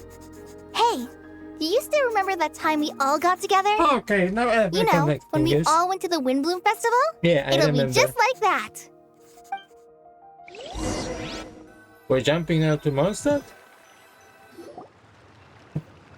2 days later, gate. Okay, we're jumping. Dainari, is that... No. Don't you say it! Is that the great Vayu Vyastra? Behold, the great Vayu Vyastra, General Mahamatra. How times have changed. I wasn't expecting you to beat me to the punchline. You've changed. You've really upped the aggression in your battle against Sino's jokes. Kale, how did you know what I was going to say? For the love of... So now we're meeting with Sucrose? Traveler! Paimon! You're right on time! I hope we haven't kept you waiting. Kalei! Oh! Sucrose! It's been so long! How have you been? I've been well. Everything's going great. What about you? Are you still busy? Not at the moment. Oh, right! That juicer you gave us works amazing! Farzan loves it. Seriously? That's wonderful. I don't suppose you drew up a detailed test report. Oh, what fruits did you use? How's the texture of the final product? Sucrose, you might want to Oh. try asking your questions one at a time. Albedo! Paimon didn't see you there! It's been a while since all of us were together like this. How about we follow the same plan as last time? Good idea, my friend. You never disappoint. So, what are your identities this time? Don't remind him. First things first. Allow me to introduce our very own official Forest Ranger Kale. The rest of us are simply her humble travel companions. This sounds like one of those mushy stories that gets people hooked on some corny, heartwarming premise. Oh, is our story not heartwarming? If I recall correctly, there was even a scene like this in King of Invocations. Besides being heartwarming, our story's also about tough, impressive-sounding job titles. At least that's what I think.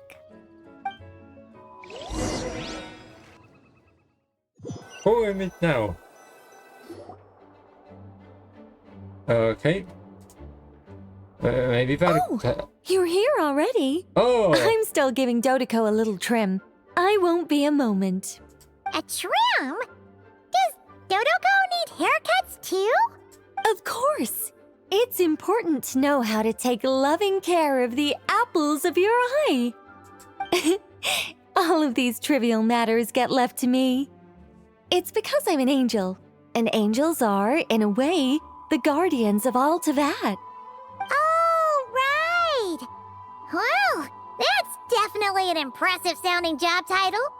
What are you writing? I'm just brainstorming some cool-sounding lines. Oh, write them on these card backs. Of course. Clearly, my lines are pretty amazing, wouldn't you say? Miss Nicole. Kale? You seem a little nervous. I was just wondering, who was the person you mentioned who needed their wish fulfilled? Oh. Wish? What do you mean? Miss Nicole asked if we could meet up in Mondstadt once everything was over. She said a friend of hers had a wish that needed my help to come true. Well, you never mentioned that before. All we knew was that you'd arranged to meet in Mondstadt. But we thought it had something to do with the god remains. To be fair, everything I told you was true. Anyway, my friend is waiting. Come on, let's pay her a visit. Barbie? Where are we? Bet and tea? Okay. There is no escape! Thank you.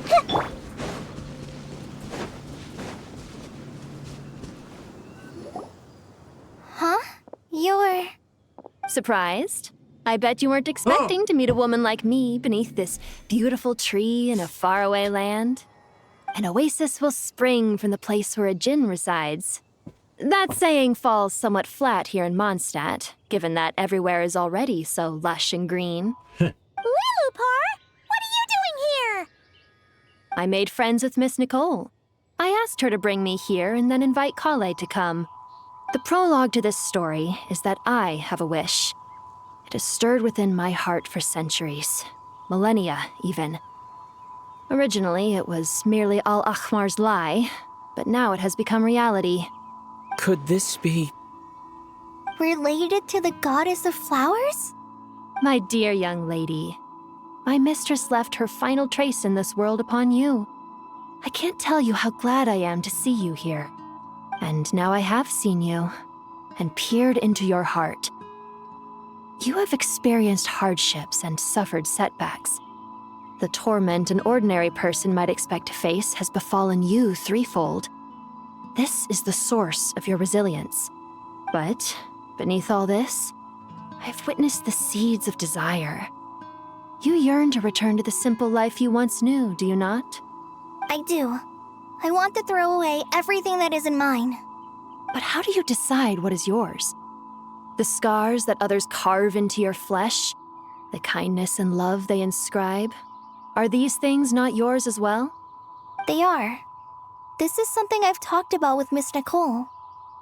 Miss Nicole said I should learn how to adjust my standards. I just want to live as an ordinary human. Anything beyond that isn't mine.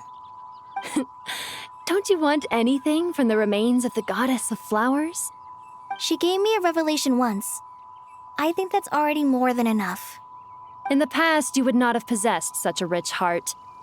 Your brief life has taught you to hold on to everything good, to home in on kindness. How fascinating. You're nothing like Nabu Malikata, and you're certainly not her. Of course not. I'm not some great and powerful being, Miss Lilopar. Yet I am a djinn. We exist because of the Lord of Flowers. We revere and love her. My wish is to see her one last time, to give everything for her. Kale, can you do this for me? But her remains won't be easy to remove. Are you sure this is what you want? That's beside the point. Oh. First, I need to know. Are you willing to do something for the soul of this lonely, wandering woman? I'm willing. But look, you know nothing about me. Even if you have heard the stories about me, all you would know is that I was rightly punished for the many evil deeds I committed. Ah, so you do know. Your lips are quivering, your eyes trembling, and still you're willing to do something for me. Life has been cruel to you, and yet you've learned to be kind. My That dear is young lady, interesting. to repay your kindness, I too must play my part. Are you sure about this, Lilupar? I yearn to see my mistress. For this moment, the world can burn to ashes, the universe be engulfed in flame. I care about nothing else. And you, Kale, I can give you a gift. You'll become just another ordinary human. But Miss Lilopar, what will happen to you? My wish will be fulfilled, and I can die happy. Why would you wish for that? A long, unending life might seem desirable for one who has never possessed it, yet it brings torment to one who has. Yeah, we know some My remains creature. are scattered across the yellow sands, but my soul can find no peace. Since you've promised to grant my wish, give me that release. Allow the dying to die, and let the dead rest in peace. You have my thanks. Kale, there's no pressure on you. What she said, it's all true. A wish is a genuine desire, after all. It's as if you want to use the last of your life to give me a better future. Nothing so selfless. We'll be using our futures to fulfill each other's wishes. This is a noble act, a beautiful and secret transaction between two women. Alright, what do you say? I understand. Miss Lilupar, I'm ready. Close your eyes, Kale. Then open your soul. From there, I will embrace my mistress. The downpour of flowers is your touch. Like returning to the very beginning. Like surrendering to your grace, my mistress. People say that devotion is beautiful, yet filled with pain. How foolish of them. For me, devotion is beautiful, pure and painless. Devotion is my love. Thank you. Oh. Now she is completely gone.